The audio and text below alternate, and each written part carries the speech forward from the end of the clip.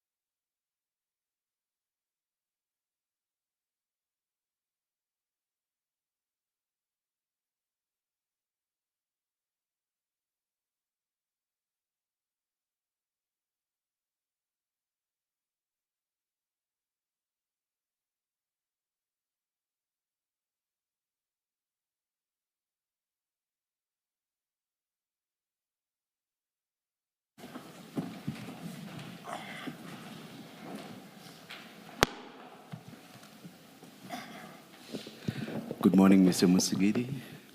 Good morning, Chair. Good morning, Commissioners.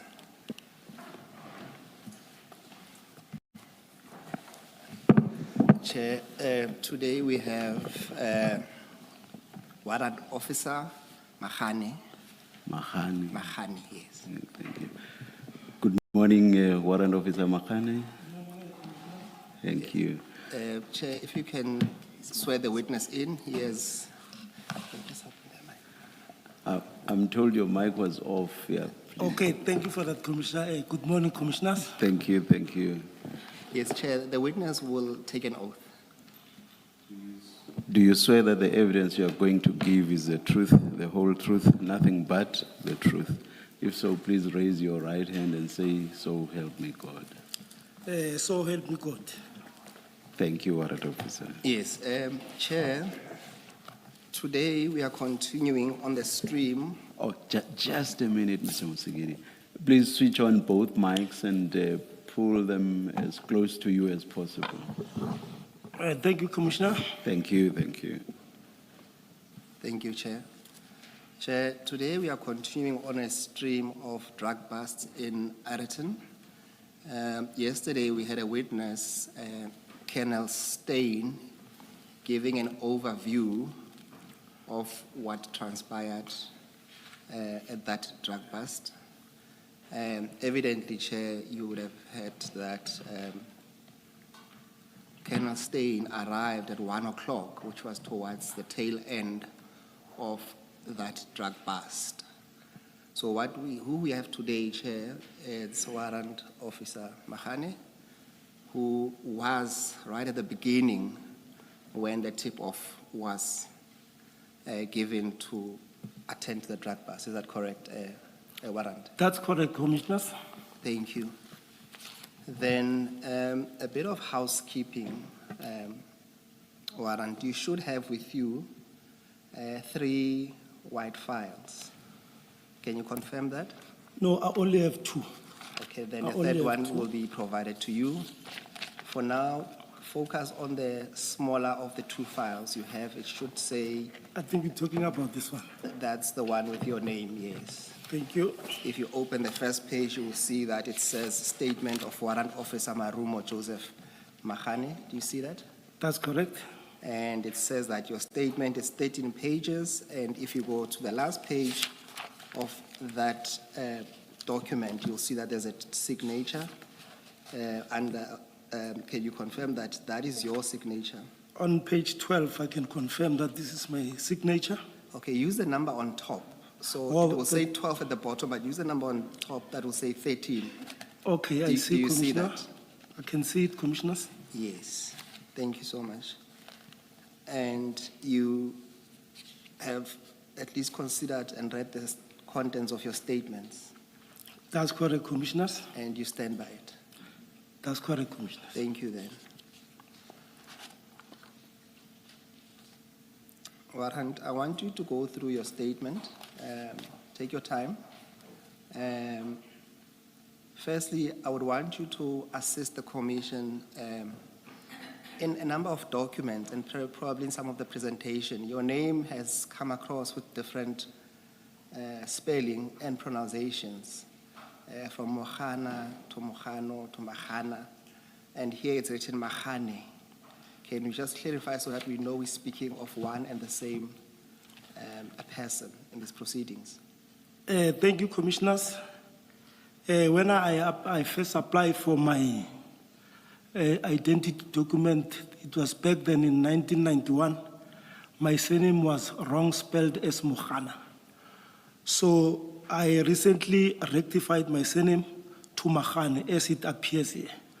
So when the incident took place in 2021, my surname was still written as Mohana. So that's why you'll see now it appears as Mahane, which is the correct one. But for all intents and purposes, at least we're talking about one and the same person. Mahane. Yes, thank you. Marumo Joseph Mahane. That's correct, Commissioners. Yes, Warrant, can we then go through your statement? You will be provided with a third file when it's an opportune time to do so. But for now, let's focus on the file in front of you. Can you start with, probably for the record again, put your name on the record, and then you can take it from paragraph 1 on your statement. Okay, thank you, Commissioners. I am Marumo Joseph Mahane, state under oath in English. I'm an adult male, age 56 years, born on the 2nd February 1970. I'm employed as a police officer officer stationed at Zonkizizwe Subs and currently attached to SIMEC office since the 1st January 2005. I then joined the South African Police Services on the 5th October 1988 as a student constable. I attended my basic training in Pretoria West Police Academy and completed my basic training on the 12th November 1999. I then worked at Alberton Visible Policing, which is also known as VISPOL, until the 30th June 2003. I then took a transfer to Alberton Detectives from the 1st August 2003 until the 30th December 2004. I got promoted to the rank of a senior constable at Zonkizizwe Crime Prevention. I was then transferred to CIO, which stands for Crime Information Office, currently known as SIMEC, which also means Crime Information Management Analysis Center, from the 1st of September 2005 until current. I got... Please explain what exactly does that entity within SAPS do? Commissioners, this is an entity that is responsible for our crime stats. The stats that are released quarterly, they are our custodians. Oh, okay. We are responsible for that. So we compile them, then escalate them to the cluster level. Then from the cluster, they will be consolidated and sent to province. Oh, okay. That until it reaches the national office. Okay. And we... So you do not do any investigative work? No, I don't do any investigative work. Searches and seizures? I do. Okay. I'm also operational. All right, please continue.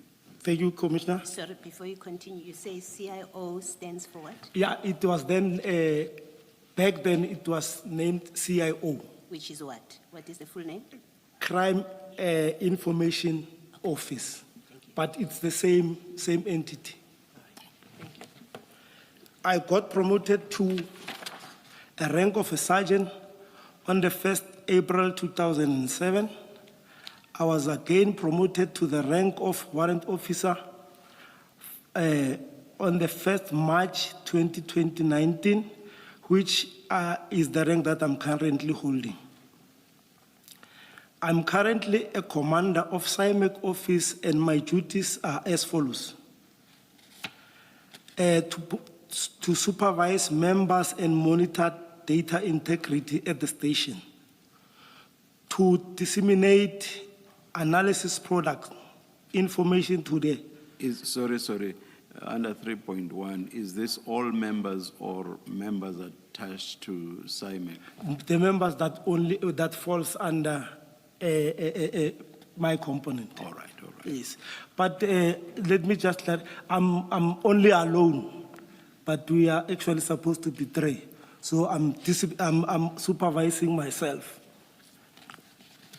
To disseminate analysis product information to the relevant role players, to conduct environmental scannings at hotspots, take photographs of relevant features identified as factors contributing to our crime. What does it mean, or what do you do to conduct environmental scanning at hotspots? Commissioners, this talks to visiting spots that are highly hit by crime, where prevalent crimes are happening. So I must visit those spots, ascertain what are the causative factors, and so that when and advise the operational manager as to where to focus and maybe give more information as to what are the causative factors. Interview complainants, witnesses, victims of a crime that has been reported. Can you please explain how that fits in within what I understand CIMEC to be? I beg yours, Commissioner. As I understand it, mainly this is about statistics. Fine, there's the bit that you've explained to Commissioner Baloyi just now. But you say interview complainants, witnesses, victims of a crime reported. I don't quite understand how that fits in within the broader scheme of your functions. Especially, for example, you said you do not investigate. So I'm just trying to understand what the context would be for you to interview complainants, witnesses, victims. Isn't it, Commissioners, when a complainant reports a case, there are some of the information that maybe they might lose when the statement is taken. So that also boils back to me so that I can get a full information. Because in any event, I'll need to go maybe visit the crime scene and stuff like that. I'm still not sure that I understand. There will be an investigator, will there not be? And how do you fit in? Commissioners, And I would imagine some statements will have been taken by officers at the CSC when a complainant comes to report a crime. And then an investigator is appointed, the investigator will take more statements. So I'm trying to understand where you fit in. That's correct. How do you also get to take statements? Commissioners, like, I'll give an example in a case of a hijacking. A complainant will come to the CSC. Then, after reporting the case, they will, the same complainant will be referred to my office so that I can get more information. Because some complainants, they tend to lie. So our office is to ascertain whether the crime that has been committed is the one that is going to be captured, or the crime, it must be captured on the system to make sure that the statement, the A1 statement, which is made by the complainant, and my interview are the same. Because sometimes you get a complainant saying that he was hijacked at a certain spot. But when you drill deep into that information, find that that person was never hijacked.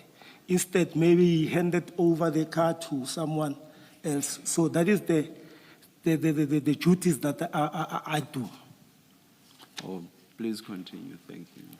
Can I just ask, Warrant, in performing any of these tasks, do you get to be involved in attending an active crime scene to perform any of these tasks that you're referring to, or some of them? Yes, I do. I'm operational. I'm also getting a danger allowance, which is only paid to operational members. If you are office bound, you don't get such an allowance. You are using this term of being operational for the second time now. What exactly do you mean by that? And thus far, the idea that one has is that you are responsible for statistics. How do you get to be out there? How do you get to be exposed to danger to even get this danger allowance? And how do you come to call yourself operational? Because what operations outside of looking after the states?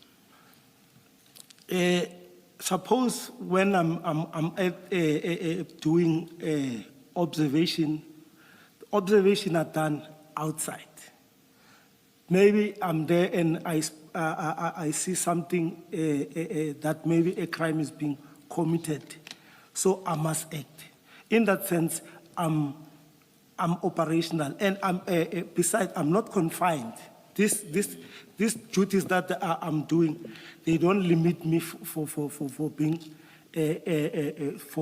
being involved in other operations at the So station. it would be incidental. It's not something that you do every day. No, It would be incidental. You happen to be out there. For example, you told us that you will visit hotspots to establish what the causes of crime are and so on. And then something comes up and you say, that's correct. yeah, criminal activity Yes. manifests. Then you say you will attend to that.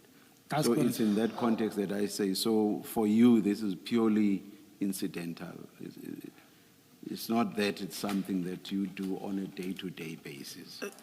But the environmental scanning, I'm required to do that Yes, on I daily get basis. that, I get that, but then something happens. Some crime is committed, you become aware of it, and then you get involved. That's what I'm saying is incidental. That's correct. It's not your day-to-day work. No, I'm not daily, every day be outside and Yeah. doing crime prevention duties and, Yeah. no. And being at crime scenes generally, that too would be incidental. It's not your day-to-day work. It's part of my daily duties. How so? Because this is required that I give feedback. I give feedback to the station commander, even if there's no crime that is prevalent at a certain spot. But I must drive around and see if there are no new features that might end up maybe giving opportunity to criminals.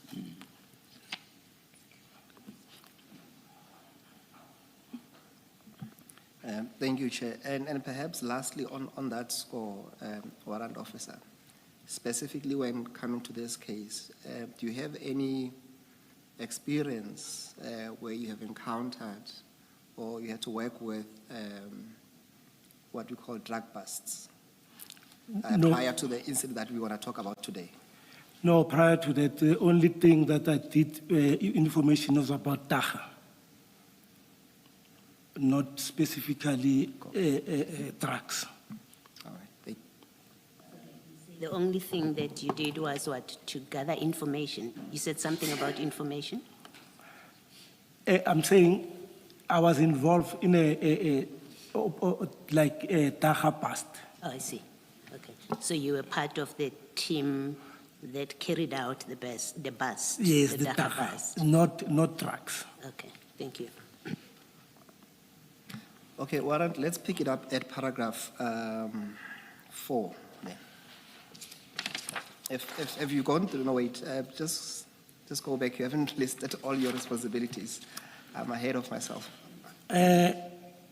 Interview suspect arrested for serious crimes for more information. Compile profiles of suspect arrested for serious crimes. Compile monthly, quarterly, semester, and annual crime statistics reports in comparison with the same period for the previous year. To conduct briefing and debriefing of shifts members. To compile reasons for the crime and the shift displayment of crime document. To compile linkages, association analysis based on the metrics, profiles, and other information. Just for the transcript, the word there was displacement. All right, please continue. Thank you, Commissioner. Then you can go to paragraph 4 on page 3. Please, warrant officer, you don't have to read the cell number in paragraph 4, so you can just mention who contacted you. Thank you, don't have to Commissioner. read the cell number. It was on Friday, the 9th of July, 2021, at approximately 06:25 a.m. when I received a call from Chief Samuel Mashaba Chief Samuel Mashawa works at Gauteng Traffic Police and holds the rank of a Deputy Chief Director. Chief Mashawa called me regarding information about a truck which was allegedly carrying or transporting drugs. He was asking me for assistance or manpower, so to say, in order to follow that information. According to his information, the alleged truck was somewhere around Rodicop, next to Leondale area, which falls under Alberton SAPS. I told Chief Mashawa that I was still busy at my station, at Zonkizizwe, so I was not able to assist him immediately. But I promised him to try some members that I know from. I promised him that I'll try some members that I know from Dock Unit. In this regard, I called Sergeant Maja from Ekurhuleni Metropolitan Department Dock Unit, which is EMPD K9. But he unfortunately told me that he was sleeping as he worked a night shift the previous night. I then called Chief Mashawa back to give feedback from Sergeant Maja. Commissioners, please, can I take one step back? Yes. I just want to rectify this. Sergeant Maja is not from Ekurhuleni Metropolitan K9. He's from SAPS. SAPS Ekurhuleni K9. K9, okay, Yeah. still, okay, okay. Yeah, not Ekurhuleni Metropolis. Can you then, just before you proceed, can you maybe explain to the commission your relationship with Chief Mashawa? Did you know him prior to this incident? Yes, I met Chief Mashawa through a colleague of mine. I would simply say Mashawa, it's an acquaintance person. We were not friends, but we used to meet maybe when there's a party, but I met him through a former colleague. That's how I knew him. Have you worked together with him Prior to the incident of the 9th? No, we didn't. I then... Just before you proceed, just going back to understand the context of the call that you received on paragraph 4. You say that he called you, informing you about a truck transporting or carrying drugs and asking you for assistance or / manpower in order to follow up that information. What did you understand by manpower, warrant officer? Manpower, he actually wanted other members to come and assist him. He requested other police officers to come and assist him, and because he was alone. Given that it's drug-related and we have explored your experience, did it not occur to you perhaps to say to him, you can not assist, but you will seek someone who might assist? Like I said, I called Sergeant Maja, who is working with drugs. He's actually on drug unit. Yes, apart from Maja, did you call? Sorry. Apart from Maja, who was not available, maybe let's go back. Did you understand him to be asking you to come, or for you to seek or to source manpower, or is it both? No, he was also asking me to come and assist if I'm available.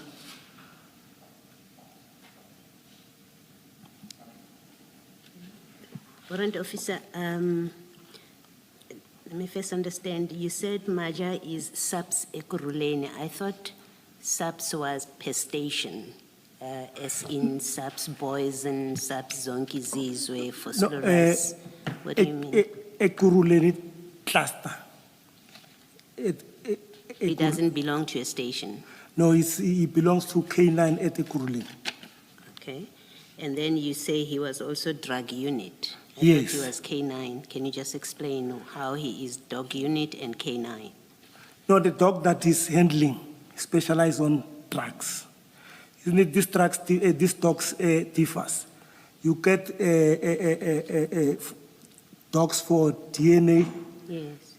and then you get dogs for tracing, then you get dogs for drugs. So within K9, there's a drug unit, there's a DNA unit, or they're just K9 and with different dogs of different specialties? Which one is it? My understanding will be that this is Canaan, but you get someone who's specializing with, who's handling a dog that's specializing in DNAs, then with tracking of suspect, tracking of firearms, and Yes, so that person is dog unit. He falls in dog under unit. dog They're unit. not in the drug unit, they're in the dog unit. No, no, no. K9. it's a K9. Yes, thank you. Yeah. And then, and maybe lastly, when Chief Mashaba calls you, I just want to clarify at this point, it's really clarification questions. When he calls you for assistance with manpower, you say, that's what That's he correct, said. Commissioner. That kind of request to you, where does it fall in the list of your functions in paragraph 3? Where do we locate it? Like I'm saying, if commissioners, there's a need for me to work outside, I do that. You have listed from 3.1 to 3.10 what your job entails. That's correct, Commissioner. And you've also explained that if you happen to be, say, for example, you are doing environmental scanning That's and correct. a crime happens, then you can deal with it. That's correct. And I understood you to also be saying to the chairperson that when you are at a scene, you may talk to a witness or to a victim. So I understand those functions in 3.1. All I'm asking is the kind of request that came to you from Chief Mashaba that he needs assistance from you with a drug bust. Where in paragraph 3 would it fall? If it doesn't, you can say it's not one of those. It doesn't. Okay. It doesn't fall under All right. paragraph 3. Okay, thank you. Warren, just lastly on that one, that is on your call with Chief Mashaba. When you received the call, where were you? When I received the call, I was at the station visiting the station as a duty officer.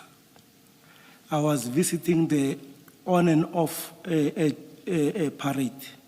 Like when the night shift changes, where as a duty officer, you are sometimes expected to inspect whether everything is in line with the operations. Okay, thank you. I suppose the question then, if you're already at the station and you have this request, was there no one else at your station that you could ask to attend to this query by Mashaba? No. It was early in the morning, and the CSC members are only allowed to work within the jurisdiction or the precinct of Zonke Zizwe. So when Mashaba was asking this assistant, he was at Londale, which falls under Alberton.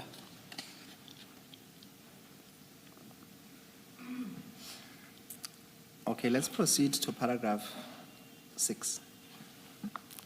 I told Chief Mashaba that I would call him in 30 minutes just to check if he still needs assistance. And indeed, I called him again and he told me he was already at Londale with his informant observing that place and requested me to come through and he sent me his location via WhatsApp. Upon my arrival at the said location, I met Chief Mashaba driving a gray VW Golf 7 and another gentleman unknown to me driving a charcoal BMW 7 Series. Both cars were parked next to each other. Chief Mashaba introduced me to that gentleman and he also introduced that gentleman to me. This man came to be known to me as Mr. Tumelo Nku. Chief Mashaba further requested Mr. Nku to further explain the information in details. After a detailed explanation of the information, Mr. Nku, Chief Mashaba, and I decided to go inside. Commissioners, I think here the statement, it's only me and Chief Mashaba who went to that truck stop, not Mr. Nku. Mr. Nku was left behind. That's It what says, says. it says exactly It does that. accord, yeah. After a detailed explanation of the Mr. Nku, Chief Mashaba, By Mr. Nku. Then Chief Mashaba and you decided to go inside, okay, just the two of you. okay. Thank you, Commissioners. Chief Mashaba and I decided to go inside the place where the truck was parked, which was not far from where our cars were parked. The name of that place, the name of that place where the truck was parked was Yellow Jersey Company. Warrant officer, just stop there. The gray VW that Chief Mashaba was driving, was it a police vehicle or was it his private vehicle? No, it was a police vehicle. It was a police vehicle. Yes. And then let's just get the place right. You say it's in Rodikop, Rodikop, and Rodikop is this industrial area near Spruitview. that's correct, So Commissioner. it falls under Alberton. It falls under Alberton area. All right, thank you. Before you continue, Warrant, can you just provide us with details as to what exactly you mean? You will see there when you say after a detailed explanation of the information. What information? What exact information did Nku and Mashaba give you? Thank you, Commissioners. Mr. Nku explained to me that he have received information about a truck which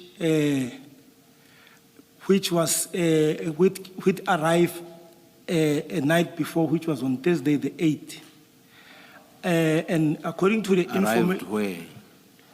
arrived at Rodikop at Yellow Jersey. Oh. This truck was allegedly carrying trucks or transporting trucks. He also showed me the registration number and the number of that alleged container on his cell phone. Show me the picture of that container and the truck.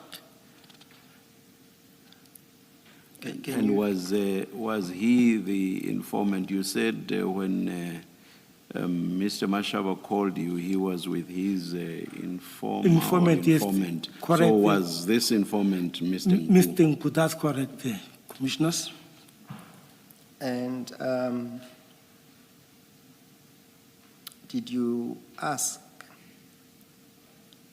where he received that information that you saw on the SMS? No, I didn't ask that because it was going to be awkward. He's the informant of Mashaba. So the only relevant person which I can ask that it was Mr. Mashaba. Did you then ask Mashaba? Yes, I did. Where did he say the source of that information? Mr. Mashaba explained that Mr. Nku used to work at Transnet, so he still have information information about Transnet matters. That's what Mr. Mashaba told me. What did you understand by that? Because he didn't mention Transnet. My understanding is that the Yellow Jersey company, that's the logistics company, transporting the cargo. What's the relevance of, did you follow up, what was the relevance of mentioning that he used to work for Transnet? Transnet, I mean, the containers that comes, Yellow Jersey was contracted to transport containers from the harbor to various places. So that is a Transnet harbor.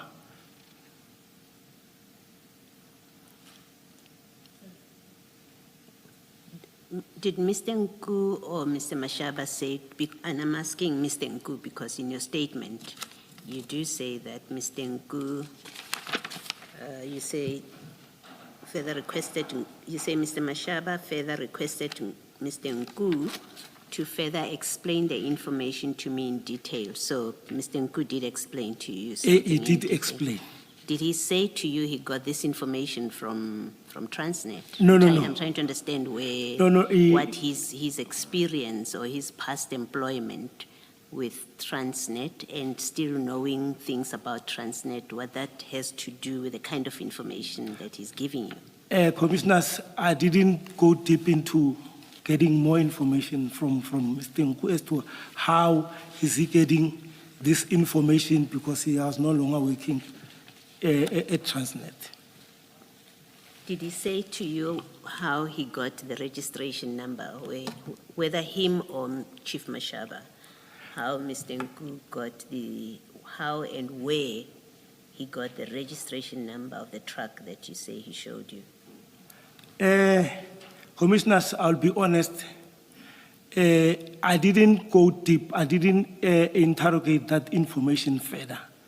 But all what, according to the information that he was given to me, I then assumed that he got it maybe through his source or in whatever way. Okay, thank you.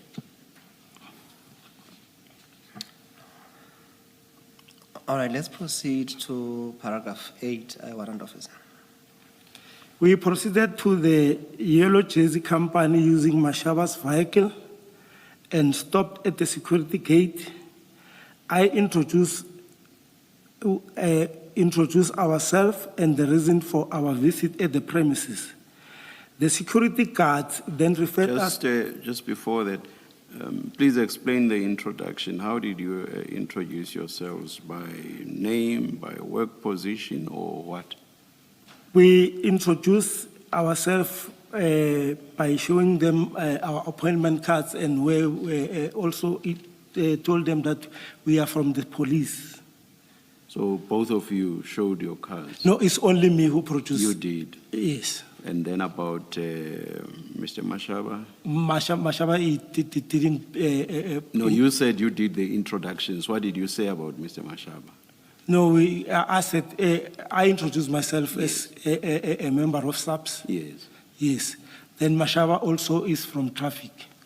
He introduced himself? Yes. Oh, all right, okay. And at this point, when you get there and you do these introductions, who's in charge? Who's the owner of this thing that you and Mashaba are doing now? Who's the in charge? Mr. Mashaba. He was the senior. So he's in charge? Yes, that's correct, Commissioners. Okay, thank you. Before you proceed, just to understand your answer to the chair, you say you both introduced yourselves, but only you showed your appointment card. Is that correct? And I can't remember very well, but Mashaba also, I think Mashaba also, I'm not too sure, but that is protocol. But what you are sure is that you did. Yes, I did. But with Mashaba, you cannot confirm. I can't confirm. I can't confirm. Okay, now proceed. The security guards, Commissioners, continue, the security guards then the referred. security guards then referred us to their manager inside the offices. We found a male person by the name of Ardach, who confirmed that he was the manager of that place. We then introduced ourselves to him as protocol and explained the reason for our presence at the premises. What did you mean by protocol?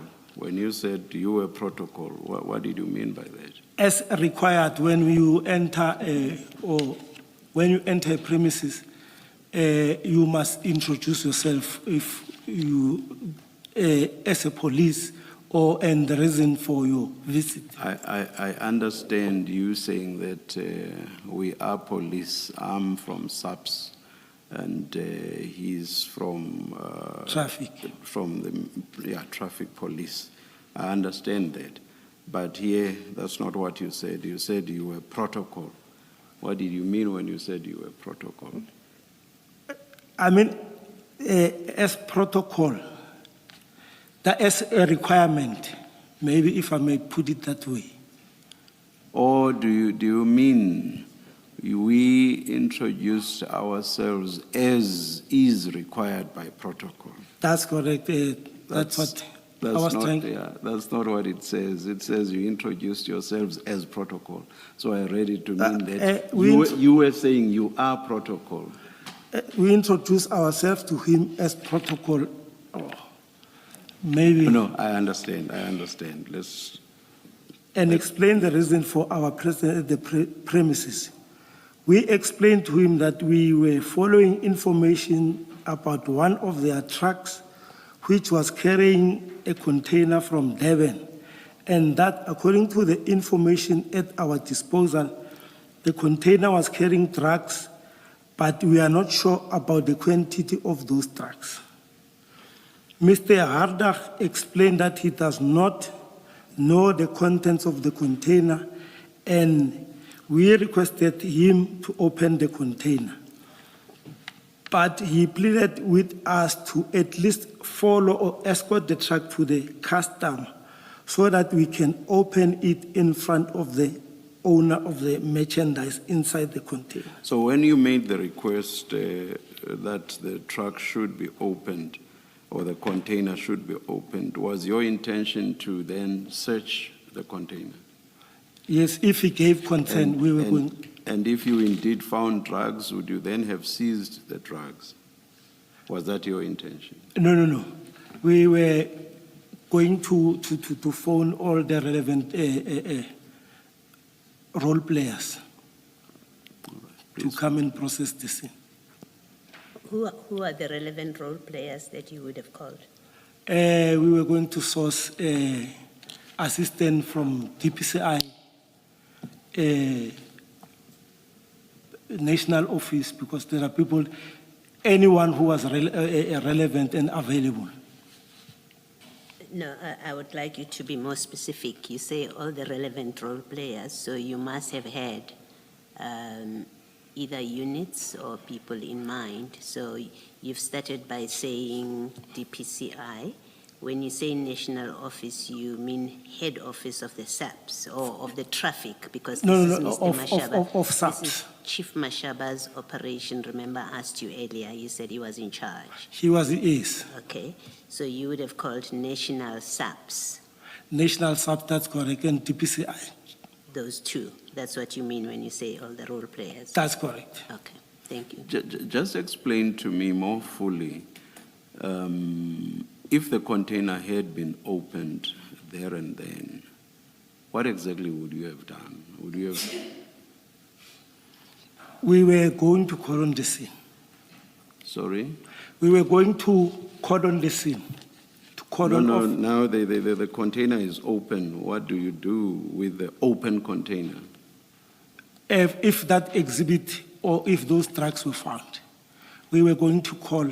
And how exactly would you establish that there were drugs inside? Commissioners, because Assuming that everything was wrapped up and you don't open and you immediately see drugs, everything is nicely wrapped up. In wrapping, that's not even transparent. What would you have done?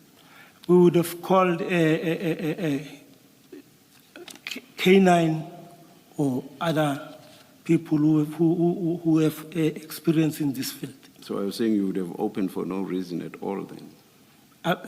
Commissioner? Are you saying you would have opened for no reason at all if you would have just opened and then called for K9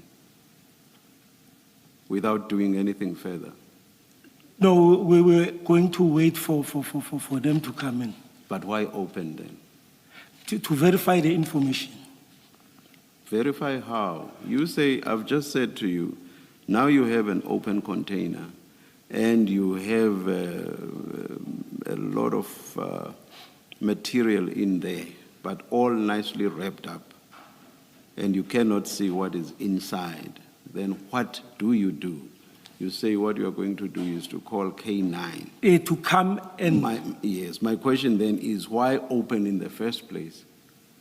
If all you are going to do is to then call K9 and do nothing whatsoever, why open in the first place? Commissioner, after opening the container, we were going to source relevant Canaan people to come in. So you yourselves would do nothing. The container would be opened, you would just stand there, look, and then call K9. Commissioners, if those people who were, they will say this one belongs to us, this one we don't know, or the Canaan people will come and verify. All right, I'll continue.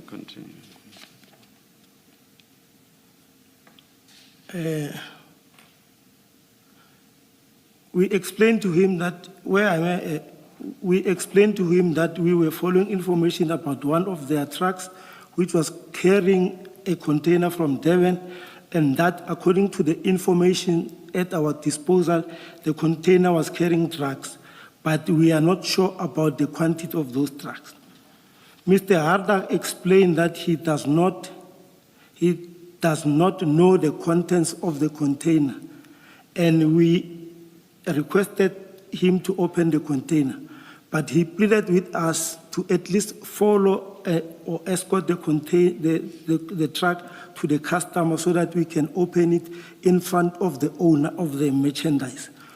This seemed like a reasonable request, and we agreed to the suggestion. I also suggest that Mr. Hardak can also send their security personnel to accompany us to make sure the truck reaches its destination safely, and he agreed.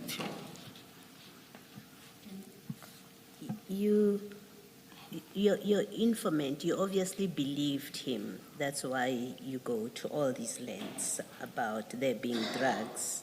That's correct. In that container. Why do you allow this truck to get on the road when you're possessed with information that says there's illicit drugs in that truck? Well, why do you remove the truck from where it is parked and it has drugs in it? How did you think about it? Because you see, there is the owner of that premises actually was not giving us a concern to open the container, as he was not the owner. So we fell into that trap that no, at least let's follow this container to its destination, so that maybe upon its destination, then the owner maybe can give us a permission to search, because we were not having a search warrant. Okay. All right. Can I ask you, Warrant? As Commissioner Malloy indicated, you had at least reasonable belief that there is suspicious material contained in that cargo. what I'm trying to understand, first of all, when you say we agreed to the suggestion that this truck be escorted, when you say we, did you agree personally to the idea? That's correct. I did agree with. And then my question is, what was stopping you from saying, call the intended customer, we are cordoning off this area, let him or her or them come here because this is a crime scene, because of your reasonable suspicion? Was it not something that you could have at least reasonably done? Information only become positive when we have verified. Sometimes information can be false. So we were trying to minimize a situation whereby we will find ourselves have opened the container and find nothing. But if you found nothing, that would have been the end of the matter, is it not? I beg your Commissioner? If you opened and you found nothing, that would have been the end of the matter. But And there was nothing inside. some people will take you on. You will get civil claims, and because we were not having a search warrant. So Section 22 gives a provision that if you've got a reasonable suspicion and you want to search the premises, if the owner of the premises is not giving consent, then you are going to see the problem. What do you do normally if the owner of the premises doesn't give you permission to search?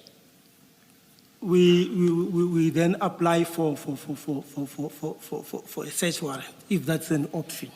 And why was that not done here? Because the truck is parked, you have your eyes on it, it's not going anywhere. Why didn't you consider applying for a warrant then, now that the Mr. Haddock is not giving you permission to open? No, Commissioners, I think it was an oversight from us because his suggestion for us to follow the truck up until to its end destination, we felt that at least we're getting a cooperation from him. That's why we decided to follow the truck up until to the destination. Okay, thank you. My difficulty, Warrant Officer, is that you have a reasonable suspicion to enter the premises, and the information you have about the truck number, the registration, it checks out because you find the container, you find the truck. But what seems to be happening is that you're moving from one potential crime scene and you're letting it move to another. And in this case, it has to be another jurisdiction even. Do you understand that difficulty? I understand and I follow. Yes. For example, I mean, were there any other trucks at Yellow Jersey parked in that yard? That's correct. There were other trucks that were parked there.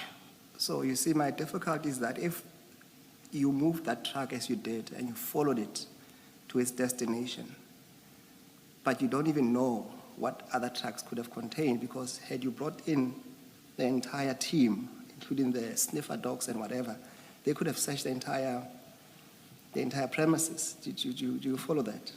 I follow, and I take that as an oversight from us. And then when Mr. Haddock said to you, let's go to the customer, did he mention who the customer is to you guys? Yes, he said this truck was destined for Ireton at Scania in Ireton. And you knew where Ireton was? Yes, I knew where Ireton was, but I didn't know the place where this the place where Scania is located. So did you know at least the distance that you'll be traveling escorting this truck? Yes, I know the distance was between 20 and 25 cases. Yes. But do you also appreciate that, in fact, you might have put yourself and your colleague in danger by allowing a truck to go to another destination where they could call and say, we have company. And when you get in there, you are met with other things. Did you accept that there was? I that accept risk? that, and I take this as, I don't take this, I take this as serious, and it definitely, if something might have happened, but God forbid it never happened. But there were possibilities. And that possibility arises because you've already now told Mr. Haddock that there are drugs in this truck. That possibility that, in fact, you could potentially have ended up with these illicit drugs being taken by somebody else, because now you've shared the information that this truck is carrying drugs. I agree with you, Commissioners. You didn't consider that risk, that by moving this truck onto the road when you have now revealed to someone outside your circle that there are drugs in this truck, that you actually have created a risk that someone else might just take those drugs from you on the road. Commissioners, I'll be honest with you, that we didn't think of, but possibilities, I don't rule out the possibilities of that happening. Yeah, no, it's a possibility it didn't happen. I really we're more concerned about your own conduct and thought processes, how you thought and why you would have thought this is appropriate. Having disclosed already to the security at the gate that there's a truck that has drugs on it, you've now disclosed to Mr. Haddock in there, and then you deem it appropriate, and at this stage I'm not concerned about Chief Mashaba, we're talking about you SAPS, that you think it's appropriate. You didn't consider at all the risk of driving with those drugs in that truck. At that time, Commissioner, I would did say we not. didn't consider that as a risk. All right, thank you.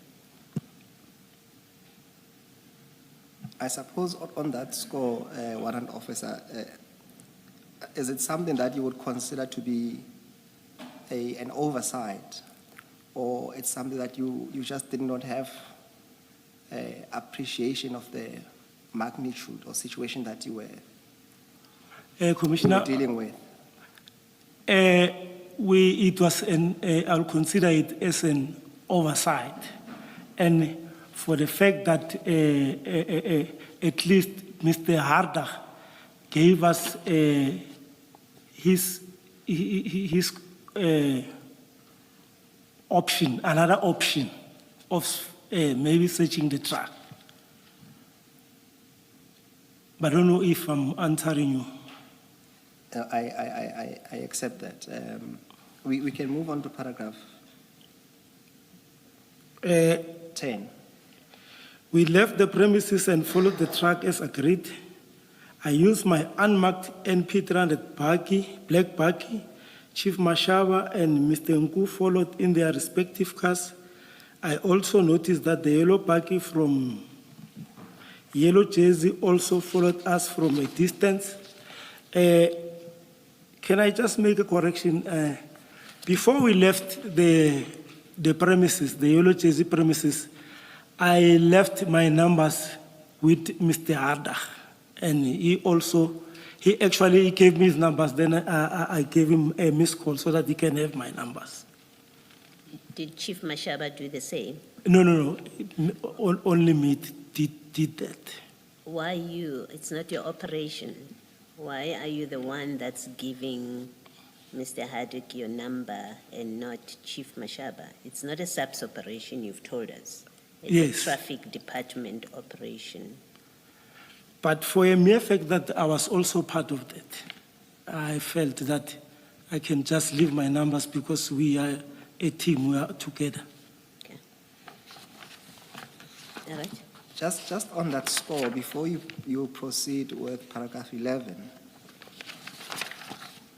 is there any reason why you allowed the informant, Mr. Nku, to follow you?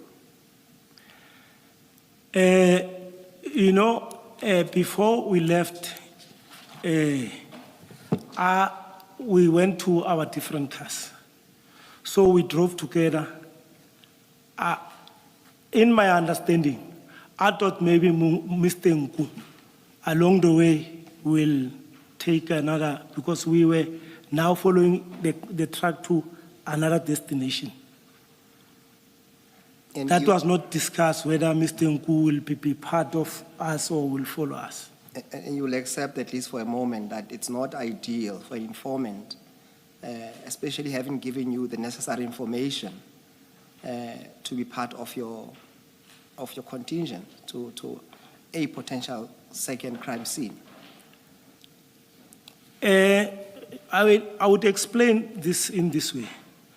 Sometimes informers give information to the police, and some policemen, even if the information was positive, they will say it was not positive.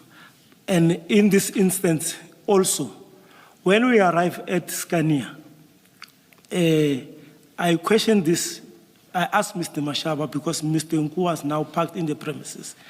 He alluded to me that Nku had a previous experience whereby he gave information to the police, and they even if the information was positive, but they said it was negative. But in your understanding that he had no business of being there. Because he was not taking part. He was always seated in his car. And sometimes when we follow information, we'll drive with the informant, as long as the identity of the informant will be concealed. But there's no concealment here. You go into a potential dangerous situation, which could be actually dangerous for him, who is a civilian. And you have obtained all the necessary information, or was there any other information you required from him? No, according to his explanation, that was only that. So when I say he had no business in being there, what's your comment? I won't fully agree with you, commissioners, because, like I'm saying, it was because of his previous experience. Even though I would say it was at least dangerous for him, but as long as he is not partaking, that for me, it was not going to be a problem. No, but you didn't know that. You didn't know his past experience. And I'm not sure how is that relevant, though. But this is the explanation that I got from his handler, Chief Mashaba. And I wouldn't dictate for Mashaba to how he must handle his informant. So you're deferring to Mr. Mashaba then? Commissioners? Are you relying on Mashaba then to say, because he said, because of his previous experience, that Mr. Nku wants to be there to make sure that this operation is a success? You will say it's because of Mr. Mashaba. That's correct. I wouldn't have powers to say, Mr. Mashaba, tell your informant, because I suggested, we spoke about it. If he had problems or if he shared the same sentiment with me, he would have said, maybe advise Mr. Nku not to be part of the operation or not to be nearer to the place. I suppose the question is, if you were in charge and of making the final decision, would you have had Mr. Nku there? It's a very dicey question, but I think if the informant, if I was a handler and the informant was having such a concern, as long as he's safe and his identity is concealed, I was not gonna have but any difficulty. No, I'm not saying put propositions. I'm saying in the situation that you were in, you are not his handler, you're not aware of his previous discomforts. You know, it's a simple question to say, if you were in charge, would you have had him there in your position, no other propositions or possibilities? I would have done the same, Have him there. as long as his concealment, his identity is concealed. Okay. Let's go to paragraph 11 then. While in transit, I then started calling other members from different units for assistance, backup, including the following. I called Warrant Officer Chidi from Crime Intelligence Unit in Jamestown, but he told me that he is unable to make it as he was attending a funeral in Limpopo. I then called Brigadier Liwele from DPCI in Jamestown. Unfortunately, his phone was off. I then called Warrant Officer Pukungwane from Alberton CIS. Maybe I must explain this. CIS stands for Crime Investigation Services, which is the detectives. He also could not assist because he said he was not feeling well after taking a COVID-19 vaccine and therefore indisposed. He also indicated he is the one who gave Mr. Mashaba my contacts, as Chief Mashaba called him before calling me for assistance. So maybe to explain this, before Chief Mashaba called me, this is the person that he called first, Warrant Officer Pukungwane of Alberton. That is how, because I didn't even have Mashaba's number, Mashaba didn't even have my numbers. So he got my numbers from Warrant Officer Pukungwane. I then called Warrant Officer Pakula from National Investigation Unit, which is called NINO. Fortunately, he said he was available to assist, but he was still at home preparing himself for work. He requested me to call him again when this information is positive, and we agree on that. I then called my station commander, Lieutenant Colonel Risenga Albert Chauke, to report that I'm following an information with a member from Gauteng Traffic Police about a truck which is alleged to be carrying or transporting drugs to Ireton. He did not express any difficulty with what I was reporting, and he requested me to be update or provide him with a feedback on an opportunity time. Warrant Officer, none of these people that you have listed, and starting with Maja when you got the call the first time, and here in paragraph 11, none of them is from your Zonke Zizwe police station. You've called people outside. That's correct. I assume you're not the only member of Zonke Zizwe. There are other capable SEPS members there. To be honest with you, commissioners, at Zonke Zizwe at that time, because I left Zonke Zizwe at, I think, before 7. Yes. Other office members were not available. It's only a sector vehicle. And we're operating with only one vehicle for the complaints and CSC duties. Sorry about that. So, well, my question was going to be, why did you not call anyone from Zonke Zizwe when you were making these calls? How come there's no one from your police station that you called and then have them tell you, I'm unavailable, I don't have a car, or they're not answering their phones? You've gone to everybody except anyone from your police station? Is that because, since I'm explaining that we only have one vehicle from Zonke which is doing sectors. Yes. So that I knew that even if I can call them, they wouldn't go with me because they will focus on doing CSC duties and attending to complaints around. So at Zonke Zizwe, no one goes outside. Are you saying to us all the police at Zonke Zizwe police station, they work only inside? No, detectives can.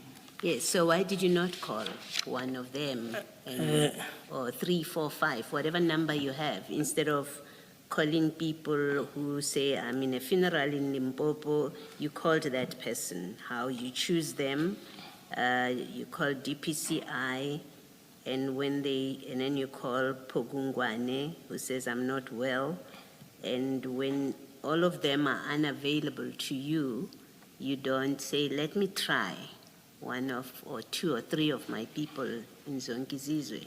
You are in a police car, so you could have given them a lift. You could have gone back to fetch them. Yes, Because Chief Mashaba has the situation under control. Why did you not call your people? that didn't cross my mind. Providence. Okay. Thank you. Were you focusing on any specialities, or were you just calling people at random? I was calling people that I know that they will have a mandate, or they can work outside. Were you calling people who have or were specializing in certain fields, or were you calling people at random? I was calling people who, some of them are doing specializing, like Warrant Officer Chidi is from crime intelligence, so he can follow information. Then Brigadier Liwele, DPCI, he's the head of DPCI in Jamestown. So Warrant Officer Pukungwane is from Alberton. And I was calling people that I know they are always available, or that I've worked with them before. So it was more a question of availability, according to your understanding, and not so much what they specialized in. That's correct, Commissioner. All right, thank you. Warrant Officer, Mahani, just on that score, because you seem to be struggling to get hold of, from Chidi to even Pakula himself, he was not immediately available. Surely you could have just called 10-111 to get manpower. Did you try that? No, I didn't. To be honest with you, I never thought of calling 10-111. All right, let's proceed. You knew or you know about, we've heard there's a SANEB in DPCI. You know anything about it? I know, that's why I called Brigadier Liwele. Is he in SANEB? No, he's at serious anti-corruption.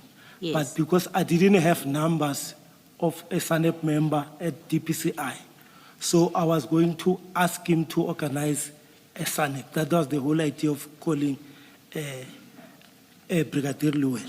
Is he the only DPCI person that you That know? I've had that you his know? number. That I had his number. I called Warrant Officer Pakula from National. Fortunately, he said he was available to assist, but he was still at home preparing himself for work. He requested me to call him again when this information is positive, and we agreed. Okay. We then followed the track until we reached Ireton, Omnia Industrial Park, where the container was supposed to be delivered at Scania warehouse.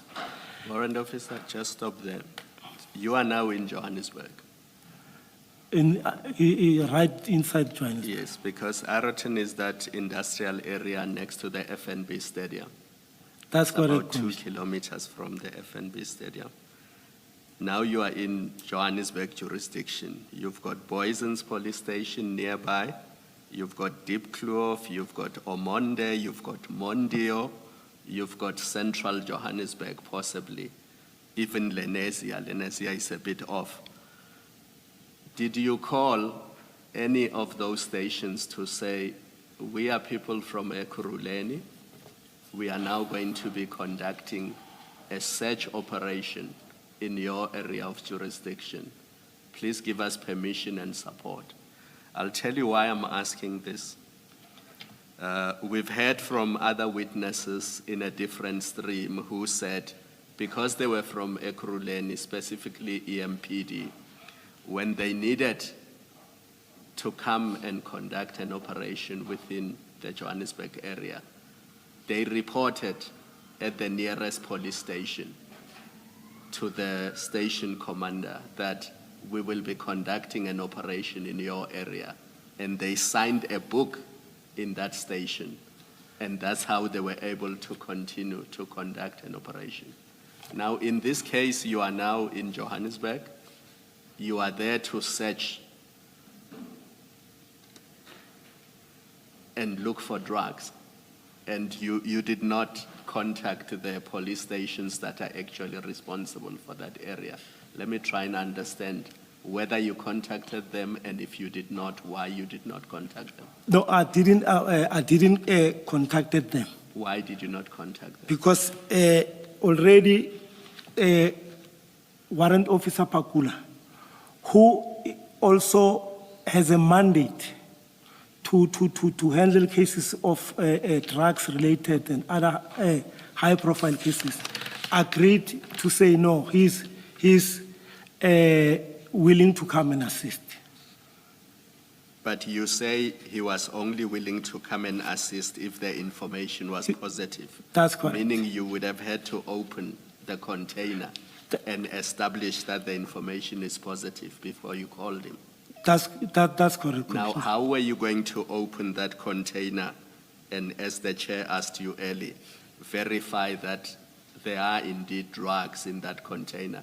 Because that's the only way you can verify that the information is positive and then call Pakula. But my main concern is the mere fact of you opening the container.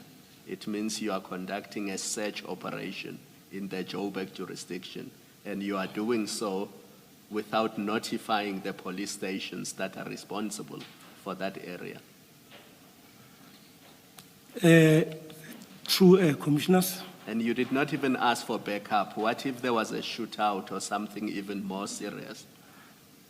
No, Commissioners, if you follow information that is not violence related, sometimes we take things very easy.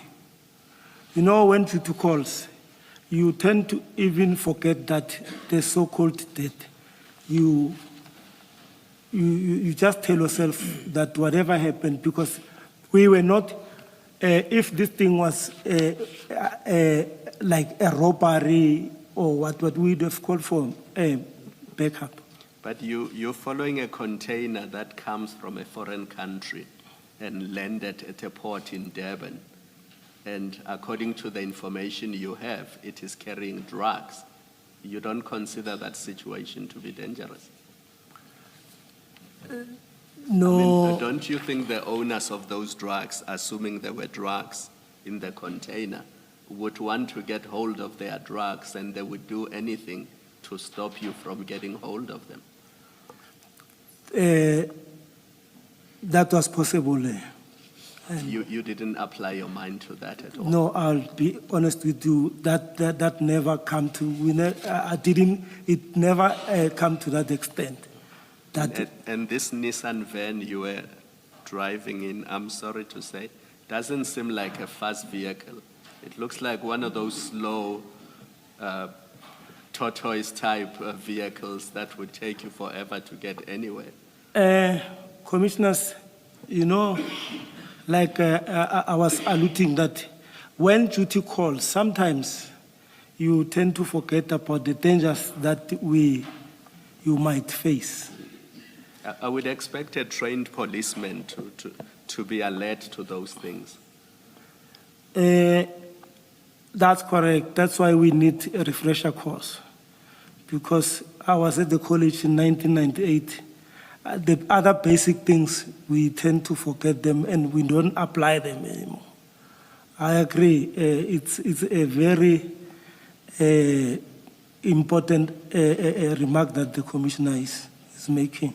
Also, it was not your area of function.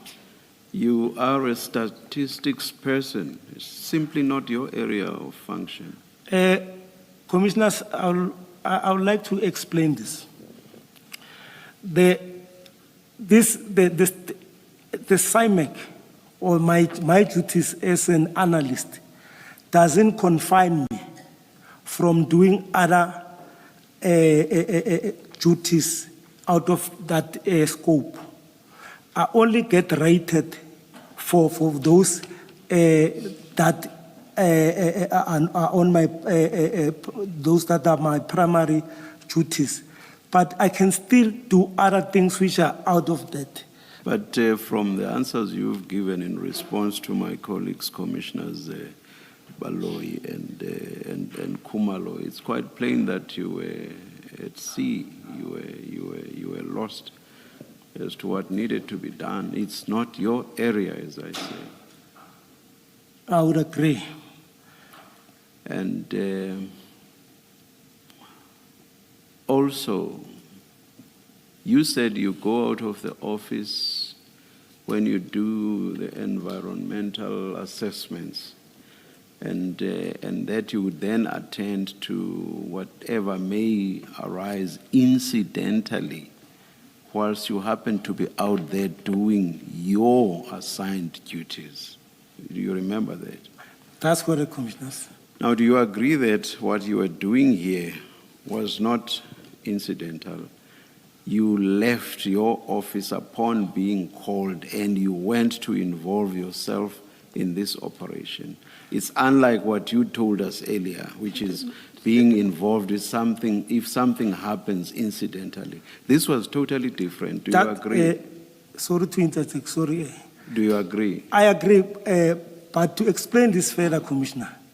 I'm happy with the agreement, but you may continue. Okay, thank you, Commissioner.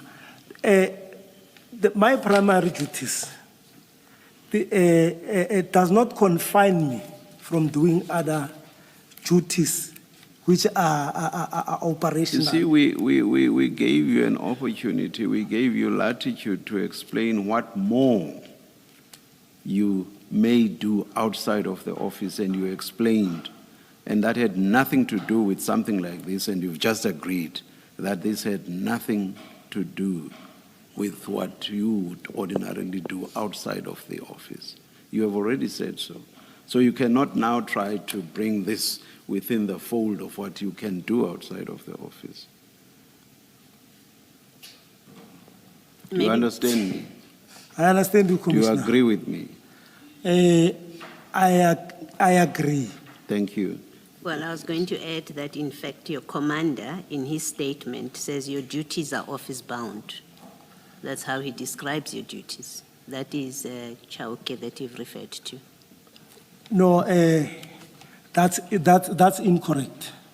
So your station commander doesn't understand your duties when he says, and I quote, "As a commander, I was not aware of the operation since the members' duties are office-bound, doing crime information management coordination for the station."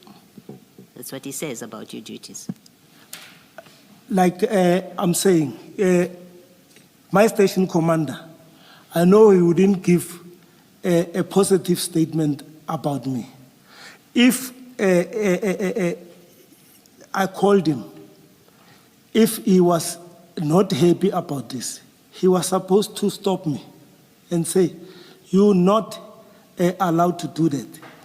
Like I've got, Forget what he was supposed to do. We're not talking about your station commander, what he did do or did not do. I'm following up on your discussion with the chairperson to say what you've agreed with the chairperson, in fact, finds further confirmation from your station commander who says your duties are office bound. That's all I was saying. can I say something, Commissioner? Like I say, I fully disagree with my station commander. All right, thank you, Mr. Msikiri. Thank you, Warrant Officer Mahani. Let's proceed. I think we are about to enter the premises of Ayrton. You are at paragraph 12. Okay, just 13. Commissioner. Had 13. just read 12. Next one is 13. Paragraph 12. Move to 13.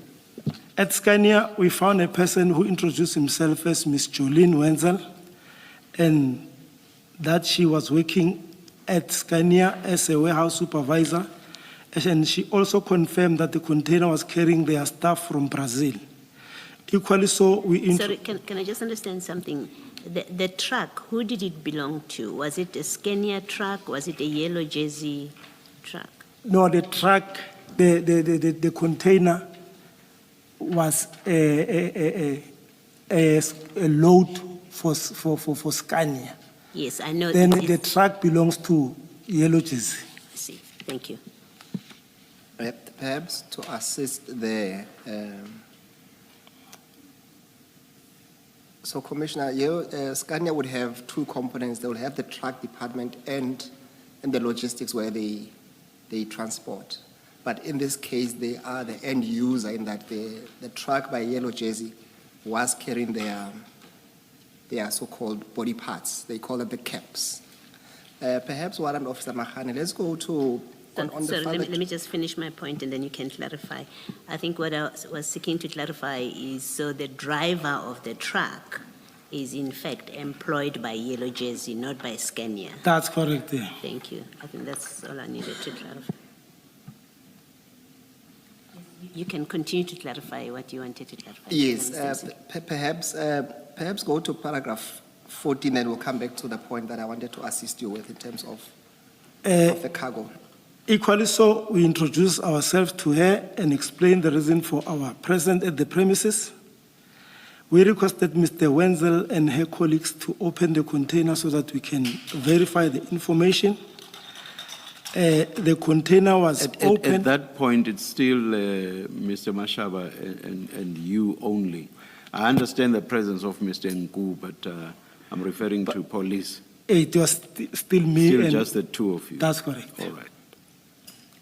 The container was open. And except for Mr. Pakula, you haven't called for anybody else at this point who No. is on their way.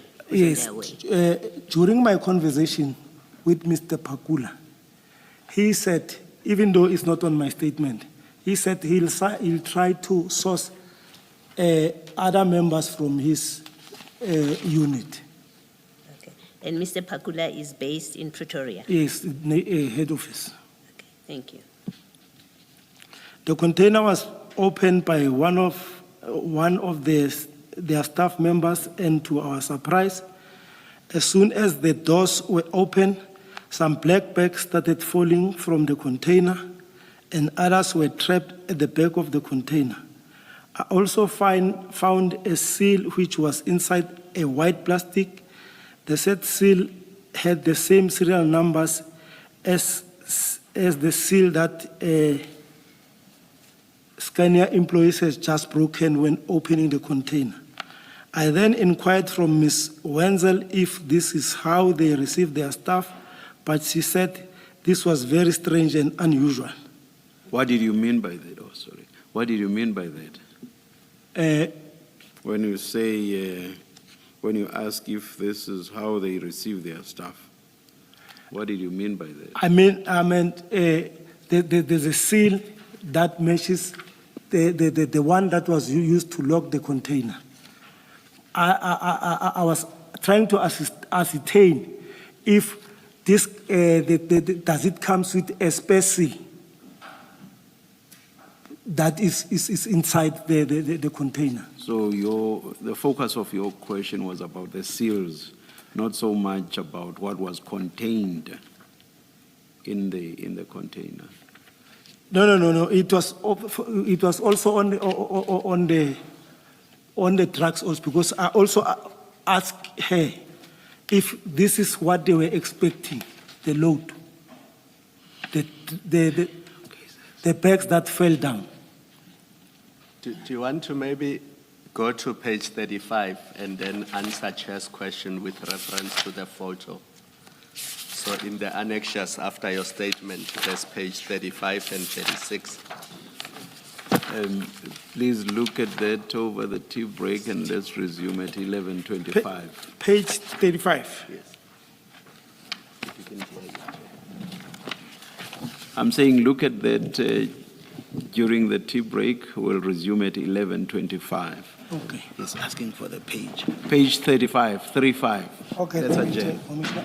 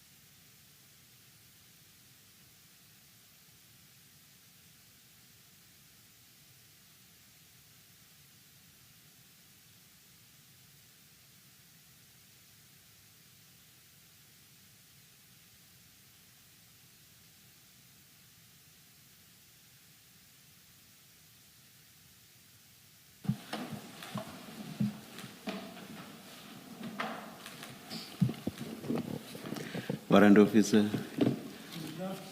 Or did you have a look at the page to which Commissioner Kumalo referred you to? Yes, page 25. Yes. Yes, before you can answer, with your permission, Chair, Warrant Officer Mahani, you did testify, and can you confirm that when you went to Ereton, you went there driving a black Nissan Baki? I think it's NP 300. Yes, all right. Can we then, I've asked for the photos to be flighted out. Can you just flight the photos? It's on page 35. Yes, Commissioners. Yes, can you explain to the commissioners what is there? Commissioners, this photo here depicts, actually it shows the black bags that were stashed at the back of the container, and with the white, this white thing like a door, it's actually an incomplete assembled body part of a truck. And these bags, as you can see, they are just next to the wall. I mean, next to the doors of the container. Warrant Officer, let's maybe do this. Scania is a trucking company. That's correct. They are trucks. So this is a door panel. It's a part of a truck. It's a door panel of a truck. No, it's not. It's you see, you get this truck cab. Yes. The whole the complete structure. Yes.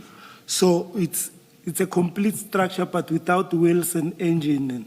But the doors, the doors are there. It's only the windscreen and the axle. It still needs to be assembled. So it's the front part of the truck. It's the front part. That's correct, Yes. Commissioners. And what we are looking at there, maybe if we go back to page 9. Is this a container? I mean, I see the lights, there seems to be lights. Is this inside? Yes, it's inside the container. Yeah. So I think page 9 is the one that shows clearly what Commissioner Baloyi is asking. Are we able to flight page 9?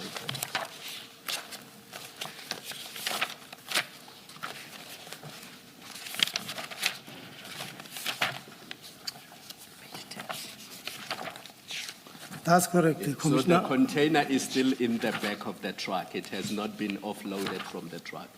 No, it's still at the container is still attached to the truck. Yes.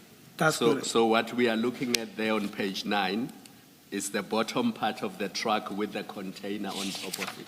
That's correct, But the Commissioner. container is already open. It's opened. Yes. And Warrant Officer Mahani, just on that score, who took these particular pictures? These pictures were taken by myself. By yourself, okay. Yes.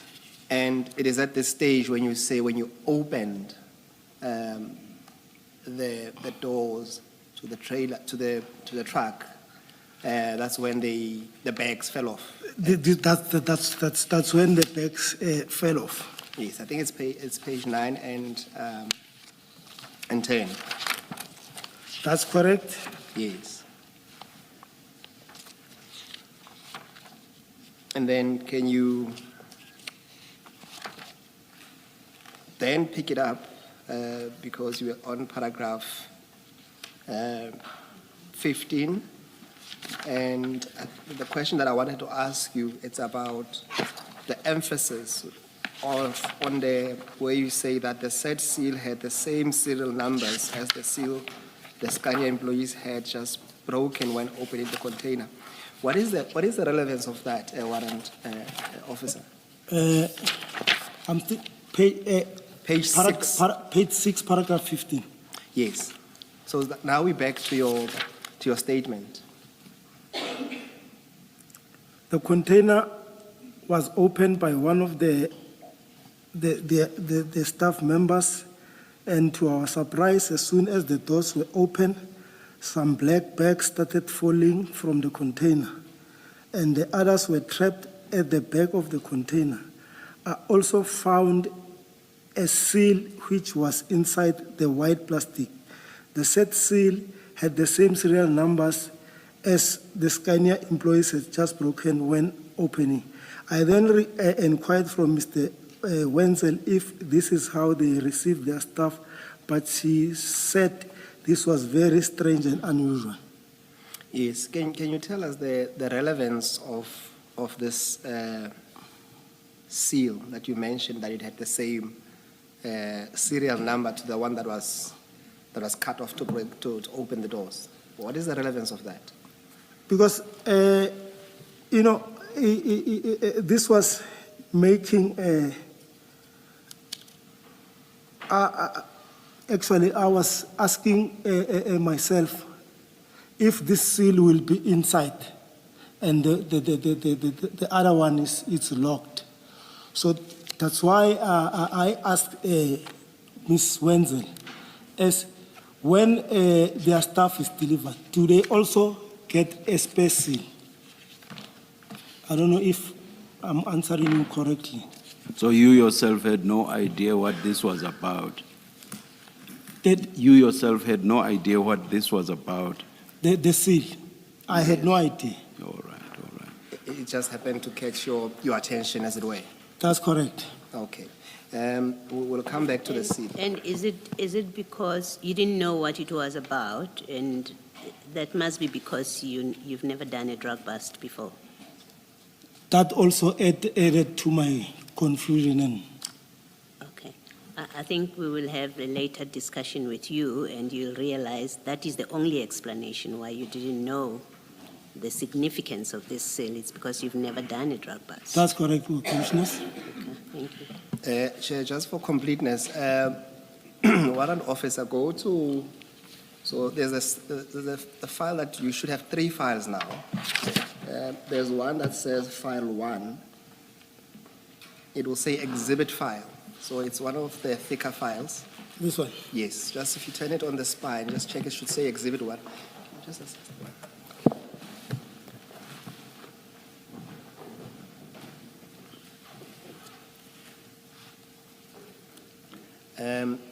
Can you go to page 101?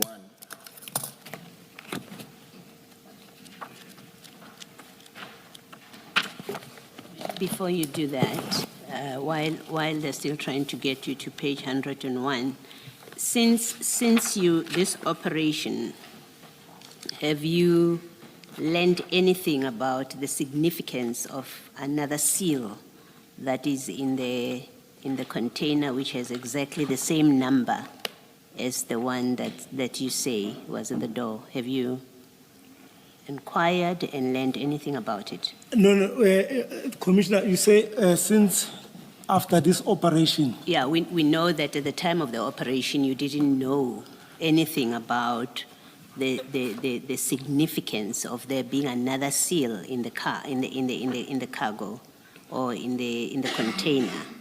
You didn't know anything about it. That's why you asked Ms. Wenzel. That's correct, Ms. Okay. So I'm asking you, since after this operation, have you learned anything about the significance or the meaning of there being a seal, another seal in the container which has the same number as the seal at the door? That's correct, Commissioners. As I'm always following this commission. Okay. And there were witnesses that were called to this before this commission. And when they testified, I was listening and following it. This spare seal, it's meant to it's actually is supposed to be used when or criminals or whoever intercept the drugs along the way, then so that when it's they broke it open, they can use the spare seal so that the end user cannot suspect that there was some the original seal was cut open along the way before it reaches. Okay, The- so it's the- you've learned that through the process of the I commission? only learned from this commission. Thank you. Thank you then.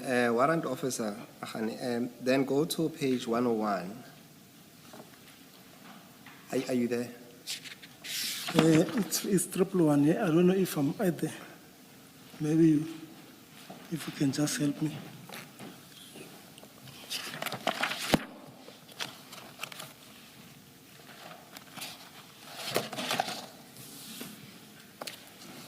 Yes, I'm there. Yes, can you assist the commission, or what is depicted on that picture? The top picture depicts depicts the seal that was cut open, and the other one is the one that was found inside the container. I Other would one say- being, I would say the space seal. there's photo 153 and there's photo 154. Commissioner, I'm referring to 153, the top one. Both 153.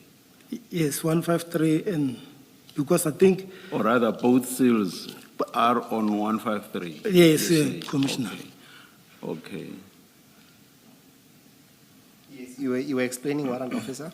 I'm saying this seal, the top one, is the one that was cut it was cut before the container was opened. The down one, the one beneath is the one that was found inside the container, the unused one. Okay, and then you saw this seal as you described at paragraph 15. What did you do with it? Firstly, I called Jolene, the warehouse manager, and showed her the seal, that this seal, like I was explaining that, I asked her if this is how, and I was also including the black bags, that this is how you receive your stuff. Then she was also confused as where this thing coming from. She didn't have any idea about the space seal that was found inside the container. Okay, we'll come back again to the seal.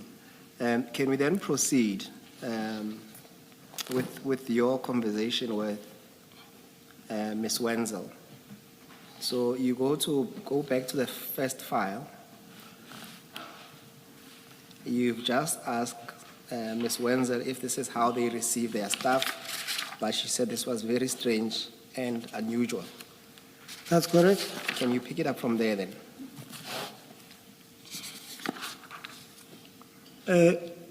We are at paragraph 15. I took out my phone. I took out my phone and took photos and also sent to my station commander, Colonel Resinga, informing him that the operation was a success.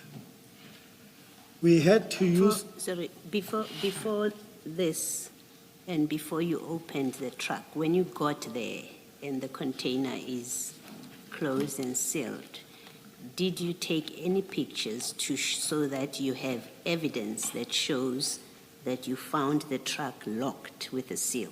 Did you No, take any pictures? I didn't do that there. Why did you not do that as an experienced police officer who understands the chain of evidence?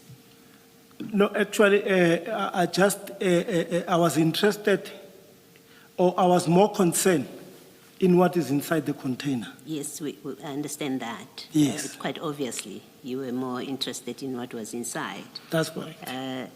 But you arrive there, you want to see what is inside, but it is locked. Why did you not take a picture to show so that you have evidence that shows that when you got there, you found this container locked with a serial number, and he has evidence of it before we open it. Why did you not do that? I would say, Commissioners, that was an oversight from me. Okay. Thank you.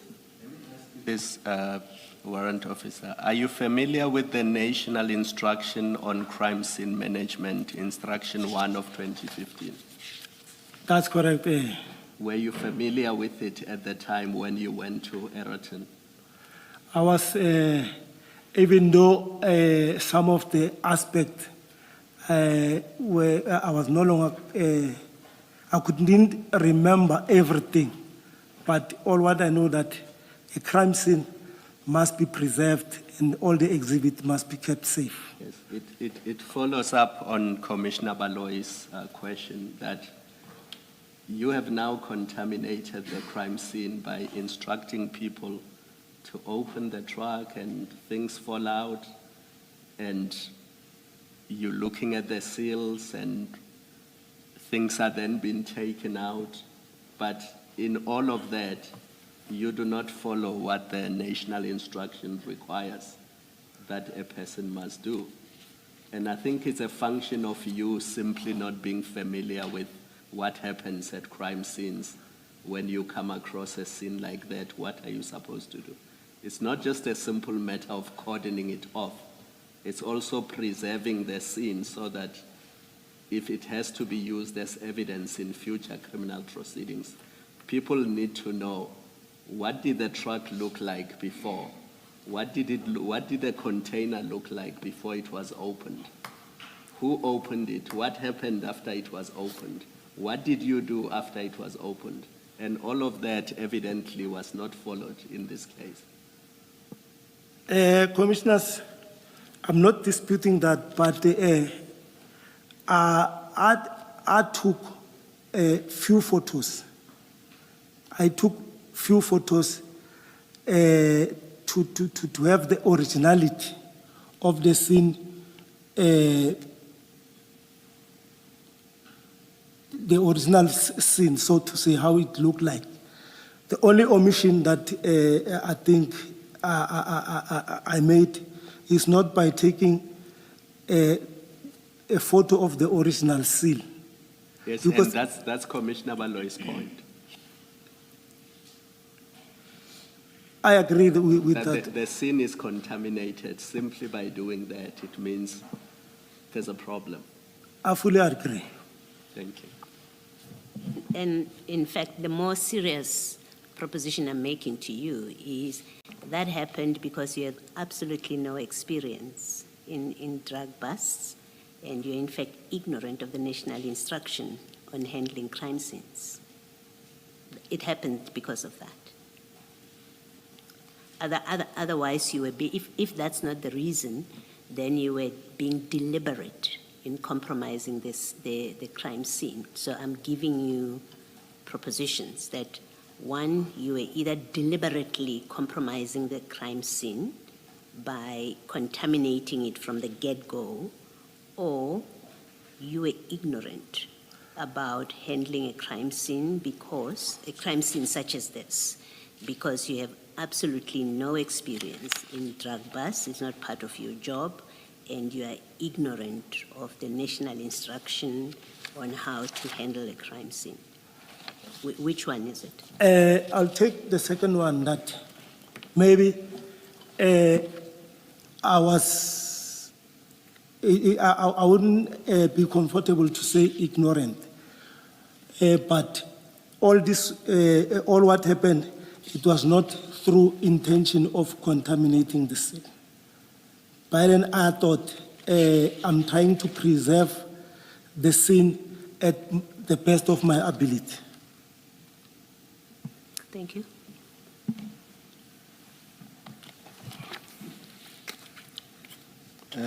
Warrant officer, then, can you... Let me ask another question. Now that the truck is open, and I mean, it's open and the container is open, and these things fall out, why did you not wait for the other components that are relevant to this? You didn't wait for K9 to come and check before you do anything. You didn't wait for, you say, DPCI. You didn't wait for anybody. It's just the two of you, one SAPS member and one traffic officer. Why did you not wait for the relevant components, as you referred to them, to come to the scene before you do anything else? Commissioner, my explanation will be that we further wanted, because there were other bags that were stacked inside. So we thought it will be relevant to take all the drugs, or I mean the bags, sorry to say the drugs, to take all the bags and keep them at one place. Yes, my question is, why did you think that? Why did you not wait for the other components before you do that? Yes, that was going to have to happen eventually. But why just the two of you, one SAPS member, who it's not his everyday job to do this. We can see already you have compromised the scene, but you admit it's not your everyday job. You have one traffic officer. You've now opened the container. Bags have fallen out. You think there might be something else to look at. Why did you not wait for the other components? There was nothing urgent at that point. I agree, Commissioner. Okay. Do you know who LCRC is? That's correct. I know LCRC. Please indulge me. It's a local criminal record center. Yes, and we've had evidence that whenever there are scenes like this, it is their responsibility to come to the scene and take photographs. Do you That's agree correct. with that? That's correct, So Commissioner. why did you not call them to come and take photographs before you started removing these bags from the container? Commissioners, I did call them, but it was after all the bags were taken from the container. So after you and your team had put your fingerprints all over? That's correct. Scania employees had put their fingerprints They all over also, the stuff. we also requested them to help us to load the bags. And I noticed that throughout that process, this 7 Series BMW without number plates is right there on the scene. That 7 Series BMW belongs. Without number plates, can you just confirm that it did not have number It plates? did not have number plate, but it had a valid A permit? a permit. Yes, Yes, it had a valid permit. yes. But as we all know, the permit is in the back window of the vehicle. And if the windows are tinted, you would have to be really smart to read the handwritten registration numbers in that permit, wouldn't you? That's correct, Commissioner. And you allowed that vehicle to be near the scene of a drug bust, and as a policeman, you didn't have difficulty with that. Because I knew who the vehicle belongs to, Commissioners, to be quite honest with you, and the occupant of that BMW was not even taking part. You had just met the person that morning. You didn't know who it was. If I asked you what is his address, you wouldn't be able to tell me. That's correct. But Because you had just met him that very morning.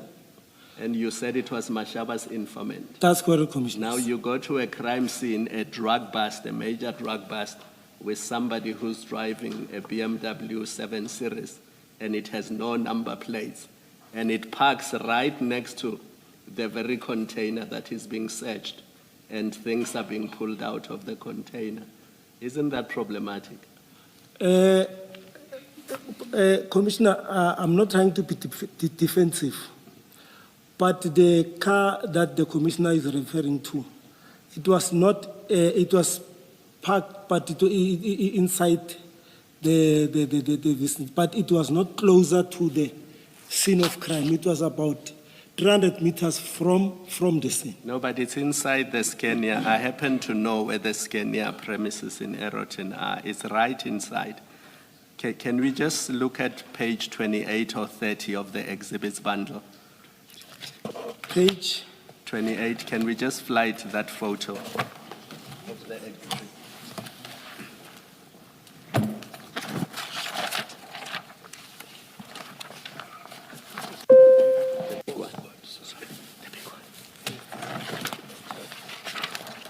It's exhibit 5, Boysons. page 28.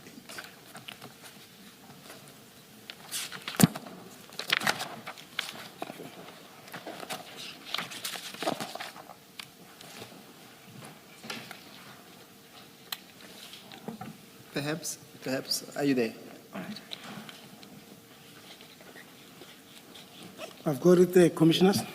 This is the 7 Series vehicle that accompanied you. And if you look, it's inside the premises. That's correct, Commissioner. And it is near the scene of this major drug bust. And for all that the Scania people know, this vehicle is there with you because it's accompanying you and Mashaba. Now, in terms of crime scene management, isn't that in itself a problem? Because in your response to Commissioner Baloy, you said one of your duties was to cordon off the scene. But if you are allowing this vehicle to be so close to the place of the drug bust, I mean, that in itself is a problem because bags can easily be taken and be put in the back of this vehicle. Do you see that? Can I respond there, Commissioner? Yes. Commissioner, like I've alluded, this car, this BMW was about 300 meters. I agree it was in the same vicinity. But there was no intention of, and it was not going to be possible for any bag or whatsoever to be taken from the scene and be put inside that BMW. Warrant Officer, 300 meters is the size of 2 soccer pitches. This is not 300 meters away. If you, from where I'm sitting to the end of this auditorium, that's not even 100 meters. And this BMW does not seem, looking at these photos, to be further than this distance. No, I can honestly, so, Commissioner, I was at the scene. It was the space or the distance that was between the scene and the BMW. I'm not trying to shy away from the truth. Whatever happened, if I must say the truth, I'll do that. It was not even closer. And to be honest, Commissioners, there was no way that one would have carried a bag, take it to that, in the presence of all the people who were there, the security guards and everyone. Fine. Can we go to 22 quickly, then I will leave it there, just to identify the goal. Maybe page 20 gives us a better picture, but we can also get it on page 22. Can we go to 20 instead? Sorry about that, Advocate Paul. I'm there, Commissioner. Yes. So the Golf that you say Mashaba, Chief Mashaba was driving, is the one that we see in photo 4. That's correct. That's the silver GTI, and then right next to it is the BMW X5. 740. So sorry, 7 Series. 7 Series. It's a 7 Series. I apologize. And then if you look at photo 3, I think you said the Volvo truck that you escorted from Rodekop to Aeroton was yellow in color, so it can be that one that we see in photo 3. No, the one that we escorted was already parked next to Scania loading bay. Yes. These are two different companies. All right. Is it the one on page 37? Can we just identify it quickly? Commissioner, before you go there, perhaps just scroll up to 19, to photo 19. Page 19. Yes, thank you. Yes.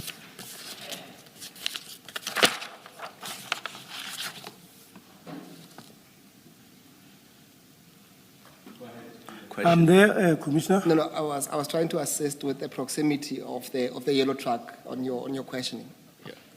Can you see the yellow truck in photo 19? That's correct, I can see it, Commissioner. Now, do you still insist that the distance from the BMW to the yellow truck is 300 meters? Commissioner, I'm not sure, but it was not closer to the yellow. It was far away. Warrant officer, you seemed sure earlier. Why are you suddenly not sure? No, I'm sure, Commissioner, even though I'm saying maybe I might not be right with the meters, Yeah. but it was not like this hall, this auditorium.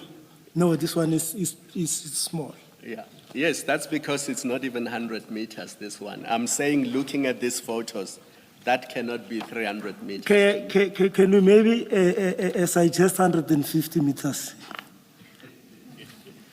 If not 300, Commissioner. So you give me half like Sergeant Nkosi, and you take that. No. Commissioners, me and Nkosi, please. Please. Warrant officer, I'm sorry. I just want to get an idea of what you and Mashaba thought you were doing. He's a traffic officer. I don't expect him to be skilled in handling drug busts. Your functions are mainly office-bound. Yes, you do say from time to time you do go out, but doing anything regarding crime scenes is incidental. So both of you know nothing at all with handling drug busts. What on earth did you think you were doing when you started searching that truck, removing whatever it is you removed and loaded it onto your bucket? What did you think you were doing? With all honesty, Commissioners, the sole intention was to verify the information, have a success operation. Even though both of us were not having any experience in handling the drug bust, but relevant functionaries were sourced to come and assist. Is this verify information whether there were indeed drugs in the container? Is that what you are referring to when you say the purpose was to verify the information? If it's positive, exactly. Is that all that a crime scene is about?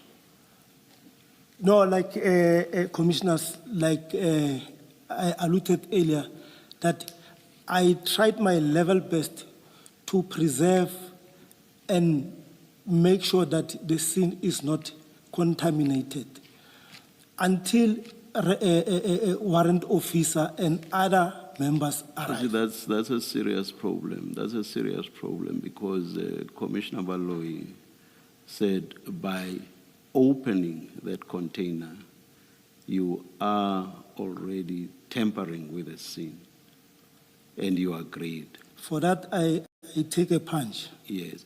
And then again, I'm not sure whether it was Commissioner Kumalo, you got everybody to handle what was inside, or at least what you were interested in. The bags that fell to the ground and others that remained stuck wherever it is they were stuck. You got a whole lot of people, including yourselves, to handle those. So that's a second stage of tampering with the crime scene. So I don't understand your statement when you say that you tried to preserve the crime scene. What are you talking about? Commissioner, here I'm trying to, actually, I'm talking about the exhibit. That because they were not even tampered with. They were still in its original shape. They are tampered with if a whole lot of people handle them with their bare hands. A number of people, you, the traffic officer, Mashaba, Scania employees, all of you handle all of those bags with your bare hands. That's serious tampering. I agree to that, Commissioner. So what are you talking about when you say you preserved, and add to that the very initial stage of opening, breaking the seal? That's the first stage of tampering. What are you talking about when you say you preserved the seal? I'll repeat the question. Commissioners, maybe I'm talking about making sure that the exhibit are not stolen. You were clueless, and you knew that you were clueless. That's correct, Commissioner. Mashaba was clueless, and you must have known that he too was clueless. Correct? Correct, Commissioner. What on earth were you doing handling any of the objects there, the container and the contents? What on earth were you doing? Commissioner, we were innocently trying to process this. Now, having tampered with the scene in the manner in which you did, what did you expect you say you called the LCRC later when the bags were already in your van, I assume, your bakkie? That's correct, Commissioner. Yes. What did you still expect the LCRC to do after tampered with the scene in the manner in which you did?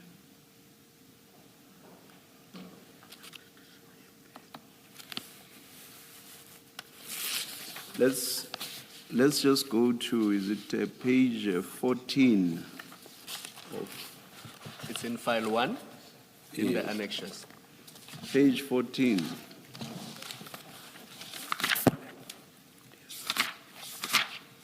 The statement file.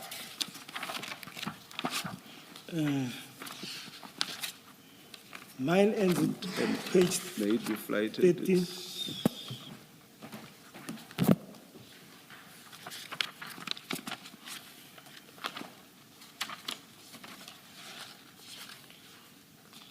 Under the tab item 4.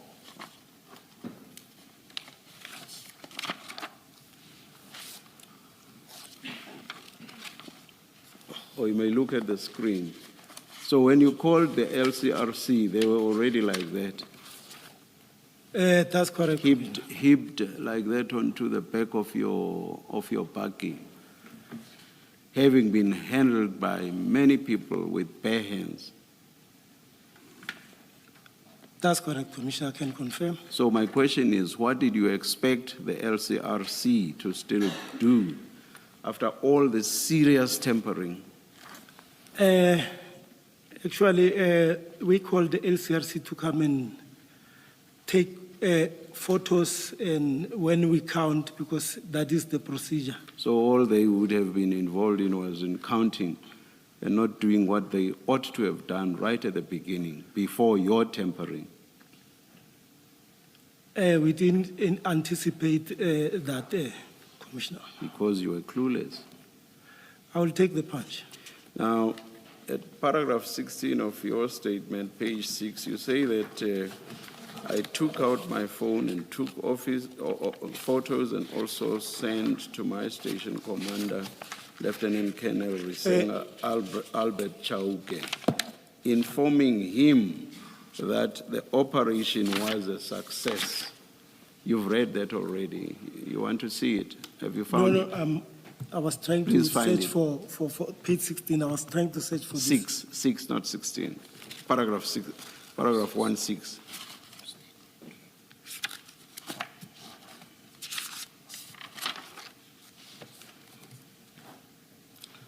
Yes, I'm there, Yeah, Commissioner. you remember reading this, but there's that part, and that's my interest. And you say you informed your commander that the operation was a success. What did you mean by that? I was referring to that the information that we're following about those trucks the drugs were found inside the container. That is what Had you seen any drugs? no, by the bags. I assumed that these bags contained the drugs. But you had not actually seen any drugs? Not, isn't it when I called him, Yes. I informed him that we were following an information Yes, about yes. I'm drugs. asking, but you had not seen any drugs when you said the operation was a success? Yes, I was referring to the black bags. All right, all right. Of course, we know that. Let me leave it there. Thank you very much, Warrant Officer. Thank you. Warrant Officer, just to maybe wrap up the point at paragraph 16, what the chair referred you to, please go to page 13, 1-3 of the same file.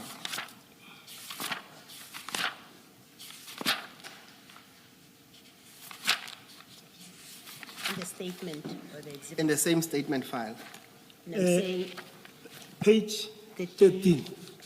13, yes. Of what? Of the exhibits of the statement? There's a State- 13 in the statement. Of the exhibits on the exhibits.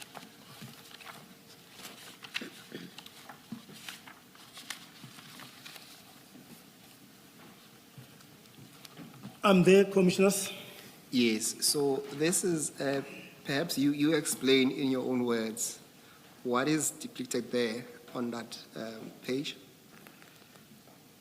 The picture on this page depicts the black buggy that I was driving with black bags. Okay, let's start here. Is this the screenshot that you took from your phone demonstrating a WhatsApp message between you and your commander, Chauke? That's correct, Commissioners. Yes, and then on that WhatsApp screen, you see a buggy. And then can you continue what's there, what's written there? It's too much. How much is it? How much is too much? How much is the estimated value? We're still waiting for the people from drug unit. They will advise us. So what is happening there, you see you send him this message. You say, according to your statement, this is a success. And then he asked you, what is the estimated value? That's correct. And you say to him, you're still waiting for people from drug unit, they will advise you. What is the relevance of you discussing the value of whatever that it is there? Because we don't even know for a fact at that time. This question was coming from the station commander. I think out of curiosity or interest, so to say, he is the one who was asking, hence my answer to that was, we're still waiting for the people from drug unit, they'll advise us. Would you say that's a relevant question at that stage? From the station commander? Between the two, well, the sender of the message is the station commander, Chauke, yes. I think I wouldn't answer for him, but for me, there was nothing sinister. Okay. All right, let's go to paragraph 17 then of your statement. It's on page 6. Oh, Page 6. So this, Maybe before you do paragraphs, just to confirm a small detail, can we confirm that when still to do with your removing of the drugs onto the van, that when all of you that carried those bags did not have any gloves on? definitely, yes, Commissioners. None of you had None of gloves us. on? Okay. So you would have left your DNA onto the plastic bags Most possibly. and fingerprints onto the bags? DNA fingerprints. And you accept that in the process you would have destroyed any, or in fact, what do you call it? reduce the quality of any DNA and fingerprints that may have been on those plastic bags originally, That's correct. and so made it difficult for LCRC later on to conduct a proper job of lifting fingerprints and DNA from those bags, because now it's contaminated with yours. You accept that? I accept that, but can I also say something? Yes, you can. Commissioners, you know, according to my information that I've got, one cannot lift fingerprints from a plastic. You can easily lift a fingerprint from a metal,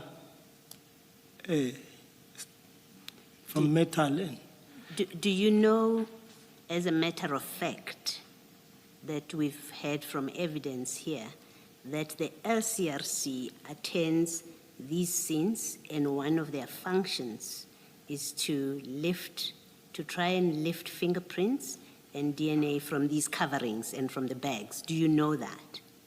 No, I don't know. Okay, that's what the evidence has been from people who are involved with drug busts. Now you know. I know, Commissioner. All right. Maybe, Commissioner, if I come across such a scene, I'll be able to do my best. I'm hoping that when you come across such a scene or information, you will know to call the right people. You will not get involved with it. Definitely, Commissioners, that is a learning curve. Thank you.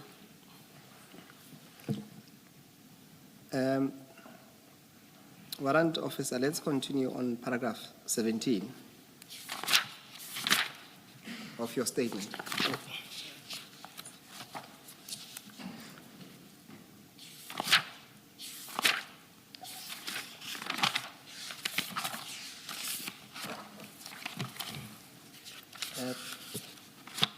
Perhaps while you're looking for it, can you fly? Yeah, I'm there. Yes. Can you fly it for us from the exhibit bundle? That would be the stain bundle that was used yesterday. Page 4.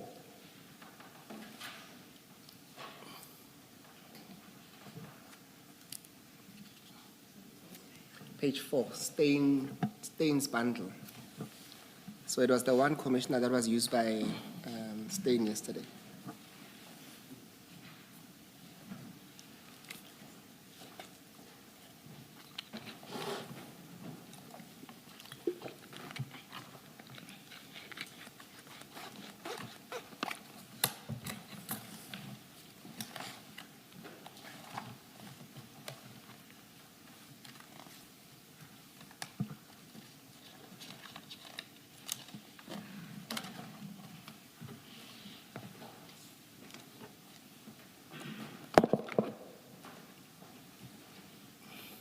Are you there? I'm there, Commissioners. Yes, just to wrap up the point of the discussion you're having with Commissioner Baloyi, I think the person there appearing there is Colonel Wood, but that's what I want to direct you to. There's a person there wearing a red jacket. Can you see the person? Yes, I can see, Commissioners. And you can see the person is wearing the gloves. That's correct, Commissioners. And you can see the bags that we're discussing in front of her. That's correct, Commissioners. I can confirm. Yes. Then I put it to you that your proposition that there was no need for you to wear gloves is unsustainable, because the very same expert, as you can see there, is wearing gloves for a purpose. You accept that? I accept that. Okay. Let's then go back to... I'm sorry, did you get the witness to identify who the person is? I'm sorry, I may have missed that. No. The person, the face is cut half. Oh, okay. All right. It's Colonel Wood, but the witness wouldn't know. Okay. But the point was to deal with the issue of the gloves. Okay. That was being discussed with Commissioner Baloyi. Warrant Officer, let's go to, we've been stuck at paragraph 17, page 6. Of my statement. So go back to your statement. Yeah. Must I take Your this one? statement file. Yeah, put that one away. You say, paragraph 17. 17. Oh, We had yeah. to use a forklift. We had to use a forklift to take out the truck caps, which were also loaded inside the container. Chief Mashaba and I realized that it was going to be impossible for the forklift to unload the truck on the loading bay, while there were bags already on the ground, stuck near the wheels of the trailer. As a result, we instructed Scania staff to load the bags at the back of my service park, while we were waiting for other members and so that the truck can reverse close to the loading bay. At this point, you're just waiting for Pakula, right? Because that's who you've spoken to. Yes, and he confirmed. No, Actually, I know you say he said he'll tell other people. That's but correct. You haven't called anyone else at this no, point. no, it was You're waiting for Pakula. That's correct. Who works in Pretoria. National Office Nino. Yes. That's correct. Ms. Wenzel confirmed that they were expecting a truck caps from Brazil, but denied any knowledge of the black bags, which were suspected to be carrying drugs. We also interviewed the driver, Mr. Brighton Vusim Tembo, and he also denied any knowledge about those bags. It was 23 large bags of suspected cocaine. We then placed the driver of the truck, the warehouse supervisor, Ms. Wenzel, and the warehouse receiver, Mr.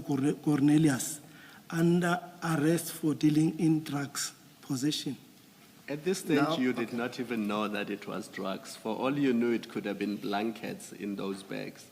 Why did you place him under arrest for dealing with drugs or being in possession of drugs? You don't even say suspected. You say, we placed the driver of the truck under arrest for dealing in drugs / possession of drugs. But you didn't know that it was drugs in those bags at that stage, Commissioners, unless you were sure that it was drugs. Commissioners, can I take you back to the same paragraph where it says it was 23 large bags of suspected cocaine? I get that part. Okay, Now, you've got bags and you suspect that they are cocaine, but you take it a step further. You say you arrest him for dealing in drugs, not even possession. You arrest him for dealing in drugs / possession of drugs. That it's an alternative charge, possession of drugs. Yes. But I'm saying at this stage, you don't even know that it's drugs in there. You still have a suspicion, but you don't even know. But you're already arresting people for being in possession of something you don't know. At this stage, I would say, based on our suspicion, which were later confirmed. No, forget about what was confirmed later. You're already effecting an arrest. You're saying here you place the people under arrest for being in possession of drugs and for dealing in drugs. I mean, for you to arrest somebody for being in possession of drugs, you must know that they are drugs. I agree, Commissioner. And here you say the bags had not even been opened. So for all you know, it could have been blankets in those bags. Some other powder. May have been any powder or even a brick in there. So you haven't opened the bags.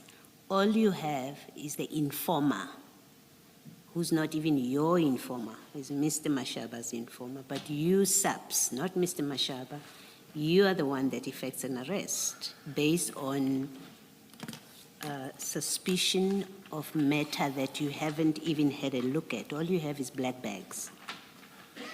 Explain how that makes sense and how that fits in with proper police procedures. Commissioners, I wouldn't say this was premature, but to bring more sense in this, I would say, because according to the information that was given by the informer, everything is confirmed. Not everything is confirmed. It's black bags. They mean nothing to me. Even as you're sitting there saying to me, there are drugs in there, I will ask you, did you open and look? Which you didn't ask your informer. You haven't told us that you asked your informer, the informer to, did you see what's inside? You tell us you didn't open the bags. So we know as you sit there that all you have in front of you is bags. That's and correct, your Commissioner. informer has said there will be drugs in that truck. So the question that Commissioner Kumalo is asking you is, are you a seasoned policeman? How do you arrest people on the basis of what you haven't seen and confirmed for yourself, that this is indeed drugs? That's what you're being asked. How do you do that?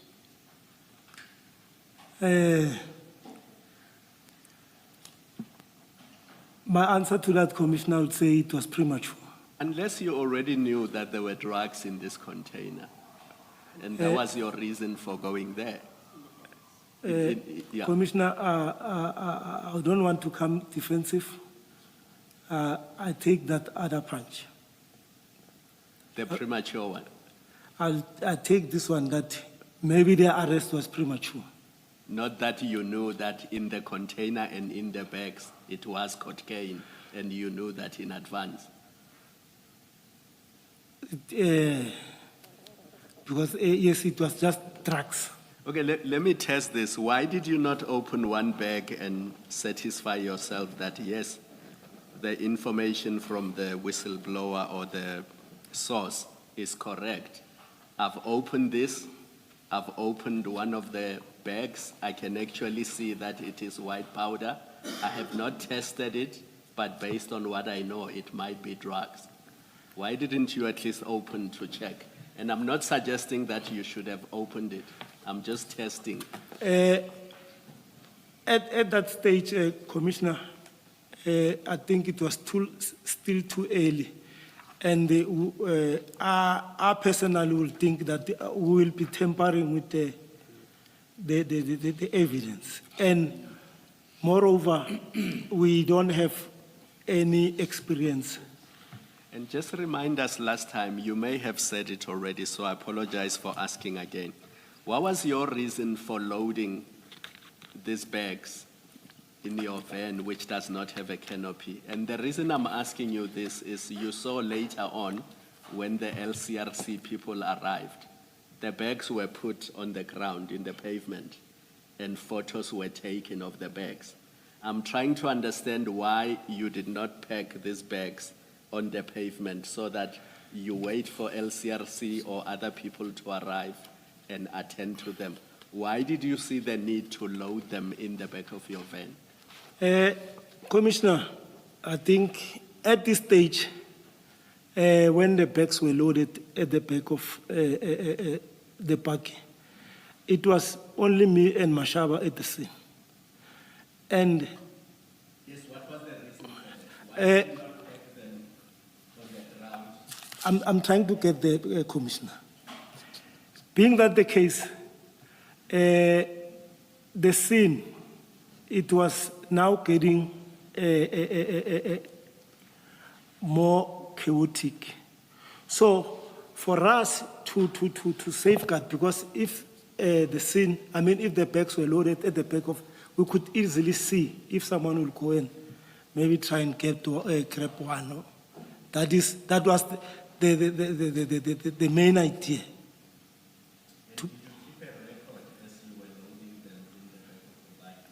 That's correct, Commissioner.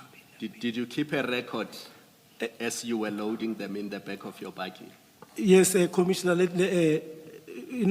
on that day in question, I had my diary with me. Yes. Because I just visited the station. So what happened is that I was even taking notes of everything that was happening there. like the registration of the cars and everything. This was also even the serial number of the seal. So when we were arrested, what happened is my diary was inside the car, and it was inside the car. So after our arrest, the bike was taken to Poison's station for safekeeping. So late after 2 weeks when we were released, when we got bail, the diary was nowhere to be found. So the diary is missing. It was missing. I thought maybe it will be in the 13, but it was not there. Okay, That thank you. is a fair answer, Commissioner. Thank you. We established earlier that the truck belongs to Scania and the driver is employed by Scania. You have removed the truck, no, by Yellow Jersey, the truck and the driver. You have removed the truck from Yellow Jersey. Why are you arresting the driver now? Remember, he came with a container which has a seal to it. It's not an open container. It has a seal. Why are you arresting him? Commissioner, the trucks were transported from Durban to Aeroton or Yellow Jersey by the driver. Do you know anything about the sealing of the container from its original source, where it came from Brazil, how that works up to it gets to the harbor, and from the harbor to the depot, from the depot it's now on its way to Gauteng. That seal there, do you know whether it was broken by the driver along the way or that it was actually as it came from Brazil? Did you know anything about it? Did you ask any questions? No, I will be lying. So you arrest the driver even though the container has an original seal, presumably from the original point of departure in Brazil. You arrest the driver even though he didn't put in these drugs in the truck. By the virtue of him being the driver from Durban, we arrested him based on that. You arrested him for driving the drugs. For transporting the trucks. Yes, driving the drugs. That's correct, Commissioner. Okay.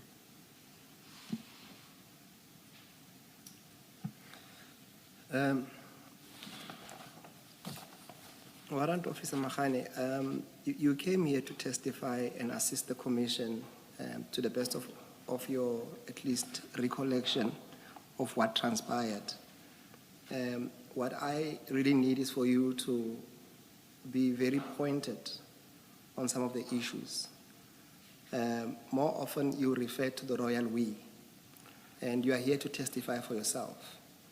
There come a point whether you did it or Mr. Mashaba or Chief Mashaba did it. So it can't be both. You can't be singing in unison at all times. I hear you, Commissioner. Yes. Now let's start at paragraph 18. When you say, so on page 7, paragraph 18, we say, we also interviewed the driver. Is it you or is it Chief Mashaba? Both of us. That can be, how's that possible? I mean, if you asking a question, I'm also here, and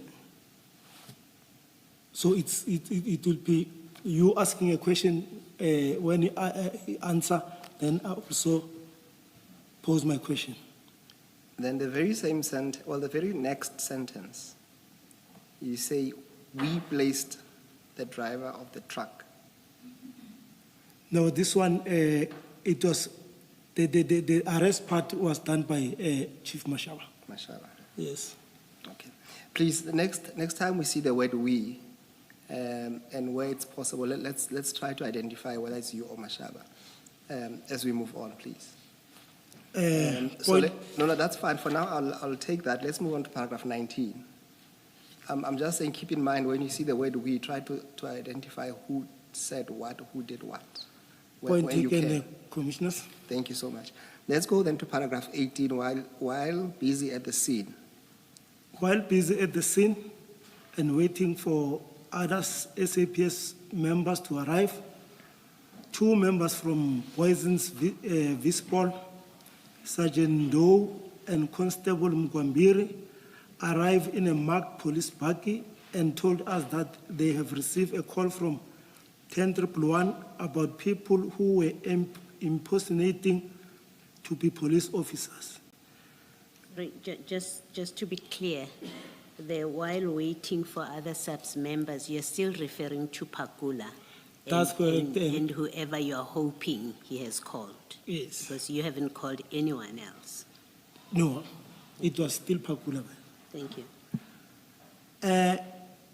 We then identify ourselves and explain the reason for our presence at that premises, and even showed them the bags that were recovered. We also showed them the arrested suspect, and they understood and even gave feedback to 10-111 via radio control. Though immediately after, we had a bit of an argument with them, because without even asking how they can assist, they asked us where we are going to book the suspect and the exhibit. I told them that we were likely to go book the suspect and exhibit in Alberton area because the scene started in that area. But we were still waiting for relevant role players to come and decide. What do you mean the scene started in that area? I was referring to the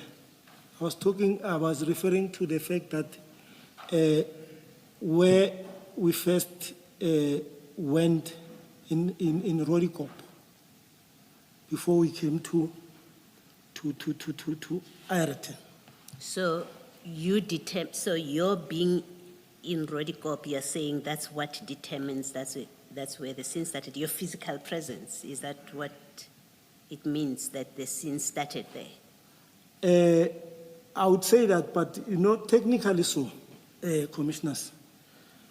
It brought some discomfort to us that members will come from Norway.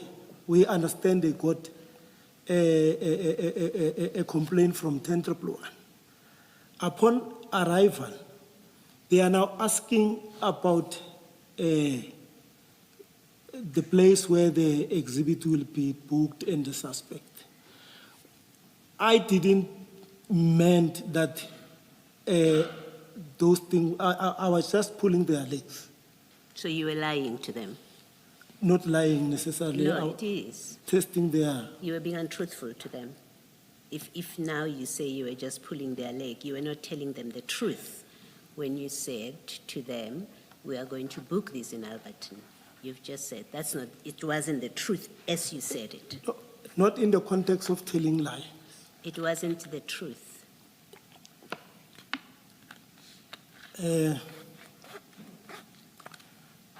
I would say so, but Commissioner, So what was the plan with these drugs? Where were you going to take them? Now we've established that it wasn't true that you were planning to take it to Alberton. Where were you planning to take these drugs? These drugs were going to be booked at Poisons, and the suspect were going to be booked at Poisons. Okay. So when you say that we are still waiting for relevant role players to come and decide, what were you conveying? Because this is your statement. This is my statement, I agree. So what were you conveying when you said we're still waiting for the role players to come and decide? If you've already decided they will go to Poison. No. This was just additional to. But the fact of the matter was that, and even even procedurally dictates that because the drugs were found in Ireton, that is where the suspect and the exhibit must be booked. So these police officers would have known that. So you were not pulling their legs in any meaningful way, because you say procedurally, that's how it's supposed to happen. So these police officers, you would not have any reason to argue with them because you say, we started arguing after they asked that. And I'm saying, well, they knew, you say, they knew because procedurally that's what happens. So they wouldn't have asked the question if they knew that these would have to be booked in Boysons. In fact, they would have told you, these must go to Boysons. That is why I'm saying. Which makes me ask the question, when you answered the way you did, when you took these drugs and put them on the van, because they are on your van, and there's just you and Mashaba there, what was the plan? Boysons is not yet there, these police officers. They arrive, they ask questions, you say, well, the crime scene started there. And I asked you, why Alberton? You said, because that's the original crime scene. That's where it started. That's why Alberton. So I accept that explanation on face value. That's where the scene started. So yeah, on your reasoning, you would have gone to Alberton. But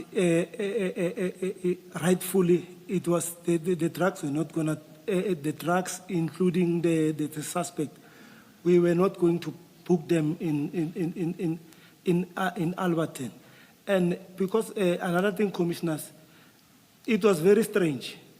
Sergeant Ndo, it's a sergeant. Why was he asking? No, forget Ndo and why he's asking. Let's talk about you. That's correct. You did not report yourselves to Boyson Police Station. Commissioner Kumalo asked you the question earlier that we've had other evidence where people who are operating outside of their jurisdiction, they go and report. We were told that's what you do. You did not do that. Boysons doesn't know you're around.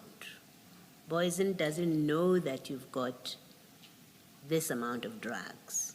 You haven't called Boyson to ask them, do you have space for this?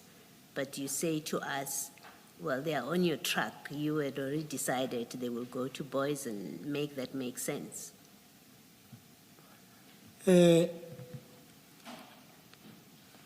Commissioner, the answer that I'm giving to the commissioners is exactly what was going to happen. The drugs and the exhibit were going to be booked at Boyson. And Commissioner, just to take one step back, I'm trying to answer to the question, the previous question that was raised, that why I didn't phone 10-111. You know, as chaotic as the scene unfolded, it was because of this thing was sent to the radio control. That's why more police started flocking in. The question asked about 10-111 was long before the chaos, was about long before the chaos happened. You were asked the question, you have an informer, according to Mashaba, who says there are drugs there. You go there. You go to Yellow Jersey. It's just the two of you and your informer. And then you proceed from there. You go to Scania, and it's you, Mashaba, and your informer and the security from Scania, and the employee, from Yellow Jersey, the security men, and then you've got Scania people, Wenzel and somebody. So there's no chaos at that point. The question was asked in that context, that when you arrived there, why did you, as you are calling all of these other people on your way, and when you arrive there, you're calling all of these people to come and help you, and many of them are not available, why did you not call 10-111? The answer can't be because of chaos, because at that point there is no chaos. Nothing has happened yet. I agree. You haven't even opened the container. The drugs haven't yet fallen out. There's nobody else. So it's a different conversation altogether. So it has nothing to do with this. I agree. Yes. Thank you. Can I just understand this? Was it your intention to transport these bags either to Boyson's police station or Alberton in this bakkie of yours without a canopy uncovered? How did you plan to move those bags from Erroton to wherever you were going to book them?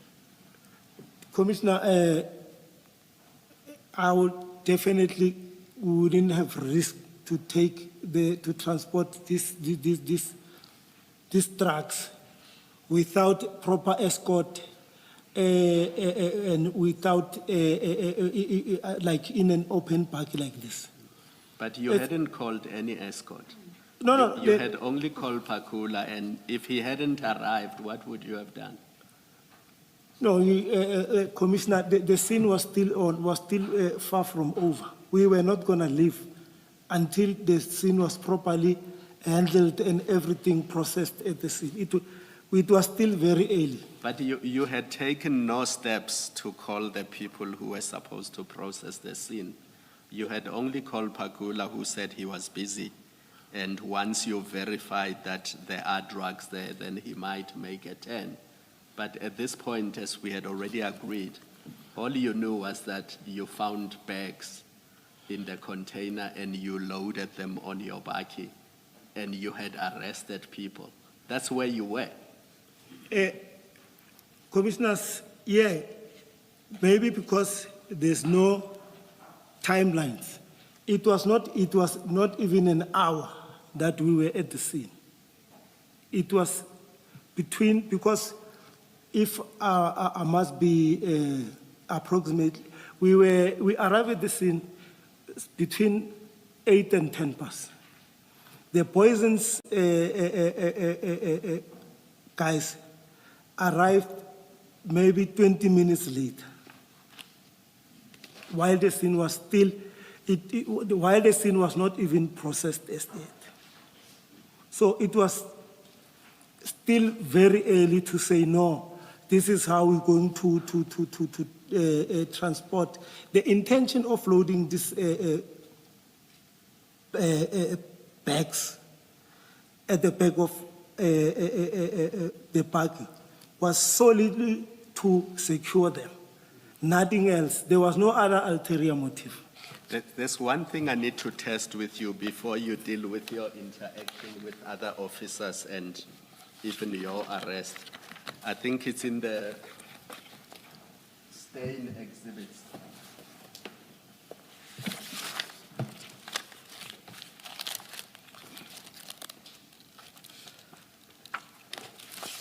If you go to page 116, I'm not sure if the witness has 115 of the stain exhibits.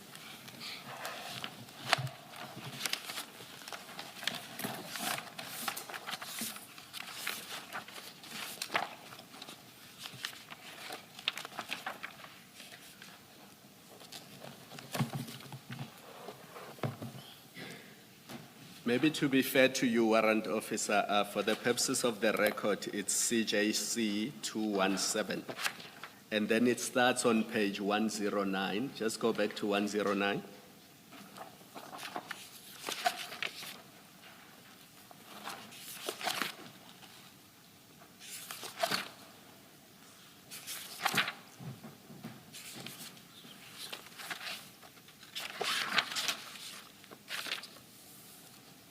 I'm there, Commissioners. I think we've already established that that is your bakkie. I agree, Commissioners. Advocate, are we able? Thank you so much. That is your bakkie after the bags were loaded onto it. That's right? correct. And the police vehicle that arrived is that one that is parked right in front of the bakkie. That's correct. In that photo that is on page 109. And then you'll see that this is a News 24 or Media 24 newspaper article from the 22nd of February, 2025. Do you see that? On top of page 109, top left, where there's a headline, Update Crime Intelligence Battle. I see that. Just on top of that, there's a date, 22 February 2025. Do you see that? It's Yeah. last year on the 22nd of February. And what they do here, they deal with the disciplinary proceedings relating to General Khan. But if you go to 115,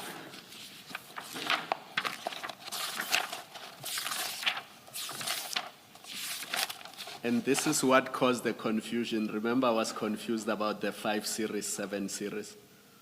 If you go to the top of the page, you will see that the newspaper article 115. 115. Yes. Yes, I see it, Commissioner. 115, the newspaper article had identified the vehicle as a 5 series and not a 7 series. It's a 7 series. And I'm embarrassed to have fallen for it. I should know better. It is a 7 series. It's a human error, Commissioner. Yes, but I am embarrassed. And then halfway down that page, you will see that there is something that appears to be a WhatsApp chat between two people. Still on page 115. I see that, Commissioner. Yes. And we don't know who the source is because this is in a newspaper article. But I think it's only fair that I ask you because you are here. I don't want there to be insinuations that it is you if it's not you.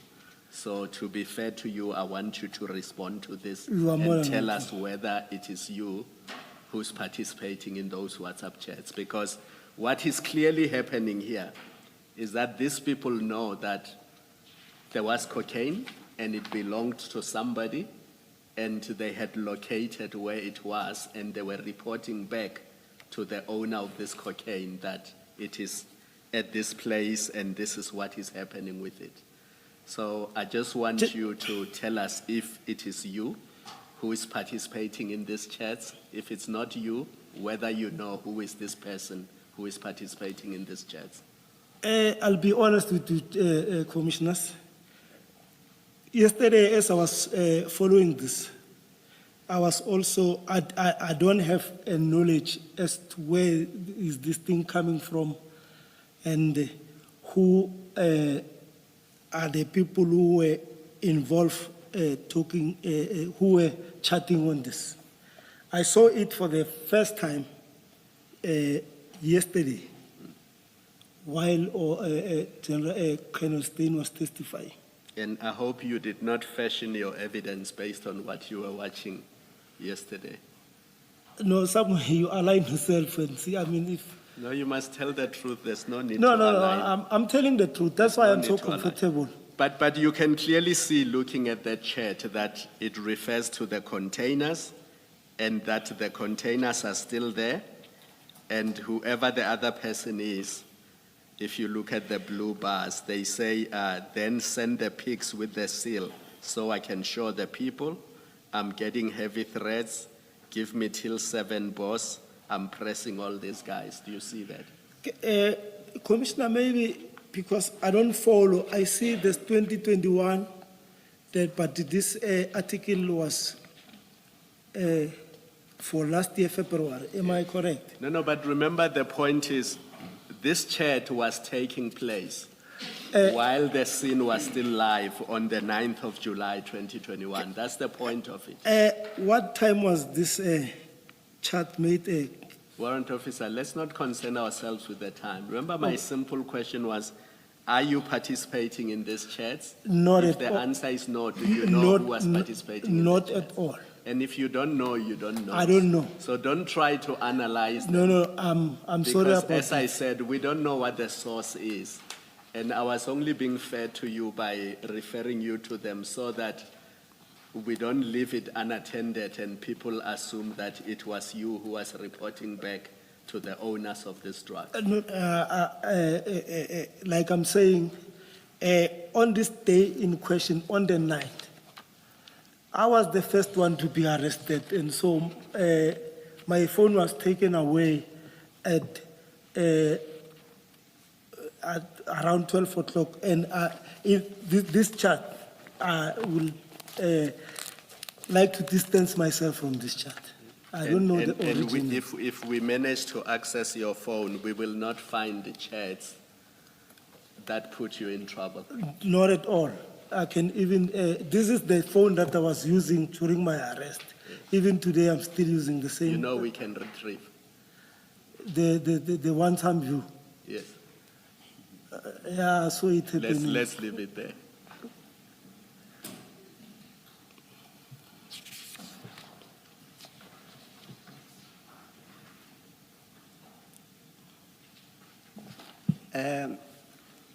Warrant Officer Mahani, just on the issue of Alberton, you had testified earlier on that you requested Warrant Officer Pakula to come and assist you. Is that correct? That's correct, Commissioners. And you further stated that he said he will bring some people to assist him. That's correct, Commissioners. Yes. Now, when Commissioner Baloyi asked you earlier on about Alberton, you said no, you were in fact misleading the two police officials from Boysens. It was not your intention to go to Alberton. Did you say that? In all fairness, Yes. But I put it to you that in fact when you spoke to Warrant Officer Pakula, you in fact told him to meet you at Alberton. What's your comment to that? no, that was not the arrangement. He is lying when if he was to be found saying that, he'll be lying. No, that was not the arrangement. That was never. The only thing that I said to him, it's also in my statement, was that upon confirmation of the information, then I'll revert to him. Then let's go to it's page 235. I want you to refer you to a warning statement. So we are on the exhibit bundle. No, yeah.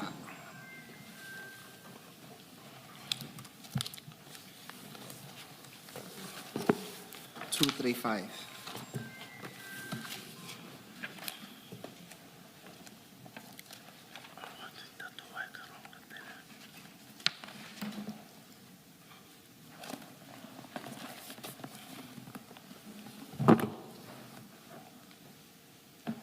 Now, that's a handwritten statement by Sergeant Pakula. And I want you to look at paragraph 2 of that statement. Perhaps can you try and read that into the record?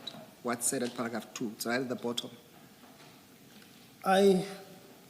Paragraph 2. Yes. I don't know whether it's, contacted my immediate commander, Captain Midupi, informing him that I was contacted by Warrant Officer Mohani to assist him in a possible drugs, and that he should join me at Alberton. I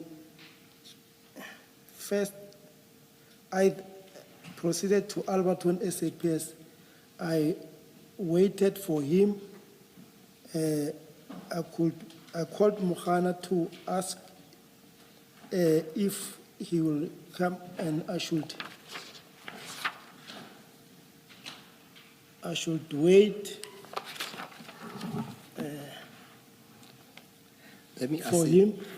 I think it says, let me assist you there, Warrant Officer. It says, I called Mohana to ask for how long I should wait For him. Yes. He requested that I should come to Ireton, Umnia Park. Yes. I arrived at Ireton. No, that's fine. What I wanted to put to you, and perhaps if you go further to page, in the same bundle, 385.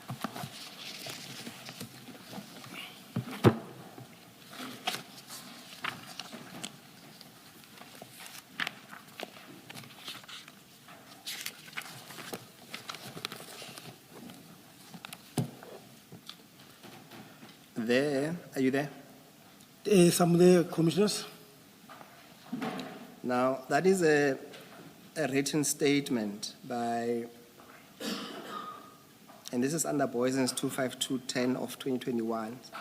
It's a statement by Ramila William Midupi, and we have established that William Midupi is a captain and that he was called by Warrant Officer Pakula. Now, at paragraph 3, I will read that into the record for you.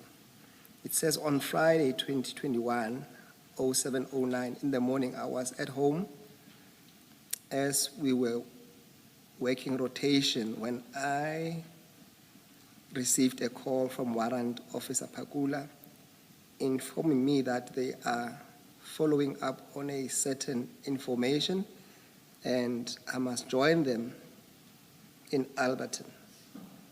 I then proceeded to Alberton to join them and only to find that they have left. I called them and they informed me that they are now in Ayrton. So the proposition I'm putting to you that the option of going to Alberton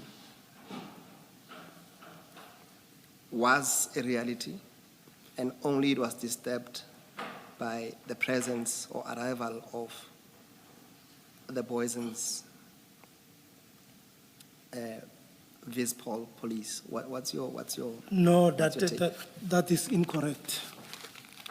Why would Warrant Officer Pakula say exactly the same thing that you said to the Boyson's police officers? They are in completely different environments. And Warrant Officer Pakula refers to your conversation with him, including that he started from his original place. He was on his way to Alberton Subs because you had said to him, and I read at page 376, his type statement, that I then proceeded to Alberton Subs as I was informed that they might be bringing the truck and the driver to Alberton for detention as a place where the crime scene started initially. It's exactly what you say in your statement you told the Boyson's policemen. But the arrangement that that we will meet with Warrant Officer Pakula at Alberton, it was not gonna come because from Yellow Jersey, the arrangement was that we follow the truck up until it reaches Ayrton. And upon verification of the information, then I will call Warrant Pakula to come through. That was the arrangement. You say that was the arrangement. With whom did you make that arrangement? With Warrant Officer Pakula. So Warrant Officer Pakula is being untruthful in his statement when he says that after he contacted his superior, Commander Sipunga, and informed him, received and gave permission to proceed and assist Warrant Officer Mukhana. That's what he says. I then proceeded to Alberton Subs as I was informed that they might be bringing the truck and the driver to Alberton for detention as a place where the crime scene started initially. That's exactly what you say in your statement that you said to the Boyson's police officers, and you're not denying you said that to the Boyson's. Exactly. What is the probability that Warrant Officer Pakula would say you told him exactly the same thing? Someone is being untruthful. Are you saying Warrant Officer Pakula is untruthful to say you repeated, to quote you as saying to him exactly what you tell us you said to the Boyson's people? I would say so, because this was not part of our discussion. I want to put to you that it's improbable. You have not given a reason why he would either be mistaken to repeat exactly what you said to the Boyson's people, that you said it to him, why he would be mistaken. You're not giving us a reason why he would be untruthful in his statement that is made in 20, I'll tell you when that statement was made.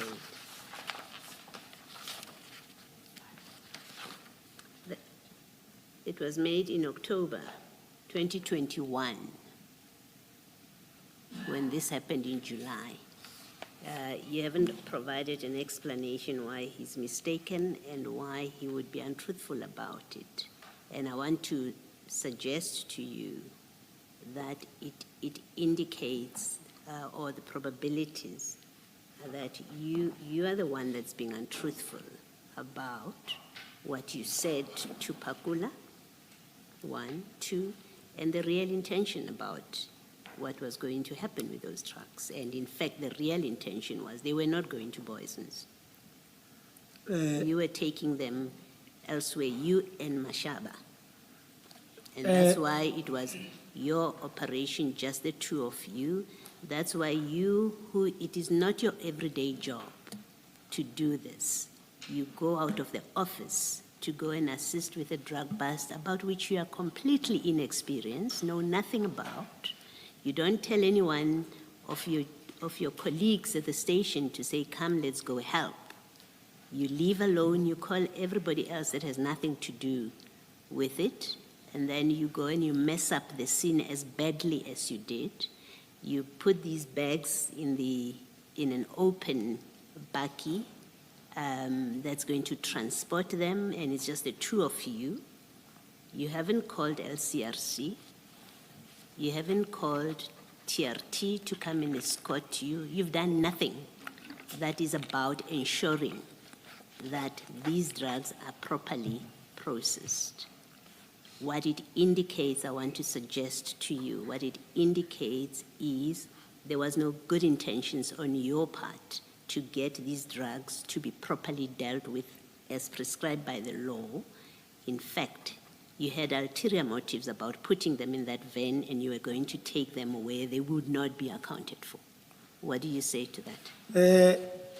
Commissioners, with all fairness, I don't agree to the suggestion of the commissioner. Commissioners, if I had an intention of doing the wrong thing, one, I wouldn't have left my cell phone with Mr. Hada. My cell phone that is recorded on my name. Number two, Omnia Park is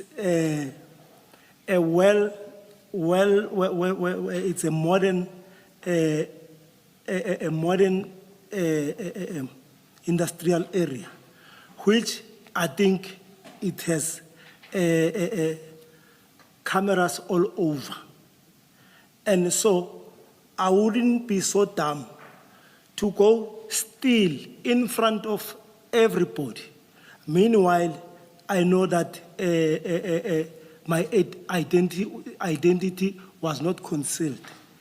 And another thing, I was going to be easily traced. The bakkie that I was using, it's a state car. And at Scania, at Yellow Jersey, there's also cameras that suggest even if I left with that consignment, I was still going to be easily traced.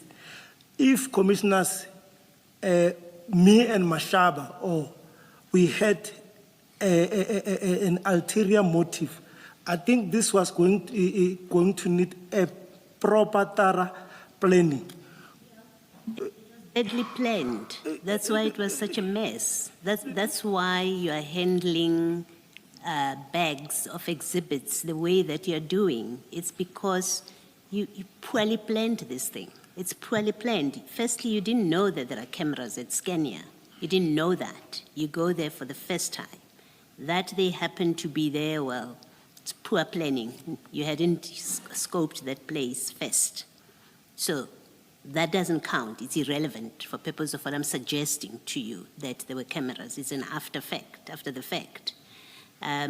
This was a badly planned thing. You know nothing about drug operations. We've seen that. You know nothing.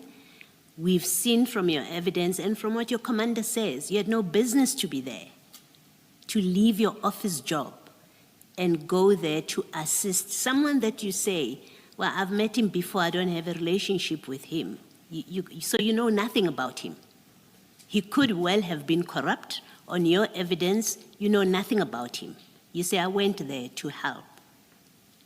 So, and now Commissioner Khumalo has referred us to those WhatsApp messages that actually indicate that this loot, this consignment of drugs, there were people who had an interest in it. You so happened to be in the middle of it. You and Mashaba happened to be in the middle of it, but we know from those WhatsApp messages that that was somebody's consignment, and someone was being threatened and someone was under pressure to get it out and delivered to them. We know all of that. It happens to be a consignment that you, Mahane, who has nothing to do with drug operations, are involved in a scene where you haven't called a single role player who is involved with drug enforcement. You haven't. There's no LCRC, there's no SANEP, there's nothing. You say we are in Boysen, you don't call Boysen. They surprise you, in fact, I want to say to you, because someone has called 10111, one of the Scania people. They surprise you by arriving there. You even argue with them, and you lie to them to say, where go. You don't say, you know what, you have nothing to worry about. These are going to your station. You lie to them. You say they're going to Alberton. That's your first answer. Pakula says that's exactly what you told him. And these drugs had no business to go to Alberton, but you're being untruthful about this. So what I'm suggesting to you, or what I'm putting to you, is that this whole operation, it was never, otherwise you would have played things by the book. You would have done everything by the book as a seasoned police officer. There was never an intention for this loot to be properly, at least not all of it, to be properly accounted for. And in fact, I want to suggest to you, had you left before the Boysen's people arrived, you and Mashaba, had you left, you may well have accounted for some, but not all of it at your police station. That's what I'm suggesting to you, that there was no good intentions about it. You can comment if you want to. Commissioners, maybe, I don't know how to put this. Even from the bottom of my heart, I had no intention of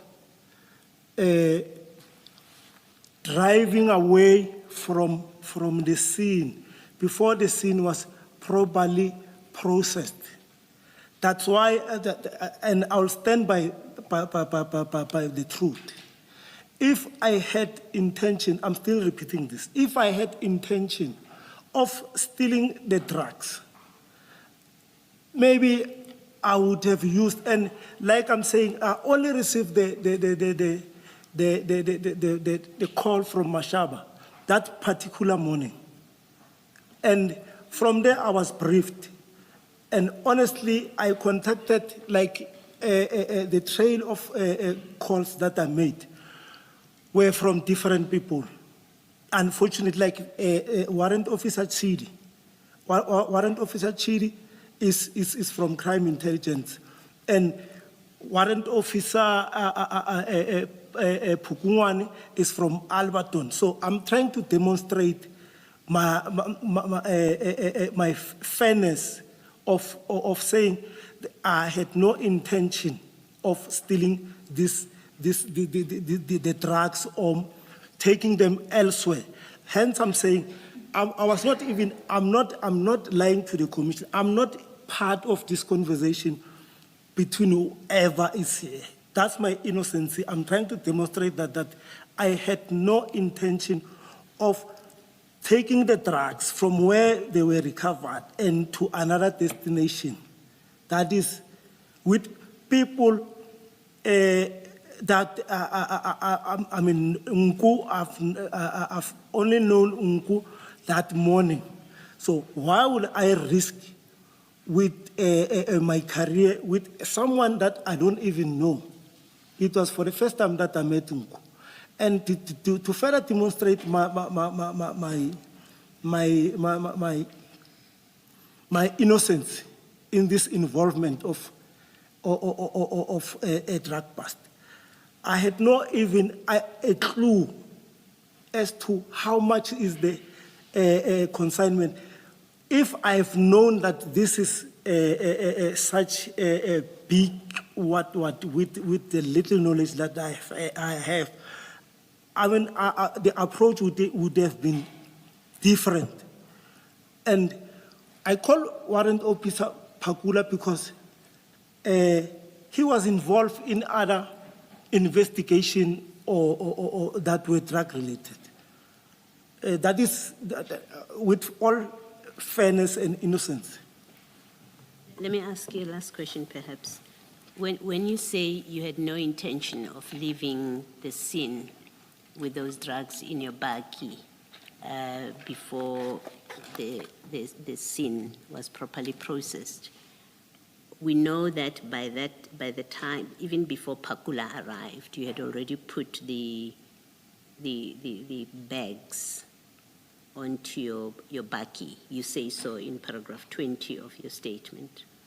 And then earlier on, you also say you had already arrested the 3 people, remember? That's correct. Okay.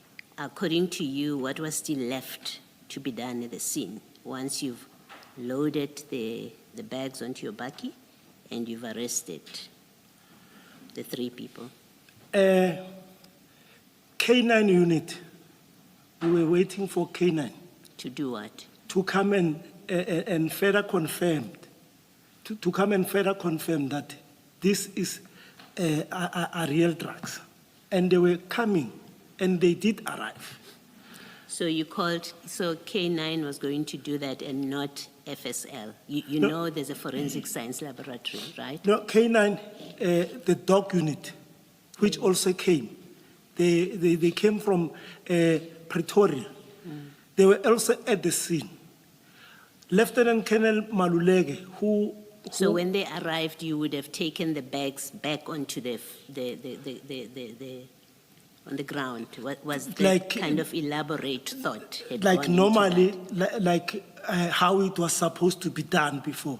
Because I've earlier on elaborated that the scene, I take a punch that the scene was not properly managed. So you were waiting for K9, who else? K9, Who else? Lieutenant Maluleke from Pretoria DPSI office was called by the younger brother of Pakula.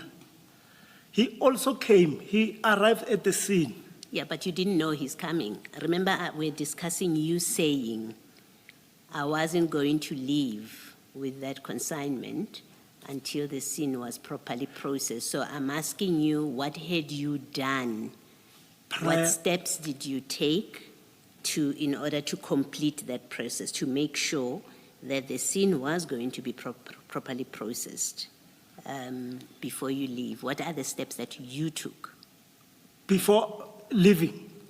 Yeah, that you took that would happen before you left with the consignment to properly process the scene? The counting was going to be done on the presence of a photographer, because I personally called the photographer through the phone of Poison's guys. And the call taker requested me to give, she was a lady, to give her my particulars, like service number, contact number, and give her a brief of the background of the operation as to how it started and everything.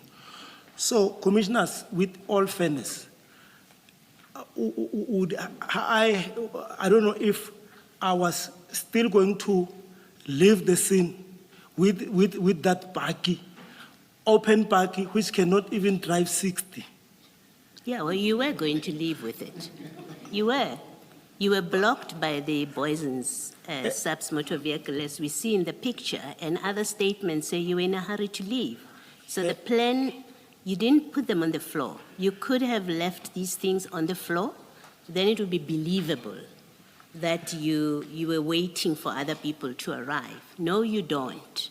You put them onto, you back up your van to the trailer, to the container, you back it up so that these things are put in there, and all of them on your own account. You had counted them, there are 23 bags. You'd even take a picture to send to your superior. So you've now loaded them, and you are going to take them somewhere.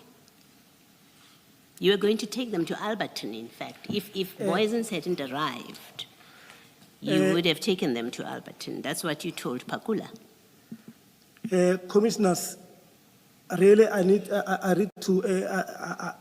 to emphasize this so that everybody can be in the same picture, or we are on the same page. At no stage, Commissioners, that I intended to leave the scene. Actually, I want to clarify something. There's a narrative that was being pushed, that I was blocked by Boyson's buggy. If Boyson's buggy, when they arrived, I was not even in the car. We were standing outside. When they come, I'm the one who approached them. Another thing, if Boyson's officers were the one who blocked me, I think there was going to be a statement that says we were trying to run away, so they blocked us. None of these people is saying that. And if maybe Boyson's people were scared of us, after 3 minutes after they arrived, or between 10 minutes, flying squad also arrived, and there was also security guys who were at the scene. They would have asked for assistance. And again, Boyson's are the one who actually helped me to cordon off the scene. So we were working together. They were assisting. All right, I've heard you. You've heard my views about what I say. I don't dispute it's the commissioner's views, but this is all my honest remark or answer to that. Let us adjourn and resume at 2:20.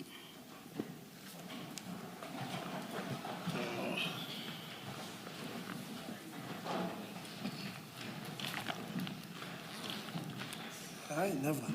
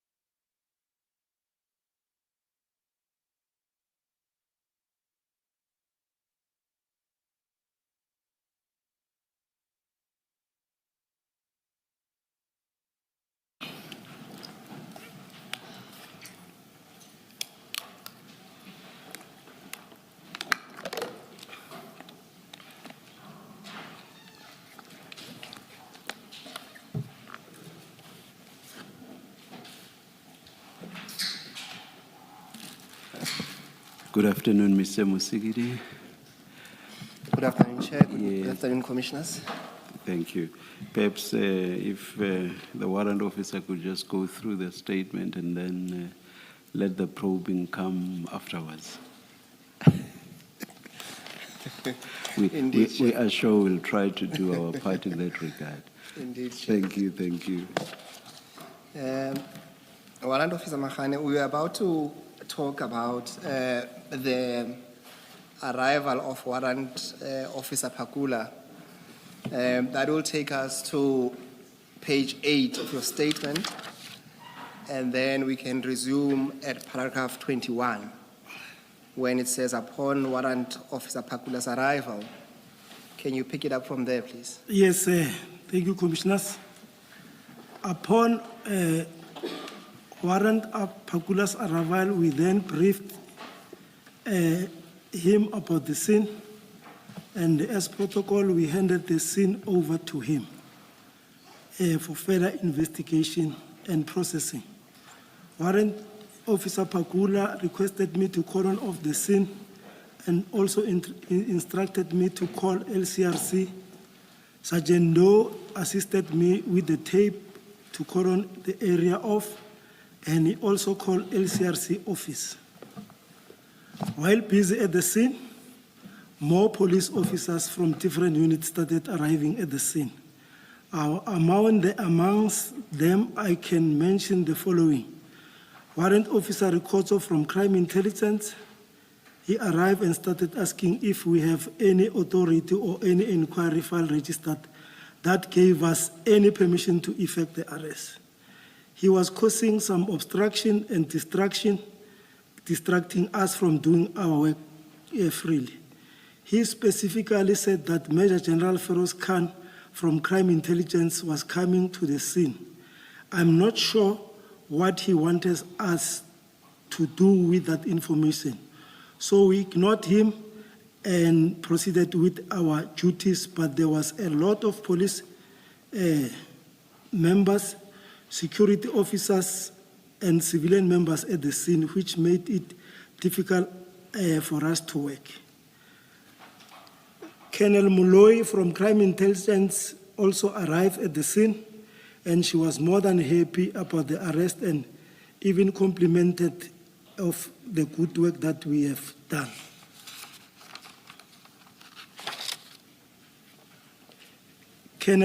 Lieutenant Colonel Malulega from DPCI National Office arrived together with Warrant Officer Masoma, also from DPCI, as they were summoned by Warrant Officer Pakula to come and assist us with the scene.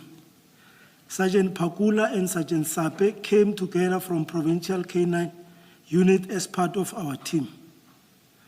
Major General Khan arrived immediately after Warrant Pakula, and I think Commissioner said I was supposed to say after Sergeant Pakula and Sergeant Sape. Yeah, that sounds right. Yeah. Yeah. And the situation got out of hand. Upon his arrival, Major General Khan went straight to the warehouse and met with the Scania management. And after that, he came back to us and ordered us to stop with our operation. He asked who was the driver of the buggy, which was loaded with the black bags, and I answered it was me. He then instructed me to go inside the buggy. Then a big argument ensued between Major General Khan and Chief Mashaba, whereby Major General Khan ended up disarming Chief Mashaba of his service firearm and stopped the guys from dog unit from searching the warehouse. I was made to sit in the car while I was photographed as if I'm a suspect. Members of DPCI from Jamestown and Johannesburg arrived at the scene with Major General Kadwa, the provincial head of DPCI. There seems to have been a briefing between Major General Khan, Brigadier Sukhobela, Lieutenant Colonel Mabaso, and Captain Sibola, wherein after that, Warrant Officer Pakula, Chief Mashaba, Mr. Nku, and myself were arrested and put at the back of poisoned SAPS buggy, which was driven by Sergeant Ndo and Constable Mukwambiri. We were kept at the back of the buggy for some times. At some stage, we were then taken from the back of the buggy to observe the counting of the drugs. To our surprise, we find that already 10 bags were already opened. Brigadier Khobela, Captain Day, Captain Sibula, the arresting officer, are the one who were in charge of the counting, in counting the drugs. Each bag had 35 small bricks, and a total of 350 small bricks were counted from the 10 bags. We were then taken back to the back of the buggy and driven to Poison's station for detention before the counting was completed. Before you moved to your arrest, you had deposed to another statement, and that statement would appear on page 3. I want you to go to 373 of the exhibit bundle. Your statement starts at page 370, but I just want you to look at 373.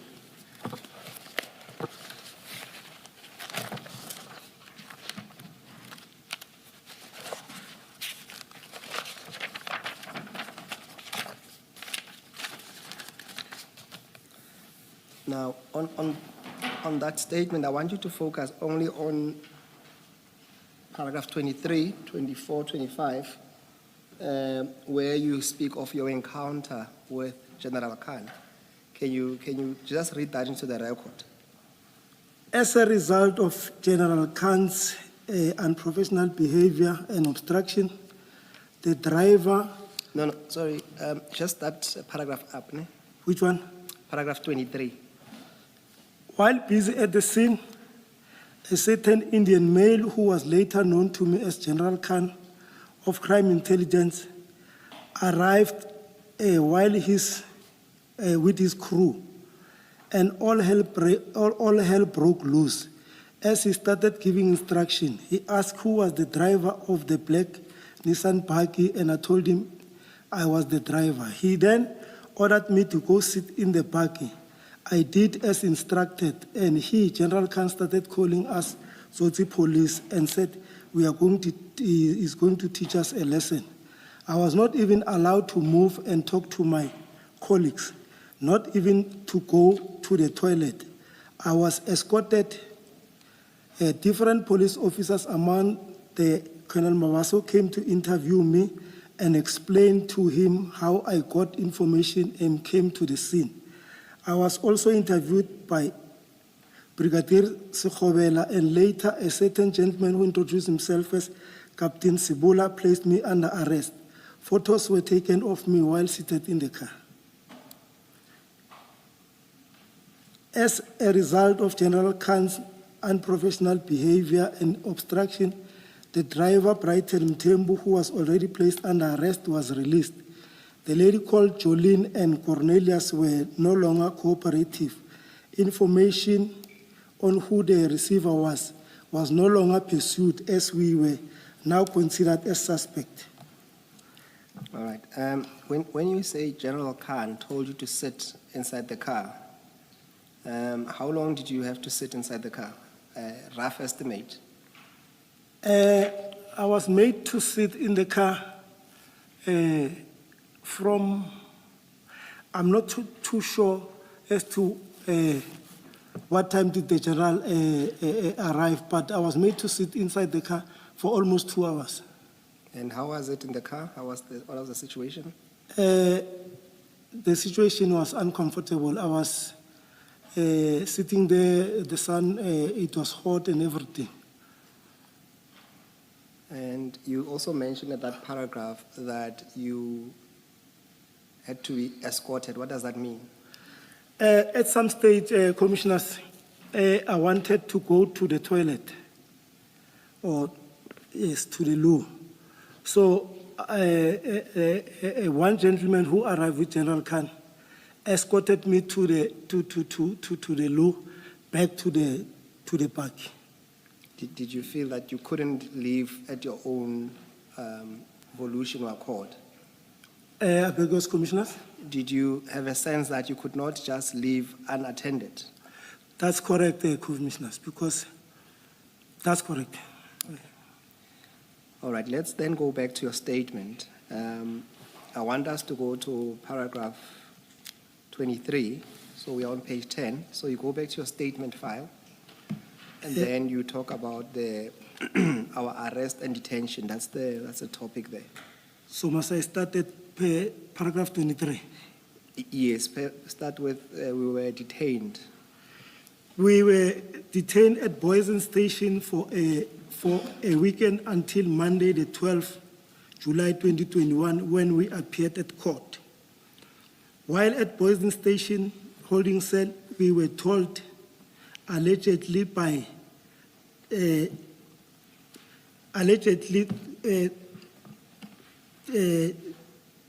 General Khan instruction, Kadwa, that we were not allowed to have visitors, water, and food. I'm referring to the food that were coming from outside. Or not the prison food, but from the visitors. Yeah, from the visitors. Are you allowed to have food while you're in prison from the outside? No, Generally? No. Okay. We were told that on Monday at court, the control prosecutor was refusing to place the matter on the roll until General Kadwa came to the court and insisted that the matter be placed on roll. The case was postponed for Tuesday, the 13th of July 2021. We were transferred to Johannesburg Correctional Services, which is called Sun City Prison. We were then remanded in custody for another 7 days for a formal bail application. During the bail trial, Captain Sivula testified that we were arrested for allegedly stealing 700 kg of cocaine. The presiding magistrate asked him if the exhibit were weighed and what method of weighing was used, of which Captain Sivula could not answer. The magistrate also suggested to him that Captain Sivula and his team rushed to arrest us prematurely. Again, he could not answer. We were ultimately granted bail on the 21st of July, having spent almost 2 weeks or 13 days in custody. I was then suspended in terms of Section 43(2) of the SAPS Act 68 of 1995 from the 9th July until the 21st. This type of suspension is applied when a member is arrested and incarcerated. It is a suspension without salary or allowances. My suspension was then uplifted after I was granted bail, and I resumed my duties on the 22nd July 2021. I was then suspended again for a period of 6 days in terms of Regulation 10.3 of SAPS Disciplinary Regulation of 2016 from the 30th September until the 20th November. I was charged with the following 3 charges departmental. 3.1, Regulation 54F, corruption. Regulation number 3.2, Regulation 54G, dealing in drugs. 3.3, Regulation 54, defeating the ends of justice. The chairperson of the disciplinary hearing, Brigadier Nevoulu, found me not guilty on all charges on the 7th February 2022. Attach.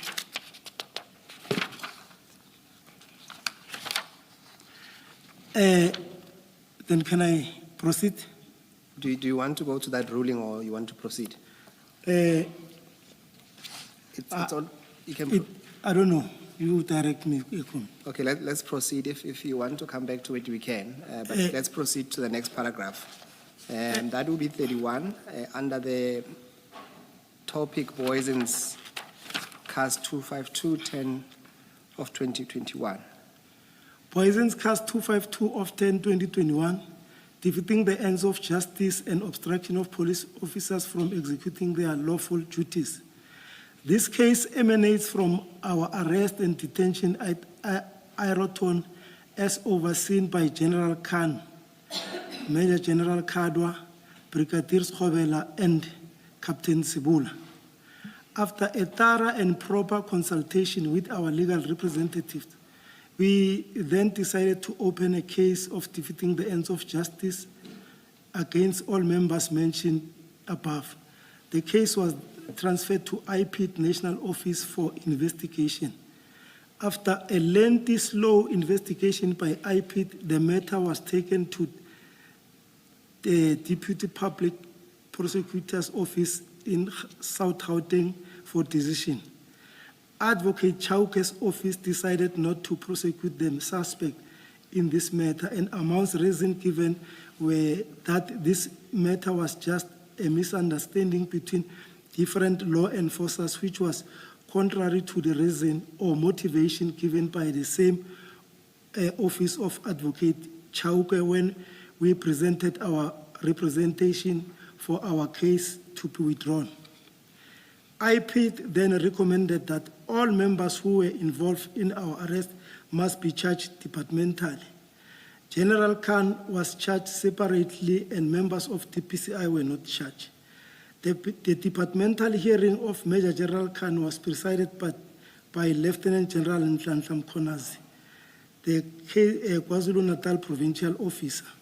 I testified during those proceedings dealing with the event aforementioned. Major General Khan was found not guilty for defeating the ends of justice and other charges. What I found concerning is that while the commissioner was still deciding on the verdict of Major General Khan's matter, DPCI issued a report that cleared all their members. At the same time, there were media reports that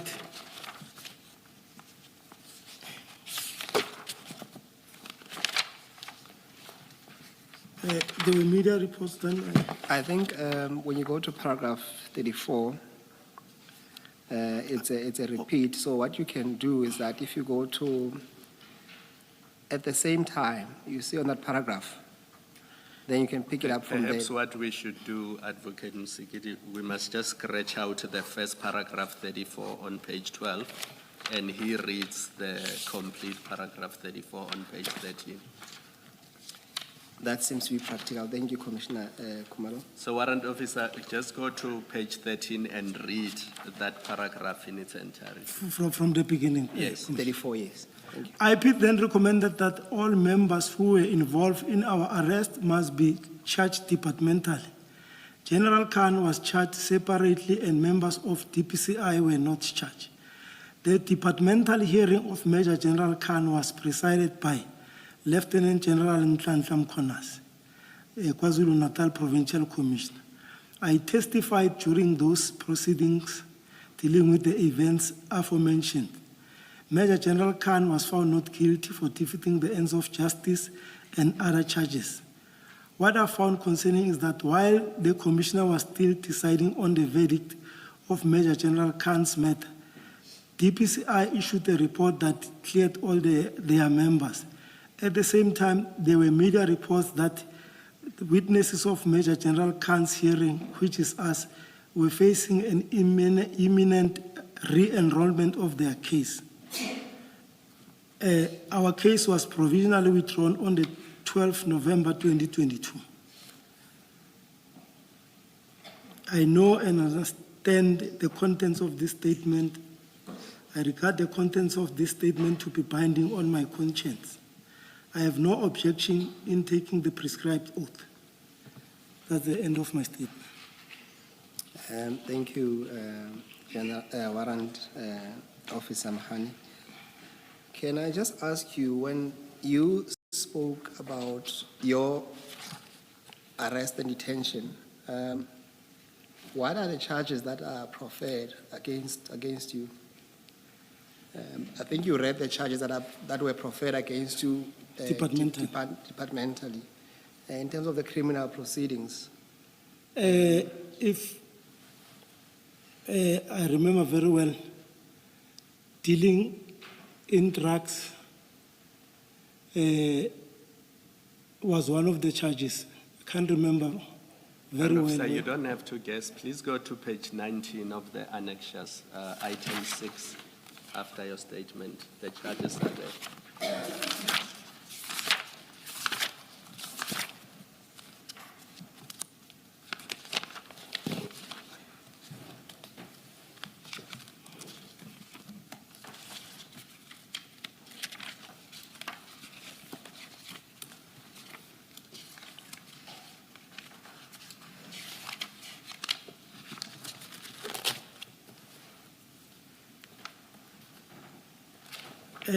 These are the departmental, it's a departmental outcome of expeditious process against number.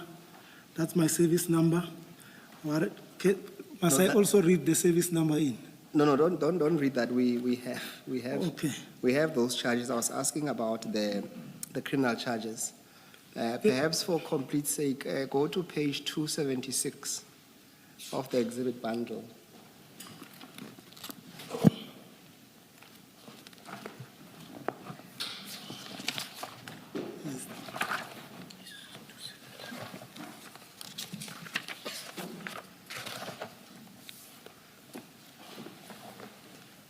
Yeah, notice of rights in terms of the Constitution, Section 35 of Act number 108 of 1996. You are being detained for the following reason: dealing in drugs. Yes, I wanted to find out were there any other charges added to that subsequently. No, it was only this one. Okay. And then you mentioned that at paragraph 24 of your statement, that someone informed you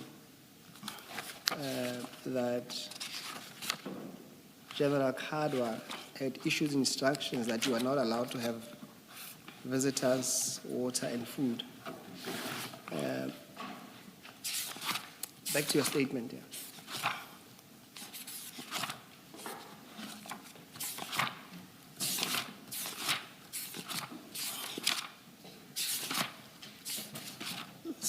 Paragraph 24. 24, yes. Yes.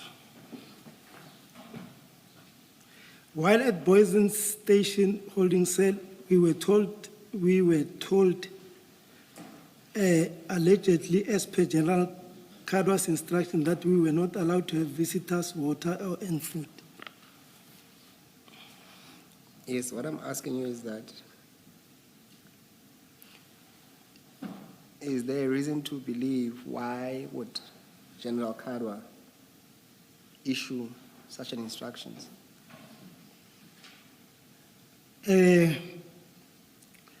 Because obviously we were treated or presumed to be high-profile suspect, and that's why no visitors were allowed and water.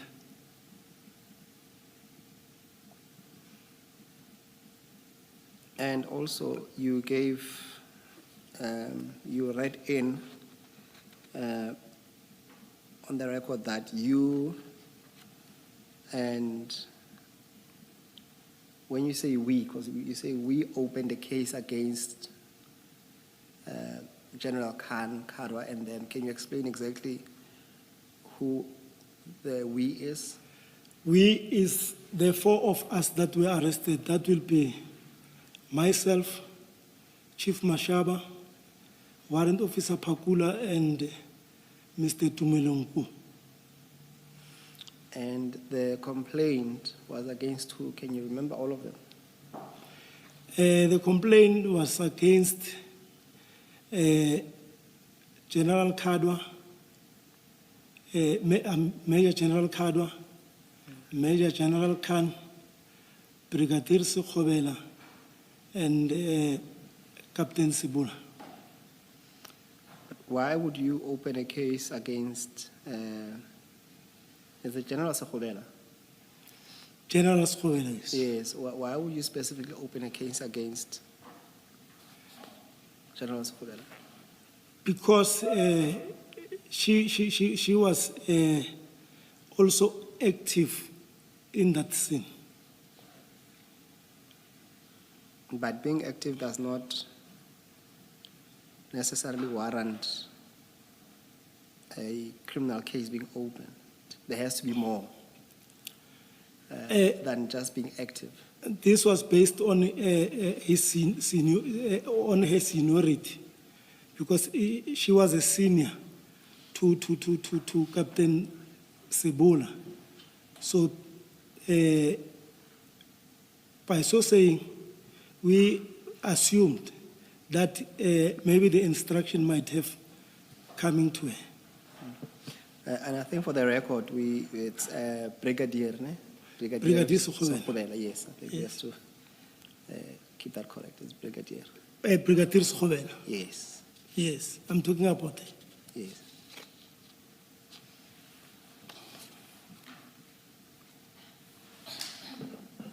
All right, and then you say that the charges were withdrawn against you in November 2022. What is the current position of those charges as we speak? The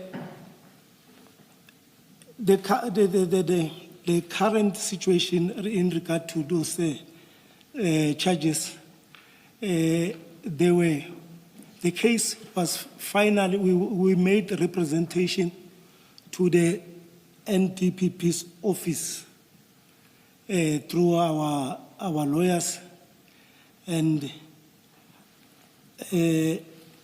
advocate.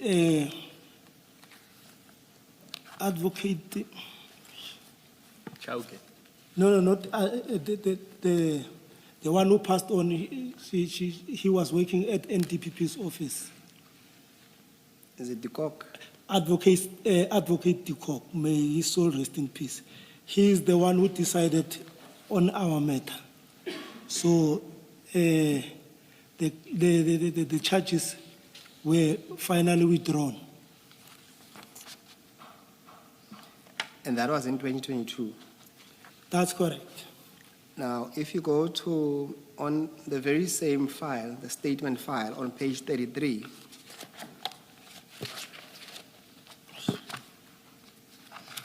so the statement file you have with you,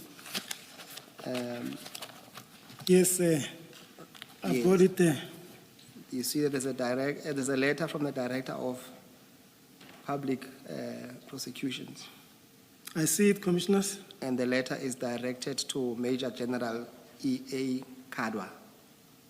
That's correct, I see it. Yes, and this matter, it relates to the request for the re-enrollment of the docket, Poison's case number 9807-2021.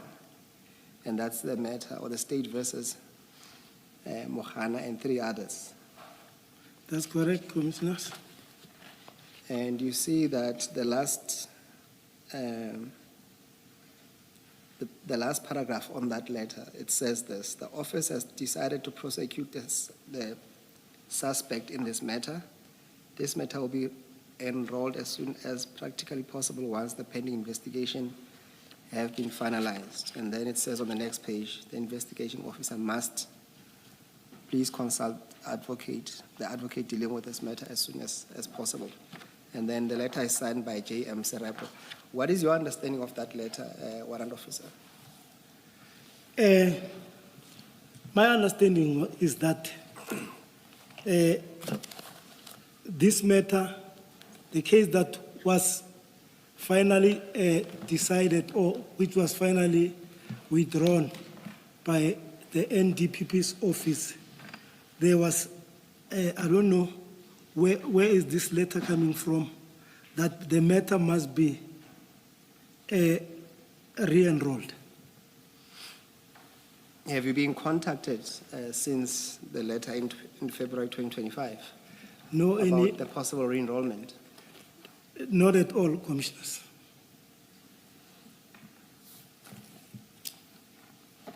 And this letter before today, were you aware of it? Yes, I was aware of this letter. How did you become aware of that letter?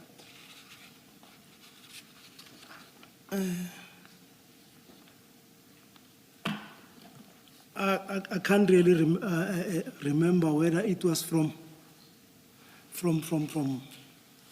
our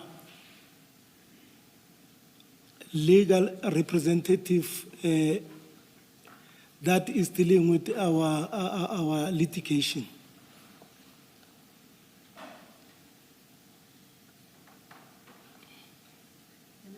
Can I just clarify? You say Advocate de Kock withdrew the charges in 2022. That's correct, Commissioner. There's a letter which talks about provisional withdrawal. The provisional withdrawal was in October 2022. No, can I just clarify that? Yes. Commissioners, the provisionally withdrawn one, this one was pending the representations that because we first made a representation to DPP's office at South Gauteng, but the representation were declined. So we then escalated our representation to NDPP's office. Then, while we were waiting for the representation, our case kept on being reminded. Then the judge said she was no longer happy about the unnecessary postponement. So as a result, the matter was provisionally withdrawn, pending the outcome of the representation from the NDPP's office. However, the date for the trial was set. It was arranged. But before the trial could even started, then we got good news that our case has been finally withdrawn from NDPP's office. That is how this matter was buried.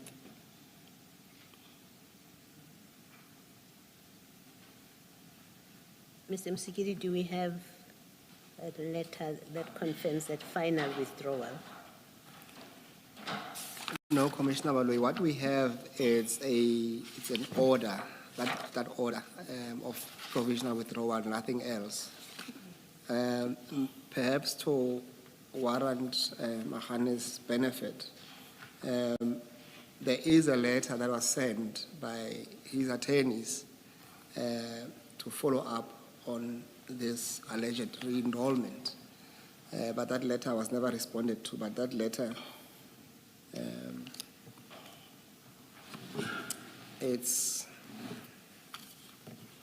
it was sent in 2025 in May. Is it the one on 29? And it's the one from BDK on page 29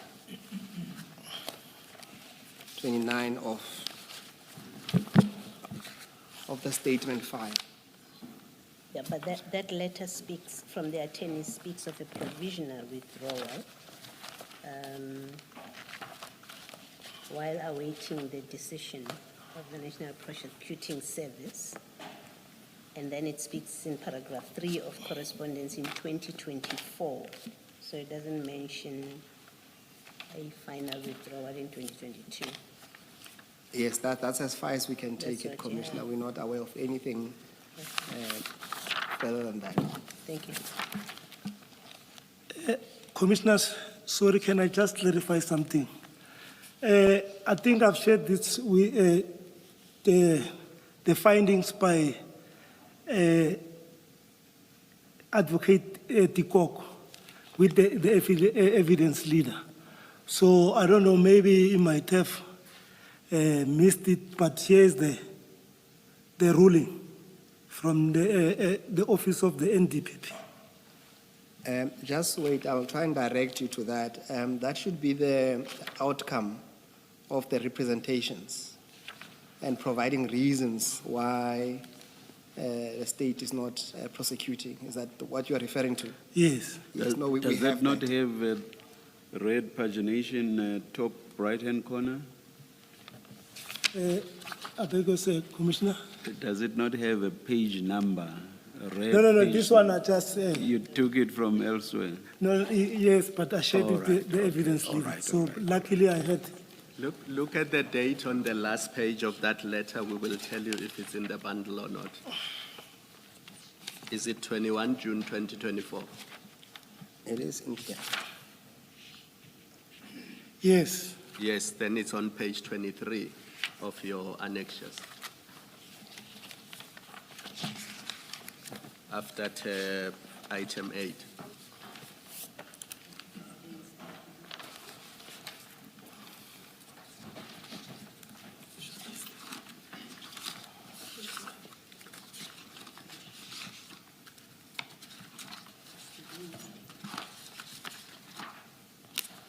Oh, sorry, Commissioners, I've got it.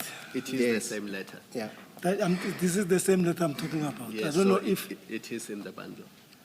oh, my apology, Commissioners. No problem. That's fine. The question is, is there anything you want to say about that letter? Is there anything you wanted to highlight to the commission?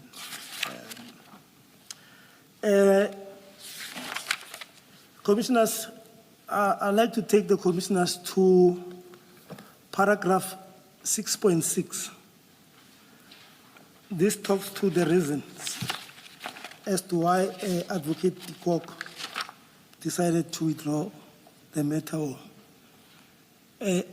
Captain Sibola alleged that Sergeant Doe's marked police vehicle was parked in such a way to block the way for Mohana's vehicle, that is a black Nissan buggy, not to leave the scene.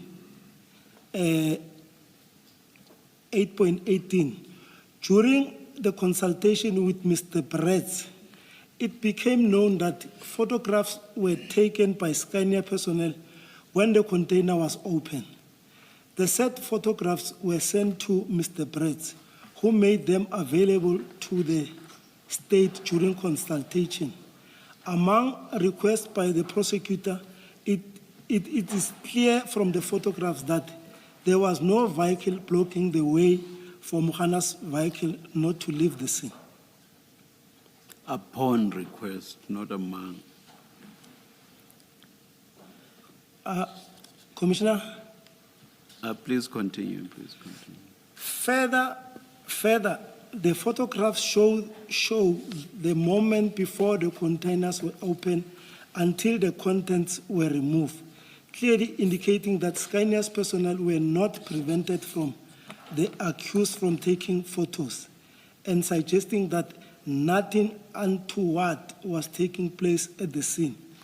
Ms. Wenzel also confirmed that there was no interference from the accused when they were taking photos. It would have been impossible for the accused to deny the existence of the drugs in question at a later stage and to deny the allegation makes against them.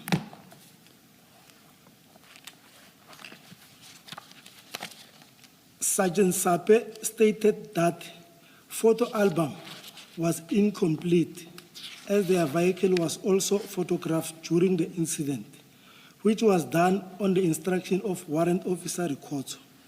Warrant Officer Wood was confronted with this allegation, and she stated that upon her arrival at the scene, which was already at 11:45, there was such confusion and utter chaos. As a result of the size of the parking area, Warrant Officer Wood could proceed to take photos to the scene as she would normally do. When they finally allowed her to start, the entire scene was a stuff up. and there was no control whatsoever. She was informed that only the bike was involved, but later it was said that the two more vehicles were involved.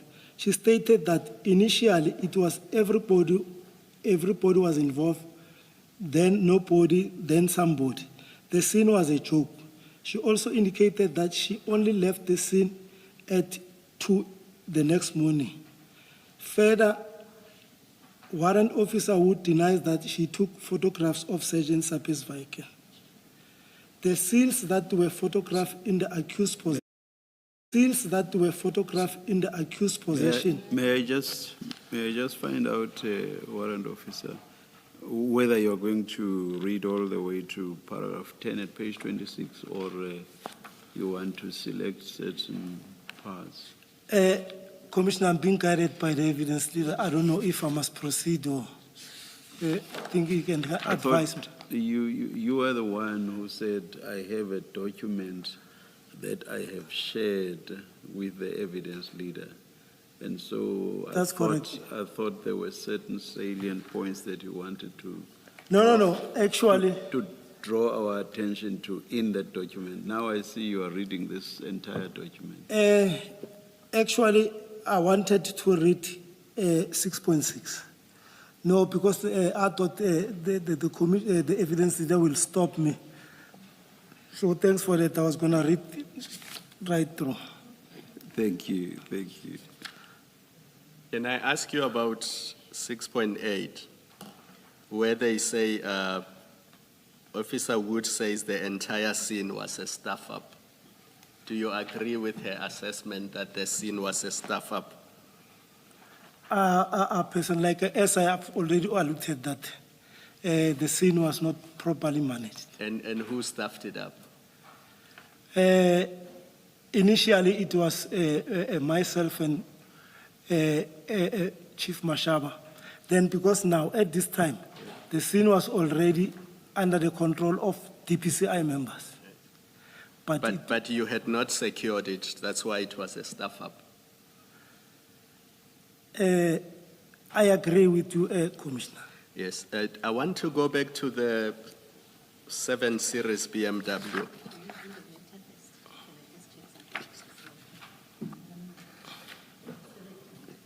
Warrant officer, this letter, it's the letter that you say contained or advised a final withdrawal of the charges. That's correct. Okay.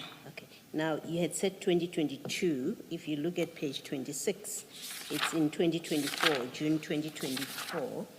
That's the last page. And then if you go back to page 23, so it's in 2024. And then if you go back to page 23, you can see the subject line.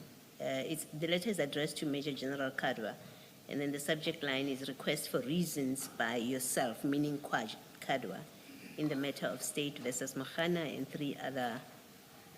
three others. So you see that Advocate Dikok is actually responding to The request. to General Kadwa. That's correct. And then lastly, and perhaps importantly to what this letter is conveying, at paragraph 10, go back to paragraph 26. So before that, all the many paragraphs, they summarize what is in the statements and what those statements say. But in paragraph 10, this is what he tells Kadwa, not your attorneys, not you. Dikok says, after careful consideration of all available evidence and factors, I'm of the view that there are no reasonable prospects of a successful prosecution. That's the last thing he says. You see that? I see that, Commissioners. So this letter, on its face, does not convey that charges have been withdrawn provisionally. Do you accept that? Maybe It doesn't say that. it doesn't say that. Okay, all right, that's all I was clarifying. Okay, because maybe is that Because then the next thing that happened in 2025, in February 2025, is then Deputy Director of Public Prosecutions, informs General Kadwa of the intention to reinstate. You see that? I see that there. And that you find at page 27.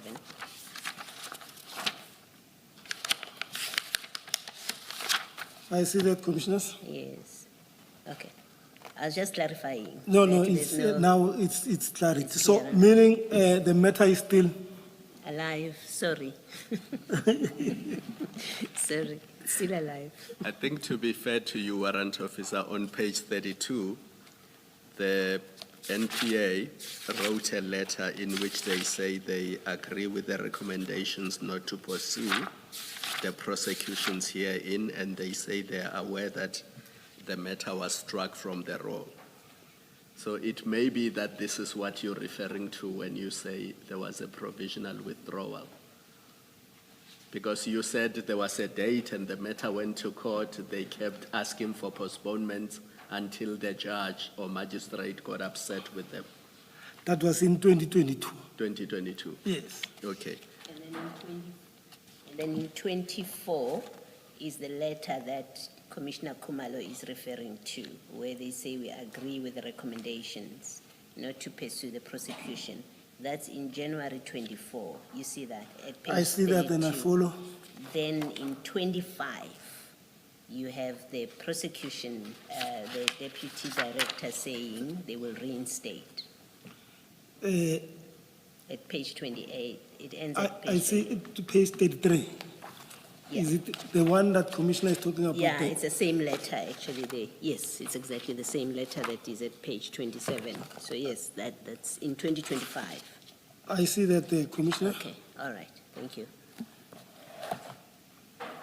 Warrant Officer, I wanted to go back to the BMW 7 Series. It's not clear to me what happened to that vehicle and the occupant of that vehicle once the other police officers arrived at the scene and you were asked to sit in your car by General Khan, and at some point you were then detained and taken to Boysen's police station. That's correct. What happened to the BMW 7 Series and the occupant of that vehicle? Was he also arrested? Yes, that is Mr. Nku. He was arrested with you and taken to, To Boysen's. To Boysen's. Yes. and do you know what happened to the charges against him? No, we were all charged with the same charges. You were all charged He with was the same. accused number 4 Yes.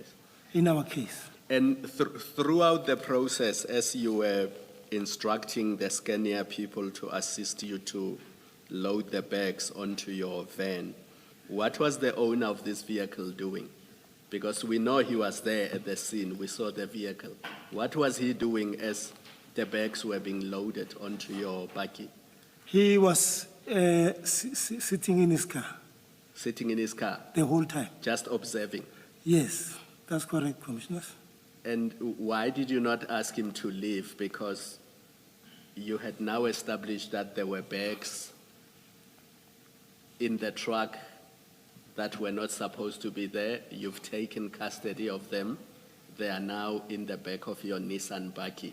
What was he still doing there? Commissioners, as I've indicated earlier, that according to Mr. Nku's handler, which is Chief Mashaba, Yes. he explained that Nku had previously gave information to other police.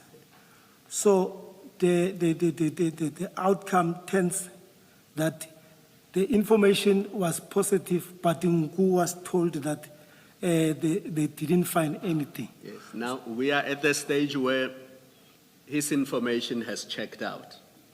You've now established that there are these bags in the container.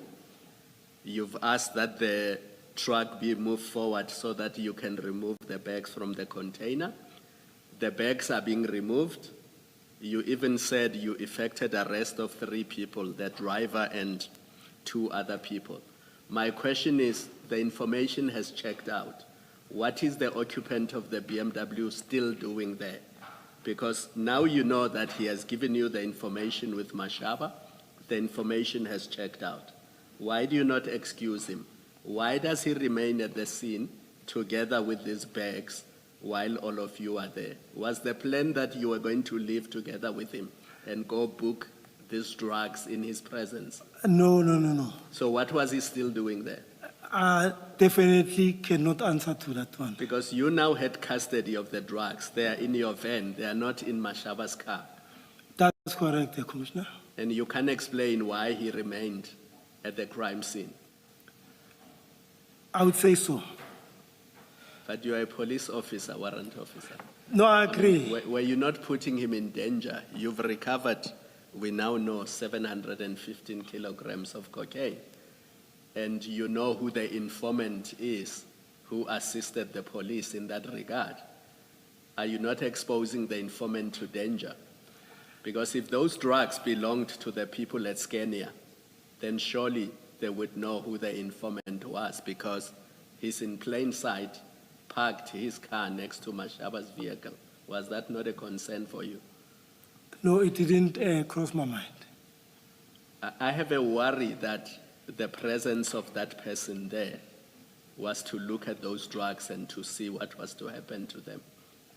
And I put it no higher than that it is a worry and a suspicion. I'm not stating it as a fact, and I'm doing it only to test your thought on this issue. I want to hear what your comment is. Really, I won't have an honest answer to that. I would also say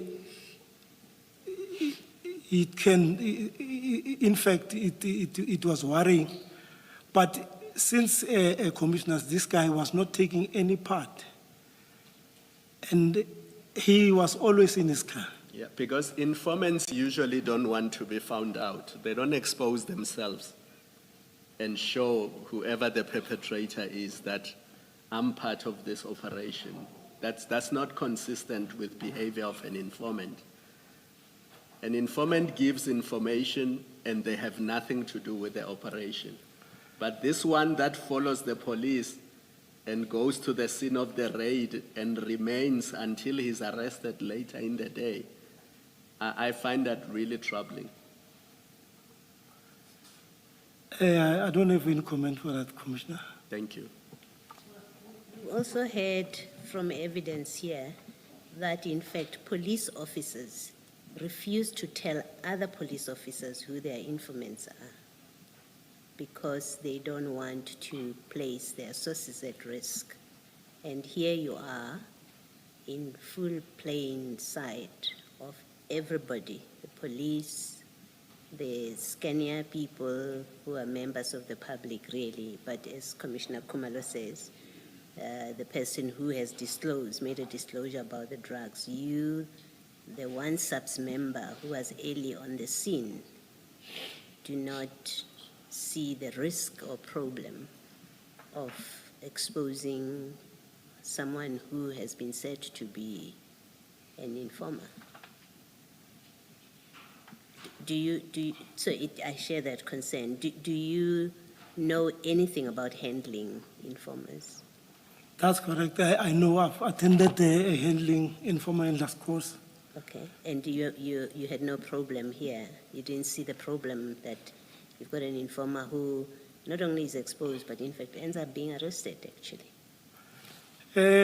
I would prefer to this question, Commissioners. Actually, it depends on the handler. It depends on the handler, because sometimes I've worked operations with other members where we'll find that there's a handler inside there's an informer inside the handler's car. That one I can attest to that. So that, like I'm saying, that it solely depends on the handler, because as the handler, you are the principal of your informant. Can you imagine a reason or think of a reason why a traffic officer or traffic official would have an informer? No, it helps a lot, because other cases, you need an informer to solve them. Like, What, to issue tickets no. Commissioners, or to put up a speed trap? Just explain I what role you see for an informer or for a traffic officer. You know the functions of a traffic officer, right? What role or what need you see would be served by a traffic officer having an informer? I ask genuinely because yes, and I'm also- I can't think of any reason.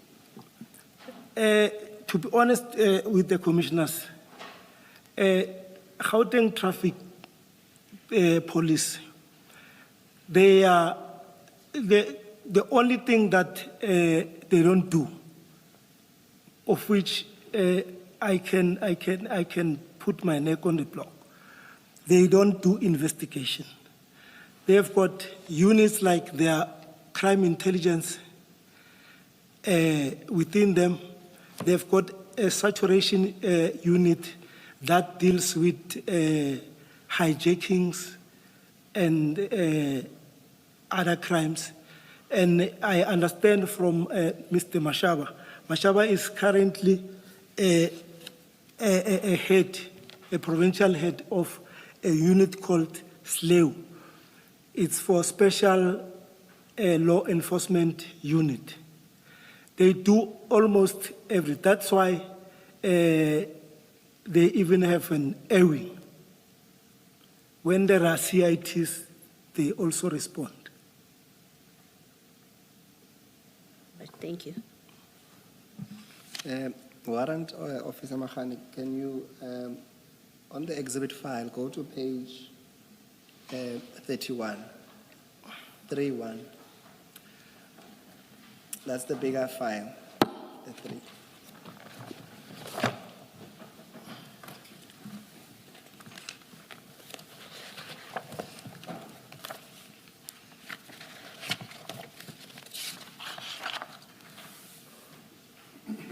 That is the inside. That is the inside of the BMW. You accept that on that picture? I see the commissioners. You accept that that it's an inside of a BMW. I see this picture. You see the steering. What's on the steering there? What emblem is there? Oh, next to this thing, there's water. No, on the steering, the emblem is there.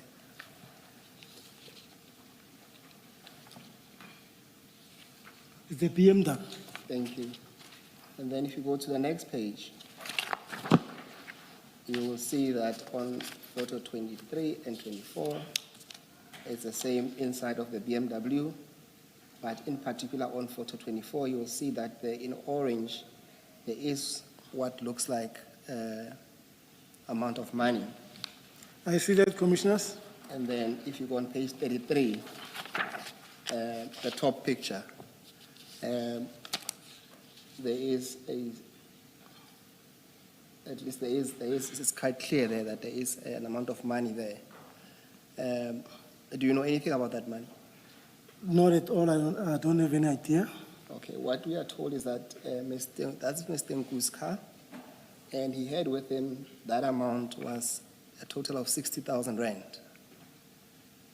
I heard about that. Yes, and what I wanted to ask you and get your comment is that the theory is that that money was possibly going to be used to pay either you or Mr. Mashaba or both of you as a reward for recovering the drugs.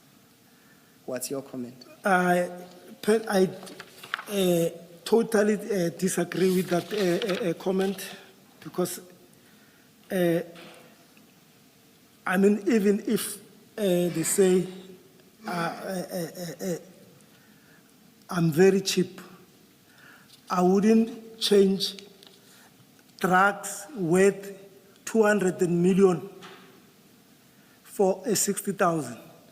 That's my take. You did not know how much the drugs were worth at the time. So you cannot say I wouldn't change drugs worth 200 million for 60,000. You had not seen the drugs, so you don't know how much they were worth. No, I'm answering because I know that those trucks worth 250 million. Only know now. On the day, you did not know. But to be quite honest with you, commissioners, I wouldn't do that. Is it not unusual for an informant to walk around with 60,000 rands in cash? Commissioners, to be honest with you, Mr. Nku, when he was introduced to me, because I wanted to have a background, but even though we didn't engage much because of time and everything, I was told he's a businessman who was in a distribution sector. He had some distribution companies in Limpopo. Distribution of what? Coke and Cocaine? No. Coca-Cola. Not Coke as in cocaine. No, just clarifying. No, not that one. And because it was for the first time, he looked presentable and smart and everything, And driving a new 7 Series BMW. that's correct. You said you were told he's an informer. No. He's an informer. Besides being an informer, he was running his business, not that he was living as an informer. No. Let's go to page 396, Warrant Officer Mahani. Can you just, page 35 and 36? That is still the same BMW, and I could be wrong. Can you just clarify why is that money now in police bags? Is it after it was recovered by the police? Even though I'm not privy, because I didn't, but I will assume that it was now inside an evidence bag. So he did not have police exhibit bags. I think that's the point I'm driving at. No, but I think this was subsequent to his arrest. After it was recovered in his car. That's correct. All right, thank you. Thank you, Commissioner Baloyi. Can we go to page 396? We are on the same bundle, the exhibit bundle. Three.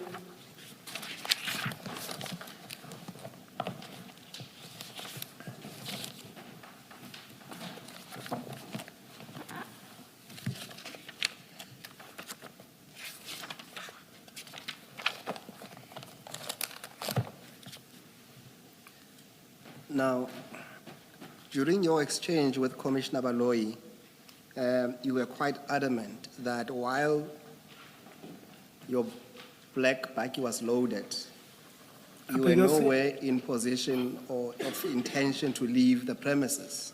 That's correct. Can you then please, for the record, read in what is stated there at paragraph 6, just to assist you in terms of, this is a statement by one Jolene Wenzel, or Kukamur, as it seems to be a maiden surname, of Scania. As we opened the container, black bags fell out of the container and the police officer said it was drugs. The police then instructed us to load them inside the Nissan bakkie, and after loading them, the toll officer came with cable ties and said he is arresting us.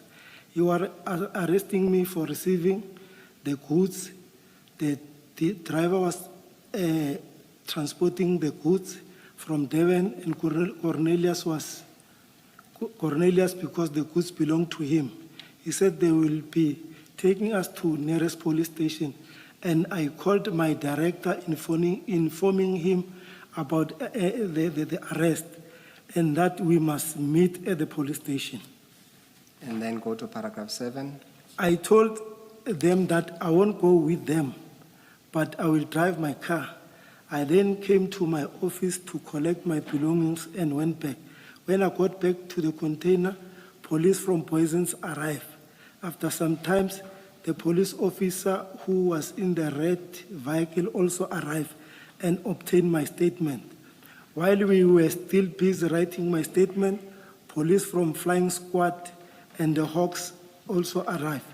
They dealt with the situation. At about 1700 hours, the police officers who arrived first and the warehouse were arrested by the police officers who alleged they were from Hawks.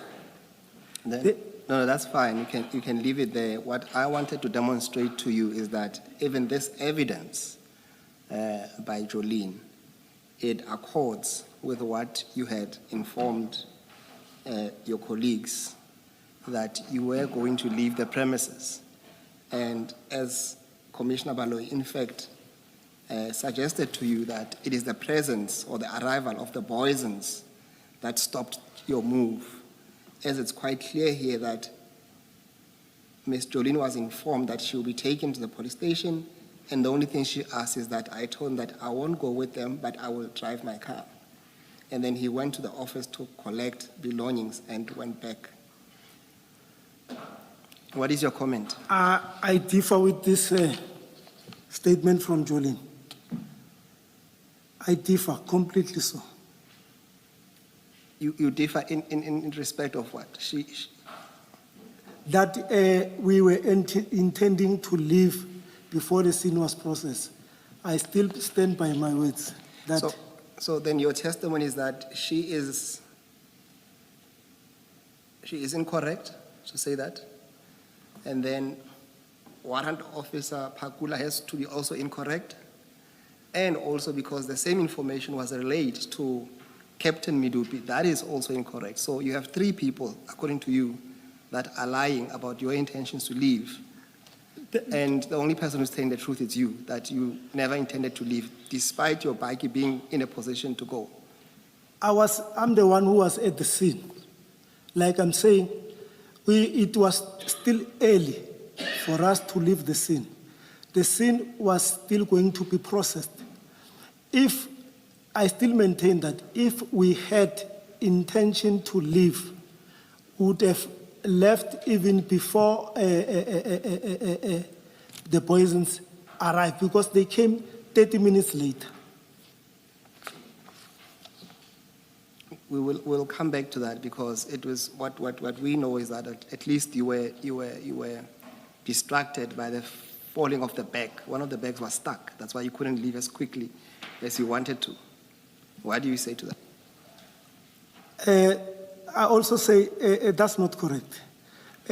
Like now we're talking about the intention to leave, and there are allegations or hearsays that my buggy was blocked while leaving the scene, and I can challenge this commission that if that is the case, if a footage can be brought that will suggest that my car was leaving, then I must go straight to jail. No, the evidence, it's quite clear, and we've seen from the photos, is that your bike was loaded.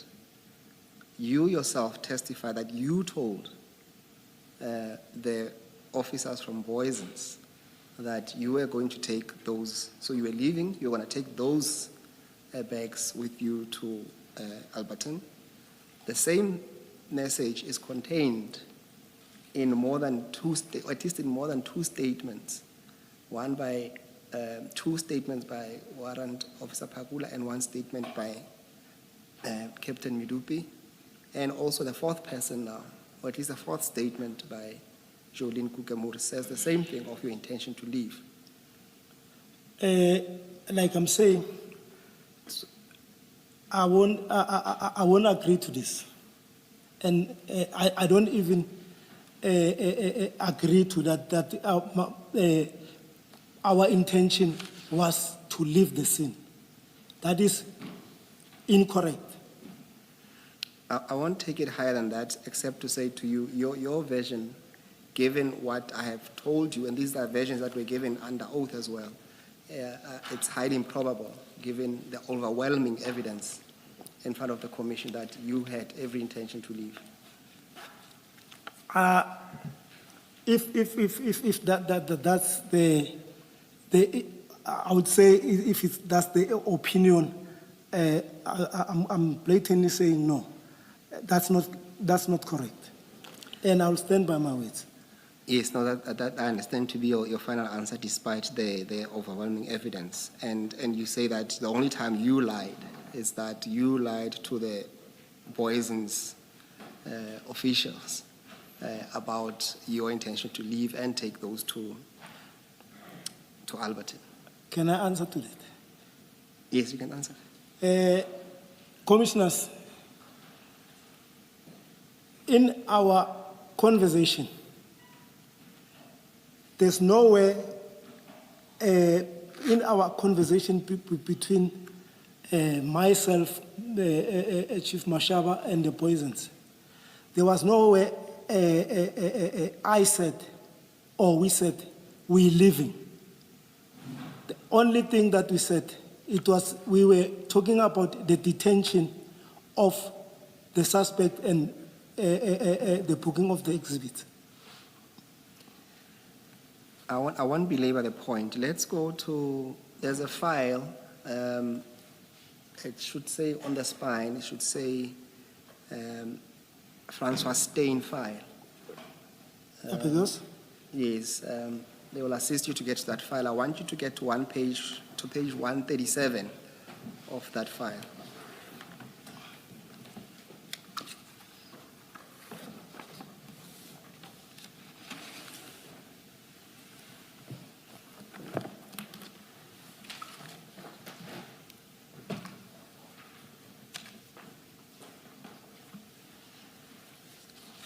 Yeah, I'm there. Yes, this is a National Instruction 1 of 2025, and it provides different phases that must be followed when handling exhibits in situations like this. But I want us to focus on, you will see if you go to page 136, just the page before, this phase is called the reporting phase. And then I want you to go to the next page on 137 and read into the record what it says there under 4. I'm lost. Where must I go to? 137. 137. Then there's let's go 4 up. Record of all action on the computerized system. No. Top of the page, Does it say any 137 member. on top? Or any member who arrives at the scene of crime first must take the responsibility of the first responder as set out in this national instruction until an appropriate member from the division, visible policing, or detective service takes over this responsibility. And at Ayrton, at least you'll accept that you would be the first responder to the situation. That's correct. Now, please go to the bottom of the page at 10, says responding phase. Sorry, can he read B also? He read only A before he goes to the responding phase. Please read B on 4. So you did 4A, then do 4B. Report his or her arrival at the crime scene to the appropriate dispatcher at the community service center or 10111 center. Did you do that? No, I didn't.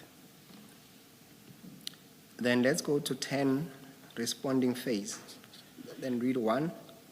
The first responder must approach the crime scene with due consideration to his or her own safety, the safety of others, and the preservation and the integrity of the crime scene. And according to your good self, did you do any of those? The preservation and integrity of the crime scene, that one I tried my level best. And the safety of others? No. You cannot even begin to say that, warrant officer. You accepted earlier when basically all three of us engaged you that Commissioners, I'll say it was an oversight. the container was opened, the seal was broken, in fact, and the container was opened. No pictures were taken before any of that was done. And then a number of people handled the bags with their bare hands and lumped them onto the back of your bakkie. Everything was a stuff-up, as one of the people who prepared these reports said, and you accepted that it was a stuff-up. So you cannot even begin to say that you did your best to preserve the scene. You cannot. I agree, Commissioners. Thank you. Please try to remember your testimony so that you don't appear to be at least committing perjury or at least providing contradictory versions. Now, when you go to 1A and we talk about your own safety, you were asked earlier on by Commissioner Kumar as well to say you did not consider or at least ensure that your own safety was intact, more so that you chose to drive to a position or to a situation where there could potentially, or there's a risk that there could be even an ambush because you are escorting a truck full with at least suspected drugs and without any protection. You accepted that? Accept that. Yes, and the same would apply when I asked you specifically to say to you, do you find it appropriate and safe for Mr. Nku himself to be there in situations where he had provided you with all the necessary information? Do you remember that? I remember that, Commissioners. And I say to his safety as well was not taken into account. You accept that? I accept that. Yes. Then let's go to the next page, 138. Page 138. 138. 138. Yes, go on top there. There's 3. The first responder must. The first responder must assess the situation with regard to initial observation, arrest the suspect as per the prescribed, maintain the first responder report, Annexure D2, and ensure that all unauthorized persons are removed from the crime scenes and they remain outside the outer cordon. And at least on this score, you'll accept that you did not, especially on the last one, you did not ensure that all unauthorized persons are removed from the scene and they remain outside the outer cordon of it. In fact, you did the opposite because you allowed the civilians to handle the exhibit. You accept that? I accept that. What is the first responder report, Annexure D2? What goes into that?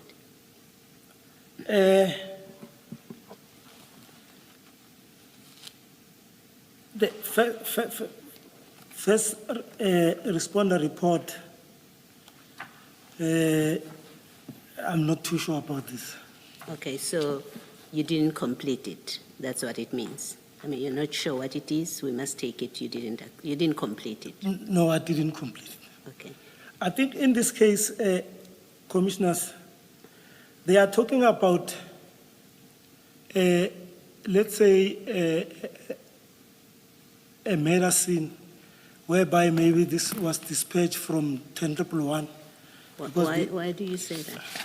You don't know what the report is, the D2 annexure, so you can't speak to when does it apply. I'm happy with your answer, or to leave it at you saying you're not sure. What is this D2? I'll take that. I'm not sure about it.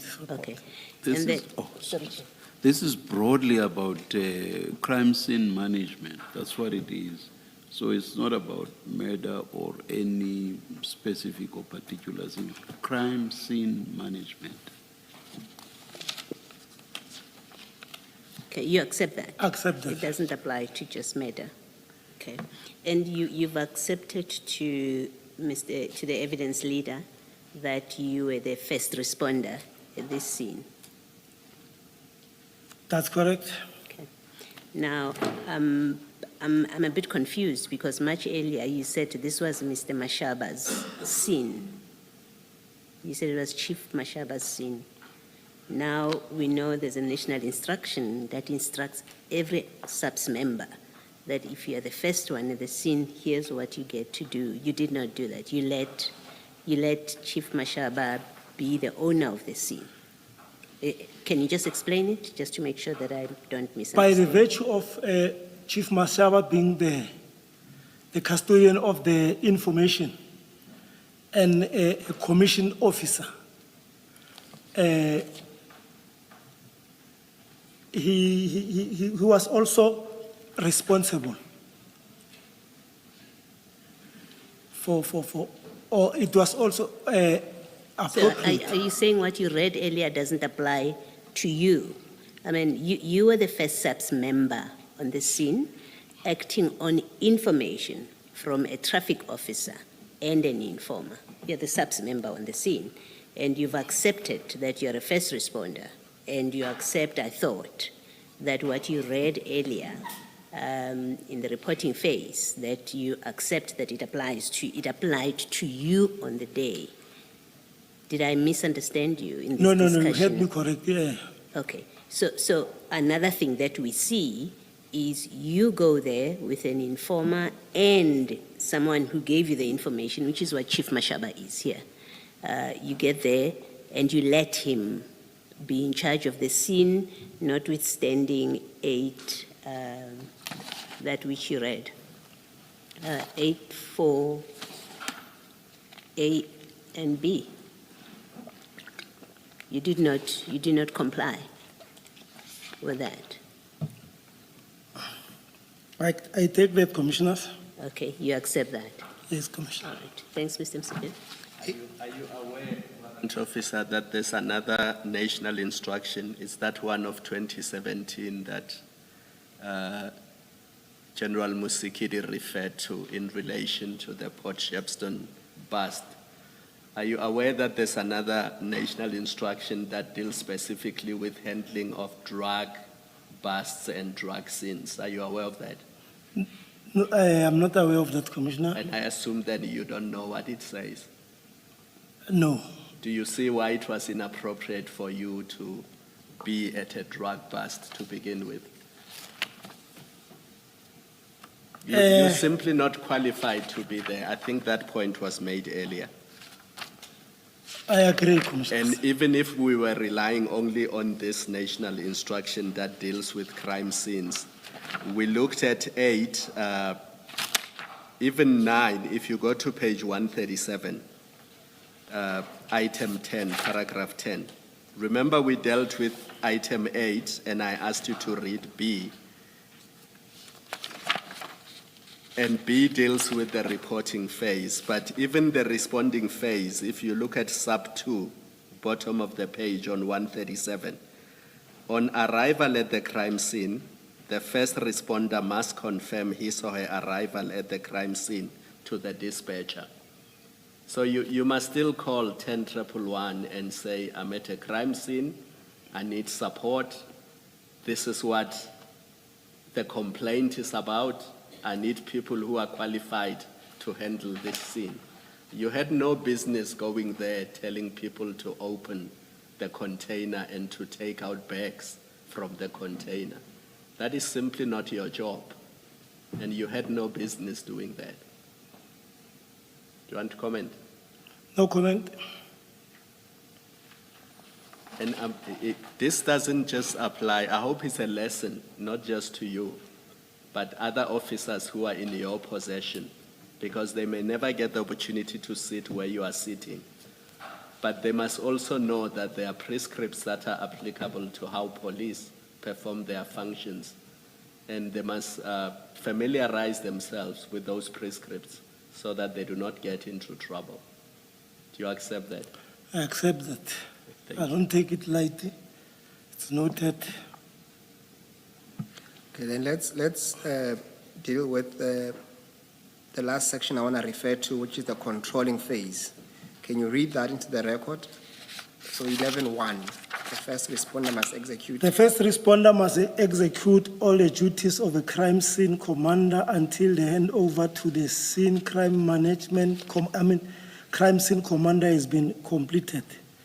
Taking control and evaluation of the crime scene, the first responder upon arrival at the scene must, after taking all the necessary steps to prevent the contamination and disturbance of the crime scene, assume control of the crime scene from the relevant party by accepting the handover of the crime scene from such party, identify the nature of the incident, give SITRAP to the dispatcher, arrange for the suspect to be removed from the crime scene as soon as possible if an arrest has been made, with due consideration of the integrity of physical evidence, assist the injured person if the member is competent and certified, or contact relevant authorities as the matter of priority.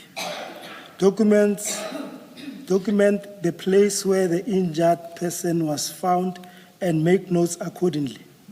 I think it's fine that the rest they talk about where there is injuries or possible fatalities, which we're not there. You can go to B. After taking control of the crime scene, the first responder must evaluate the safety status of the crime scene and request assistance of a safety official as identified and in accordance with the contingency plan if required. The first responder must direct the emergency services and other official role players at the scene to prevent evidence from being disturbed or contaminated. Let's go to 3. I just want you to read into the record 3B. The first responder must secure and protect the crime scene by establishing an inner cordon around the perimeter of the crime scene, as well as an outer cordon around the inner cordon to enable members to perform their task within the inner cordon. Protecting obvious and evident exhibit from contamination and element of destruction. Completing the exhibit log. If the exhibit have to be moved at a crime scene, this information needs to be given the crime scene examiner upon his or her arrival to indicate the original position of the exhibit as found at the crime scene and to capture it on the drawing plan. Dealing with... No, that's fine. Yeah. You don't have to 3A says you must establish an inner cordon around the perimeter of the crime scene. That was not done here. The inner cordon was... You didn't create, as the first responder, you did not create a cordon of the crime scene, did you? With the assistance of the poisons. Yes, before they arrived. We know you started doing things before the boys and people arrived. And I'm asking you about before the boys and people arrived. No, that was you not had done. not created any cordon at all. That was not done. Yes, thank you. Did you complete Annexure D5, the exhibits log? Because this had to be completed before you moved them from the container to your vehicle. Commissioners, I don't know, but this is what is this? It is because actually, I would say nothing was done because we were waiting for other role players to arrive. But you've already removed the exhibits from the primary scene, which is the container, and you have put them in the back of your bakkie. And it says here in C, you must complete the exhibit log if the exhibits have to be moved at the crime scene. Do you see that it says that? In C. The exhibit was not yet moved and No, but you moved them from the container to your to the vehicle. bakkie, Yes. but we were still at the scene. So what then is the primary scene according to you? So the scene is the Scania complex. It's not the container. According to you, as long as they are in the Scania campus, for lack of a better word, they are still on the scene. They were not moved from the primary scene. I would say I will agree. So even if they were in the back of the 7 Series BMW, according to you, that would still be at the scene. there was no way that there would be. No, I qualified it with an if. I didn't suggest that they were there. I said if they were taken out of the container and put in the back of the 7 Series BMW, they would still not have moved from the primary scene, according to you. I'm having a problem with the 7 Series because it's not a state vehicle. I have a problem that it was there in the first place. So what I'm putting to you is a proposition. Because you are saying the scene is the entire Scania campus. Now, since the BMW was in the campus, within the campus, on your logic, even if these exhibits were put inside the BMW, they still would not have been moved from the primary scene because that whole place is the scene. Commissioner, you know, I don't want to associate or take the exhibit into the BMW because it's not a state vehicle. I will leave it there. Okay, let me try and help complete this. 3C says the information needs to be given to the crime scene examiner upon his arrival to indicate and underline this, the original position of the exhibits as found at the crime scene and to capture it on the drawing plan. So the original position of these exhibits would have been the container and where you say they fell when you opened the door and they fell before you took any of them onto your back here. According to 3C, that is the original place or position of the exhibits when you found them. It's in the thingy and in the container and on the ground where you say they fell. Commissioners, I'm asking for a comfort break. Chair, it's almost 4 o'clock. I think we can end it here, Chair, unless there are further questions. I had 1 or 2 questions. Let's but- take a quick break. We'll come back just now. Thank you, Chair. Let's adjourn.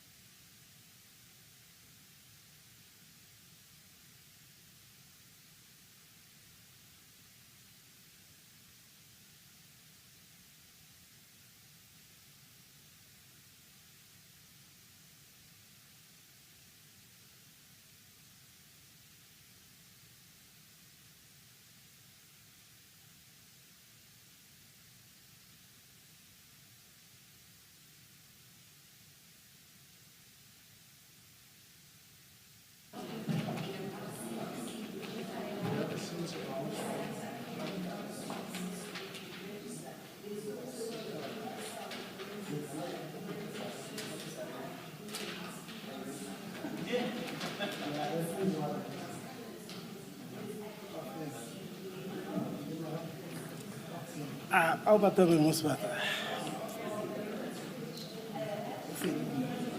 Mineral fee, mineral implications.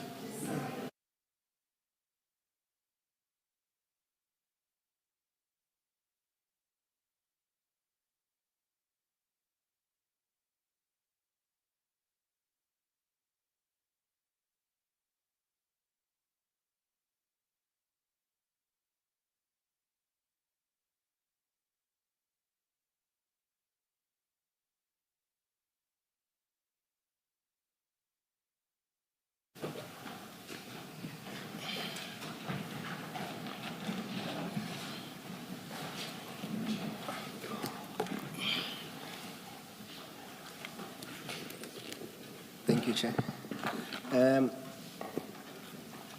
Warrant Officer Mahane, is it fair to say to you that in this whole incident at Ayrton, you did not fully appreciate the magnitude and probably the seriousness of the situation that you were dealing with at the end of the day?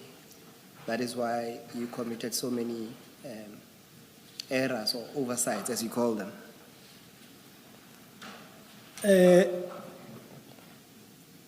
My answer to that will be that really, if I anticipated that the situation will turn out like that, I would have done better. Taking into consideration that by the time we arrived there, it was the only two of us, Mr. Mashaba, and should we maybe have got the information like before and have a full knowledge as to how big or how, the gravity or the magnitude of that consignment, or we would have done better. I specifically requested you when we were busy with your testimony to say that you are here to testify for yourself, and I would appreciate your answers. And for the record to confine that applies to you, especially if you are going to say, with the benefit of hindsight, you have to speak to yourself, or at least to your own actions and decisions, not. No, I understand that. Thank you. If I had an opportunity of having a full information about the drugs and that kind of consignment, I think I would have done better than I did. In fact, when the chair asked you in the morning to say when you first arrived at Yellow Jersey Logistics, and had you opened the container and you saw the drugs, and he asked you what you would have done, you said you would have then, stopped and called the necessary people to attend to the crime scene. Do you remember that, giving that answer? I would say yes. Yes, and Is that because you don't remember? Yeah, because if you can remember. I also remember. Yes, Mr. Musi. and the simple proposition is that you should have done exactly that when you arrived. At the very least, if one was to be fair to you, at least as soon as you say in your own testimony, as soon as you saw the black bags falling off, what you should have done is to simply say, do not touch, we don't know what's in here, cordon off and call the relevant people. Do you accept that? Accept that? Yes. Chair, those will be our questions. Thank you. Just something very quick, Warrant Officer. Truth be told, I think we were humoring you to even take you through several paragraphs of this national instruction on crime scene management. I'm saying we were humoring you because we all know that everything that could have gone wrong actually did go wrong. And the function of that was, as you admitted this morning when I engaged you, both of you were clueless as to how to manage a crime scene. That is why we have the mess that you ended up with. I'm just summing up the entire scene. Do you accept that? So. I accept that with both hands, and I'm not taking this very light. If given another opportunity, I think I would handle this kind of situation very differently. If I may come across such a situation. Yes, I'm saying we are humoring you, taking you through these prescripts because you simply do not know them, and therefore there isn't a snowball's chance in hell that you could have complied with them because you knew nothing about them. Do you accept that? I accept that, Commissioner. Thank you. Chair, can I put a last question just to piggyback on your last exchange with Warrant Officer Mahane? And the opposite of it, Warrant Officer, is that it's either that you do not appreciate the fullness of the situation you're dealing with, but at worst for you is that you were complicit to the process of intercepting these drugs to at least assist the intended recipient to recover them. What is your comment to that? That one, I'm totally, I still maintain that. Besides me not handling the situation in the correct manner, but for the version that I was intending to take those drugs to the recipient, I totally differ with that. Taking into account, I mean, if you can go through, I mean, our phones were taken to check if there was any link between us prior to that.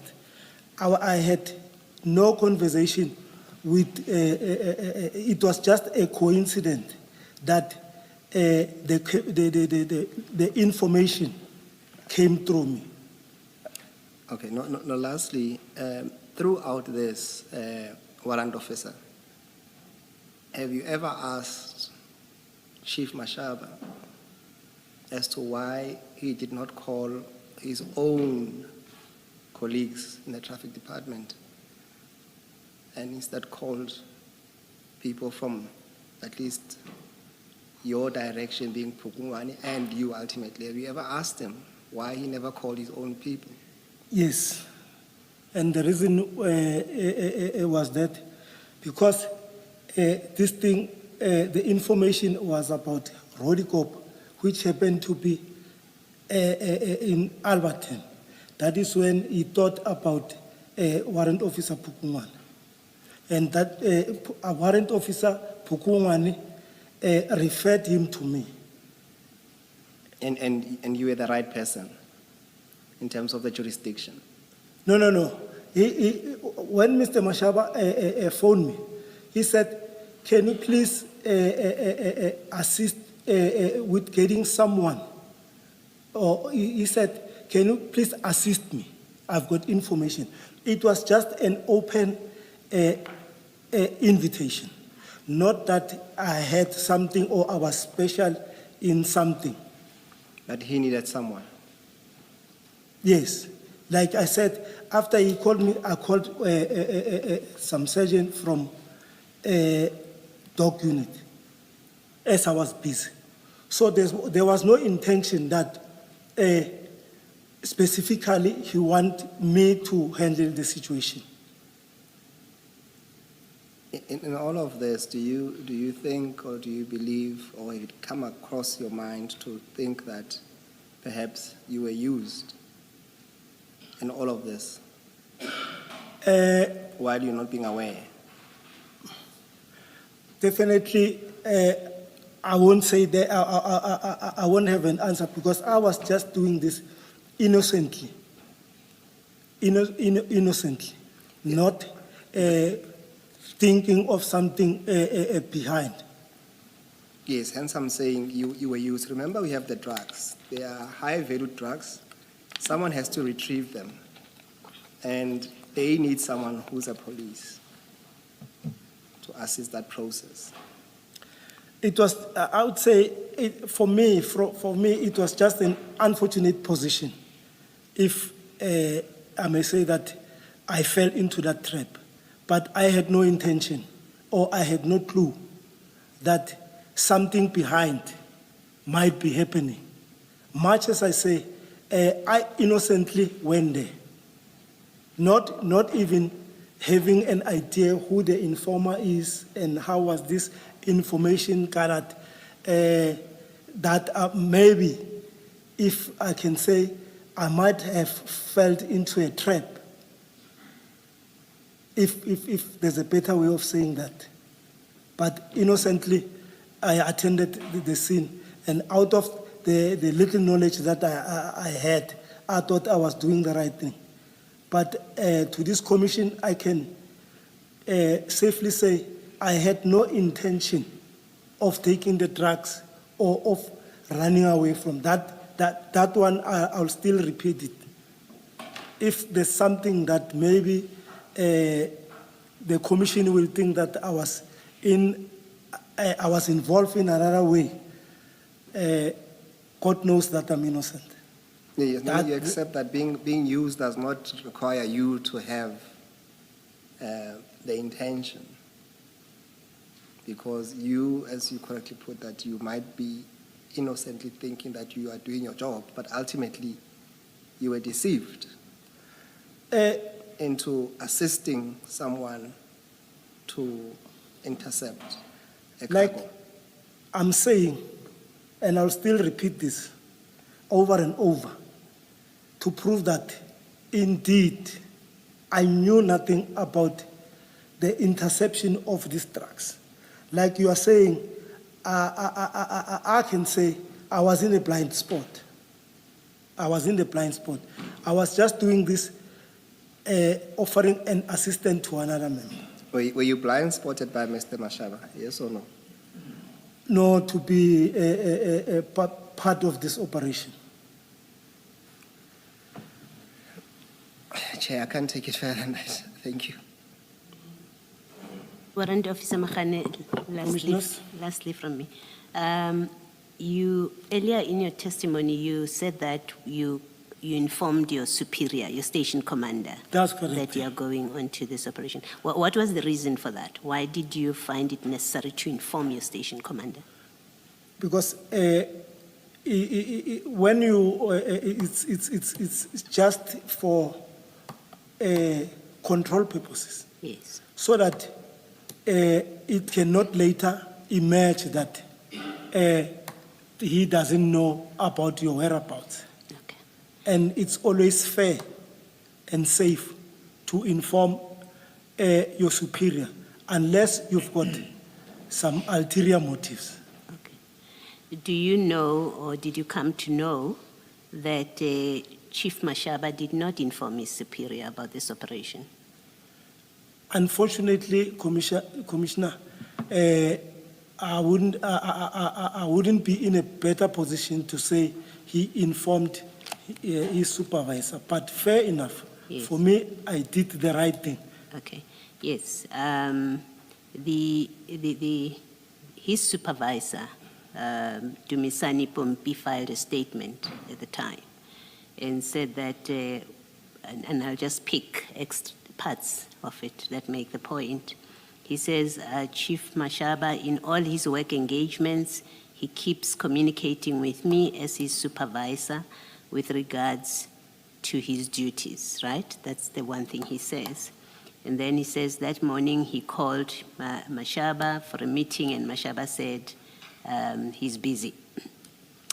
And then at about 11:26, he heard from Deputy Director that Chief Mashaba has been arrested by the Hawks. He had that. And then he then told me, and then he called him, and then he told me he could not tell me that they had an undercover operation of drugs. This is Mashaba now. He finds him on the phone. After now he's arrested, that the operation was successful, but they just having a misunderstanding with other members of crime intelligence. The indication from him was that they are fine and they will handle the situation. This is Mashaba to his superior.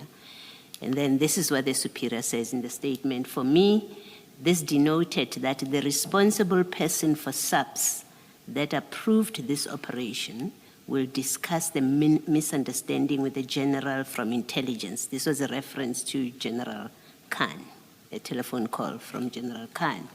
So the person responsible for the operation would have been you, according to his superior. There has to be a SAPS person responsible for the operation. But you've told us that, in fact, Mashaba was responsible. And then lastly, this is what the part where his boss says, I can confirm that I did not place Mashaba, he calls him Acting Deputy Provincial Inspector Mashaba, on duty of the activity he was performing at the time of his arrest, and he did not even inform me about it. So that's what his superior says. So Mashaba went and did his own thing without his boss knowing. And you have said, you have explained why you would inform your superior. Right? I did that. And quite notably for me, you say unless you would keep it, you would inform unless there was an ulterior motive for not telling your superior. That's correct, sir. Okay, all right. That's what I wanted to point to you. But then I want to put certain facts that have come out of the evidence or indicators that I want you to understand why there is concern about your role in this and the kind of conclusions that I shared with you earlier to say it looks like you were part of a scheme to intercept these drugs. One, and I list them, just try and remember them, but it all comes from the evidence, okay? And one is you are an office-bound person by your job. On that day, and your commander says that, and on that day you left the office to be involved with a drug bust because Mashaba, who's not your friend, he's not someone you work with every day and do operations with, calls you out of the blue and says, come and help me. So we've established that you leave your desk job to go and assist him in a drug bust where you have absolutely no experience. You don't know the protocols that apply, you've never done a drug bust, but you go and assist and join him when you have no relevant experience. That's one. Two, from the evidence, you did not call any relevant role players to come to the scene. You did not call LCRC, you did not call SANEP, you didn't call dog unit. The one person you called who said, I'm unavailable, you didn't say, put me through to somebody else or to your commander or something. You let it be Maja. I think that was Maja. When Maja says, I'm unavailable, who is dog unit, that was the end of it. You never called dog unit. You didn't try to call the forensic lab. You didn't call Vispol. You didn't call Boysons. You didn't call anyone that's relevant. You went to an operation you didn't call LCRC. You went to an operation with someone who's come to you with information to say, SAPS, here's information, and you go there. That's two. Three, you you let Mashaba run this operation on your own evidence. You told us that he was in charge from the get-go. He was in charge of this, in spite of a national instruction that says you are the first responder, which you accept, and therefore you should take responsibility for that operation. You allow yourself to be run by a traffic officer on a scene where the national instruction says you must take responsibility. Having done that, you completely participate in contamination of the exhibits and the scene. You do that. We've established it's because you don't know anything about the protocols and procedures, but you undermine completely any chance of a successful investigation where these things come from, who touched them, because of you touch them and you get other people to touch them. So I think that's 4 for me, 5.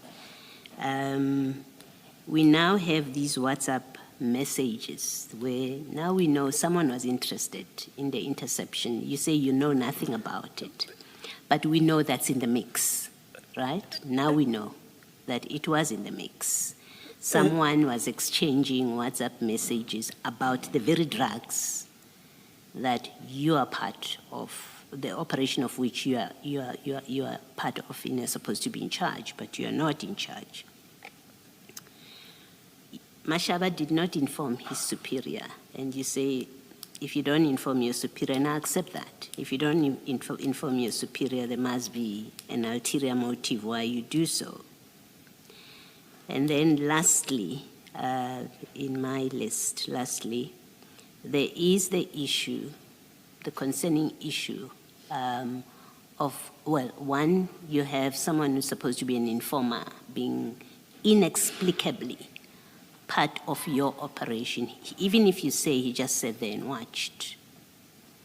Inexplicably, you've got someone who's watching, seeing, going with you to track where the drugs are going. He's going with you from Yellow Jersey to Scania.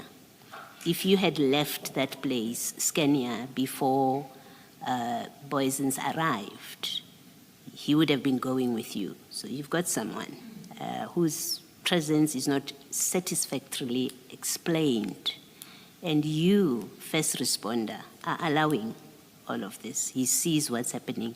But here's another worrying issue that Commissioner Khumalo has raised with you.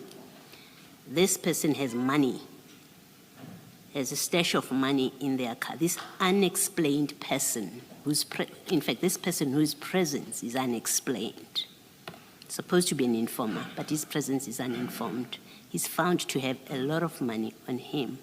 That doesn't look good on these facts when you look at all of these facts. And what I want to put to you on all of those facts is that I hope you do understand how that reasonably creates a basis for suspicion about your own involvement in this. At best, you may have been innocent and been used by Mr. Mashaba. You came in innocently thinking you are here to assist someone who wants assistance. But the full set of facts here shows that this operation was not a legitimate police operation. And the suspicion that these drugs were not intended, at least not all of them, but according to the WhatsApp messages, all of them, in fact, are supposed to be delivered elsewhere other than police station, does not look good on you. It makes you appear to have been knowingly a part of this illicit operation, that you were brought in just to create the cover of SAPS, because that's what you did. Knowingly or unknowingly, you created cover for Mashaba that when you went to Yellow Jersey, you were able to say, I'm SAPS, here's my card. You did that. You got to Scania, you said, here, I'm SAPS. When other police officers arrived, you said, here, I'm SAPS. So you provided cover to someone who, in fact, this was his consignment, it wasn't yours. He got the information. It wasn't your consignment. You didn't find it. So I hope you understand how it looks and how it creates suspicion about your own involvement and your own knowledge of what in fact was happening in this scene or was supposed to happen. You understand what I'm putting to you, and you can comment if you want to. Commissioners, with all fairness, I won't dispute your remark or remark. In all honesty, I still maintain my innocence. I don't know how best can I explain this. I don't know how best can I explain this. That maybe I was just in a firing line, but that is all I can say. Thank you, Warrant Officer Mahane. Thank you, Commissioners. Can I just say one thing and then clarify? It's a remarkable coincidence that the one police officer they called had a bakkie which was large enough to fit all these bags, and they could sit comfortably in that bag. It's a worrying coincidence. But my question is really clarification more than anything else. Did I understand you correctly in the morning that you had just finished your shift? You were in a night shift and you had just finished when you were called? No, or no, was no, it the case that you were not on duty at all on the day? No. I was on duty. You were on duty Actually, I reported early as a duty officer. at 6 o'clock? I visited the station Yes, as a duty officer. yes. Coincidentally, while I was busy with my visit, Yes. is when I received this call. All right, so you were on duty that day? I was official on duty. All right, that's all I wanted to clarify. Thank you. Thank you, Chair. No further questions. Thank you very much, Warrant Officer. You are excused. Let's adjourn and resume at 9:30 tomorrow.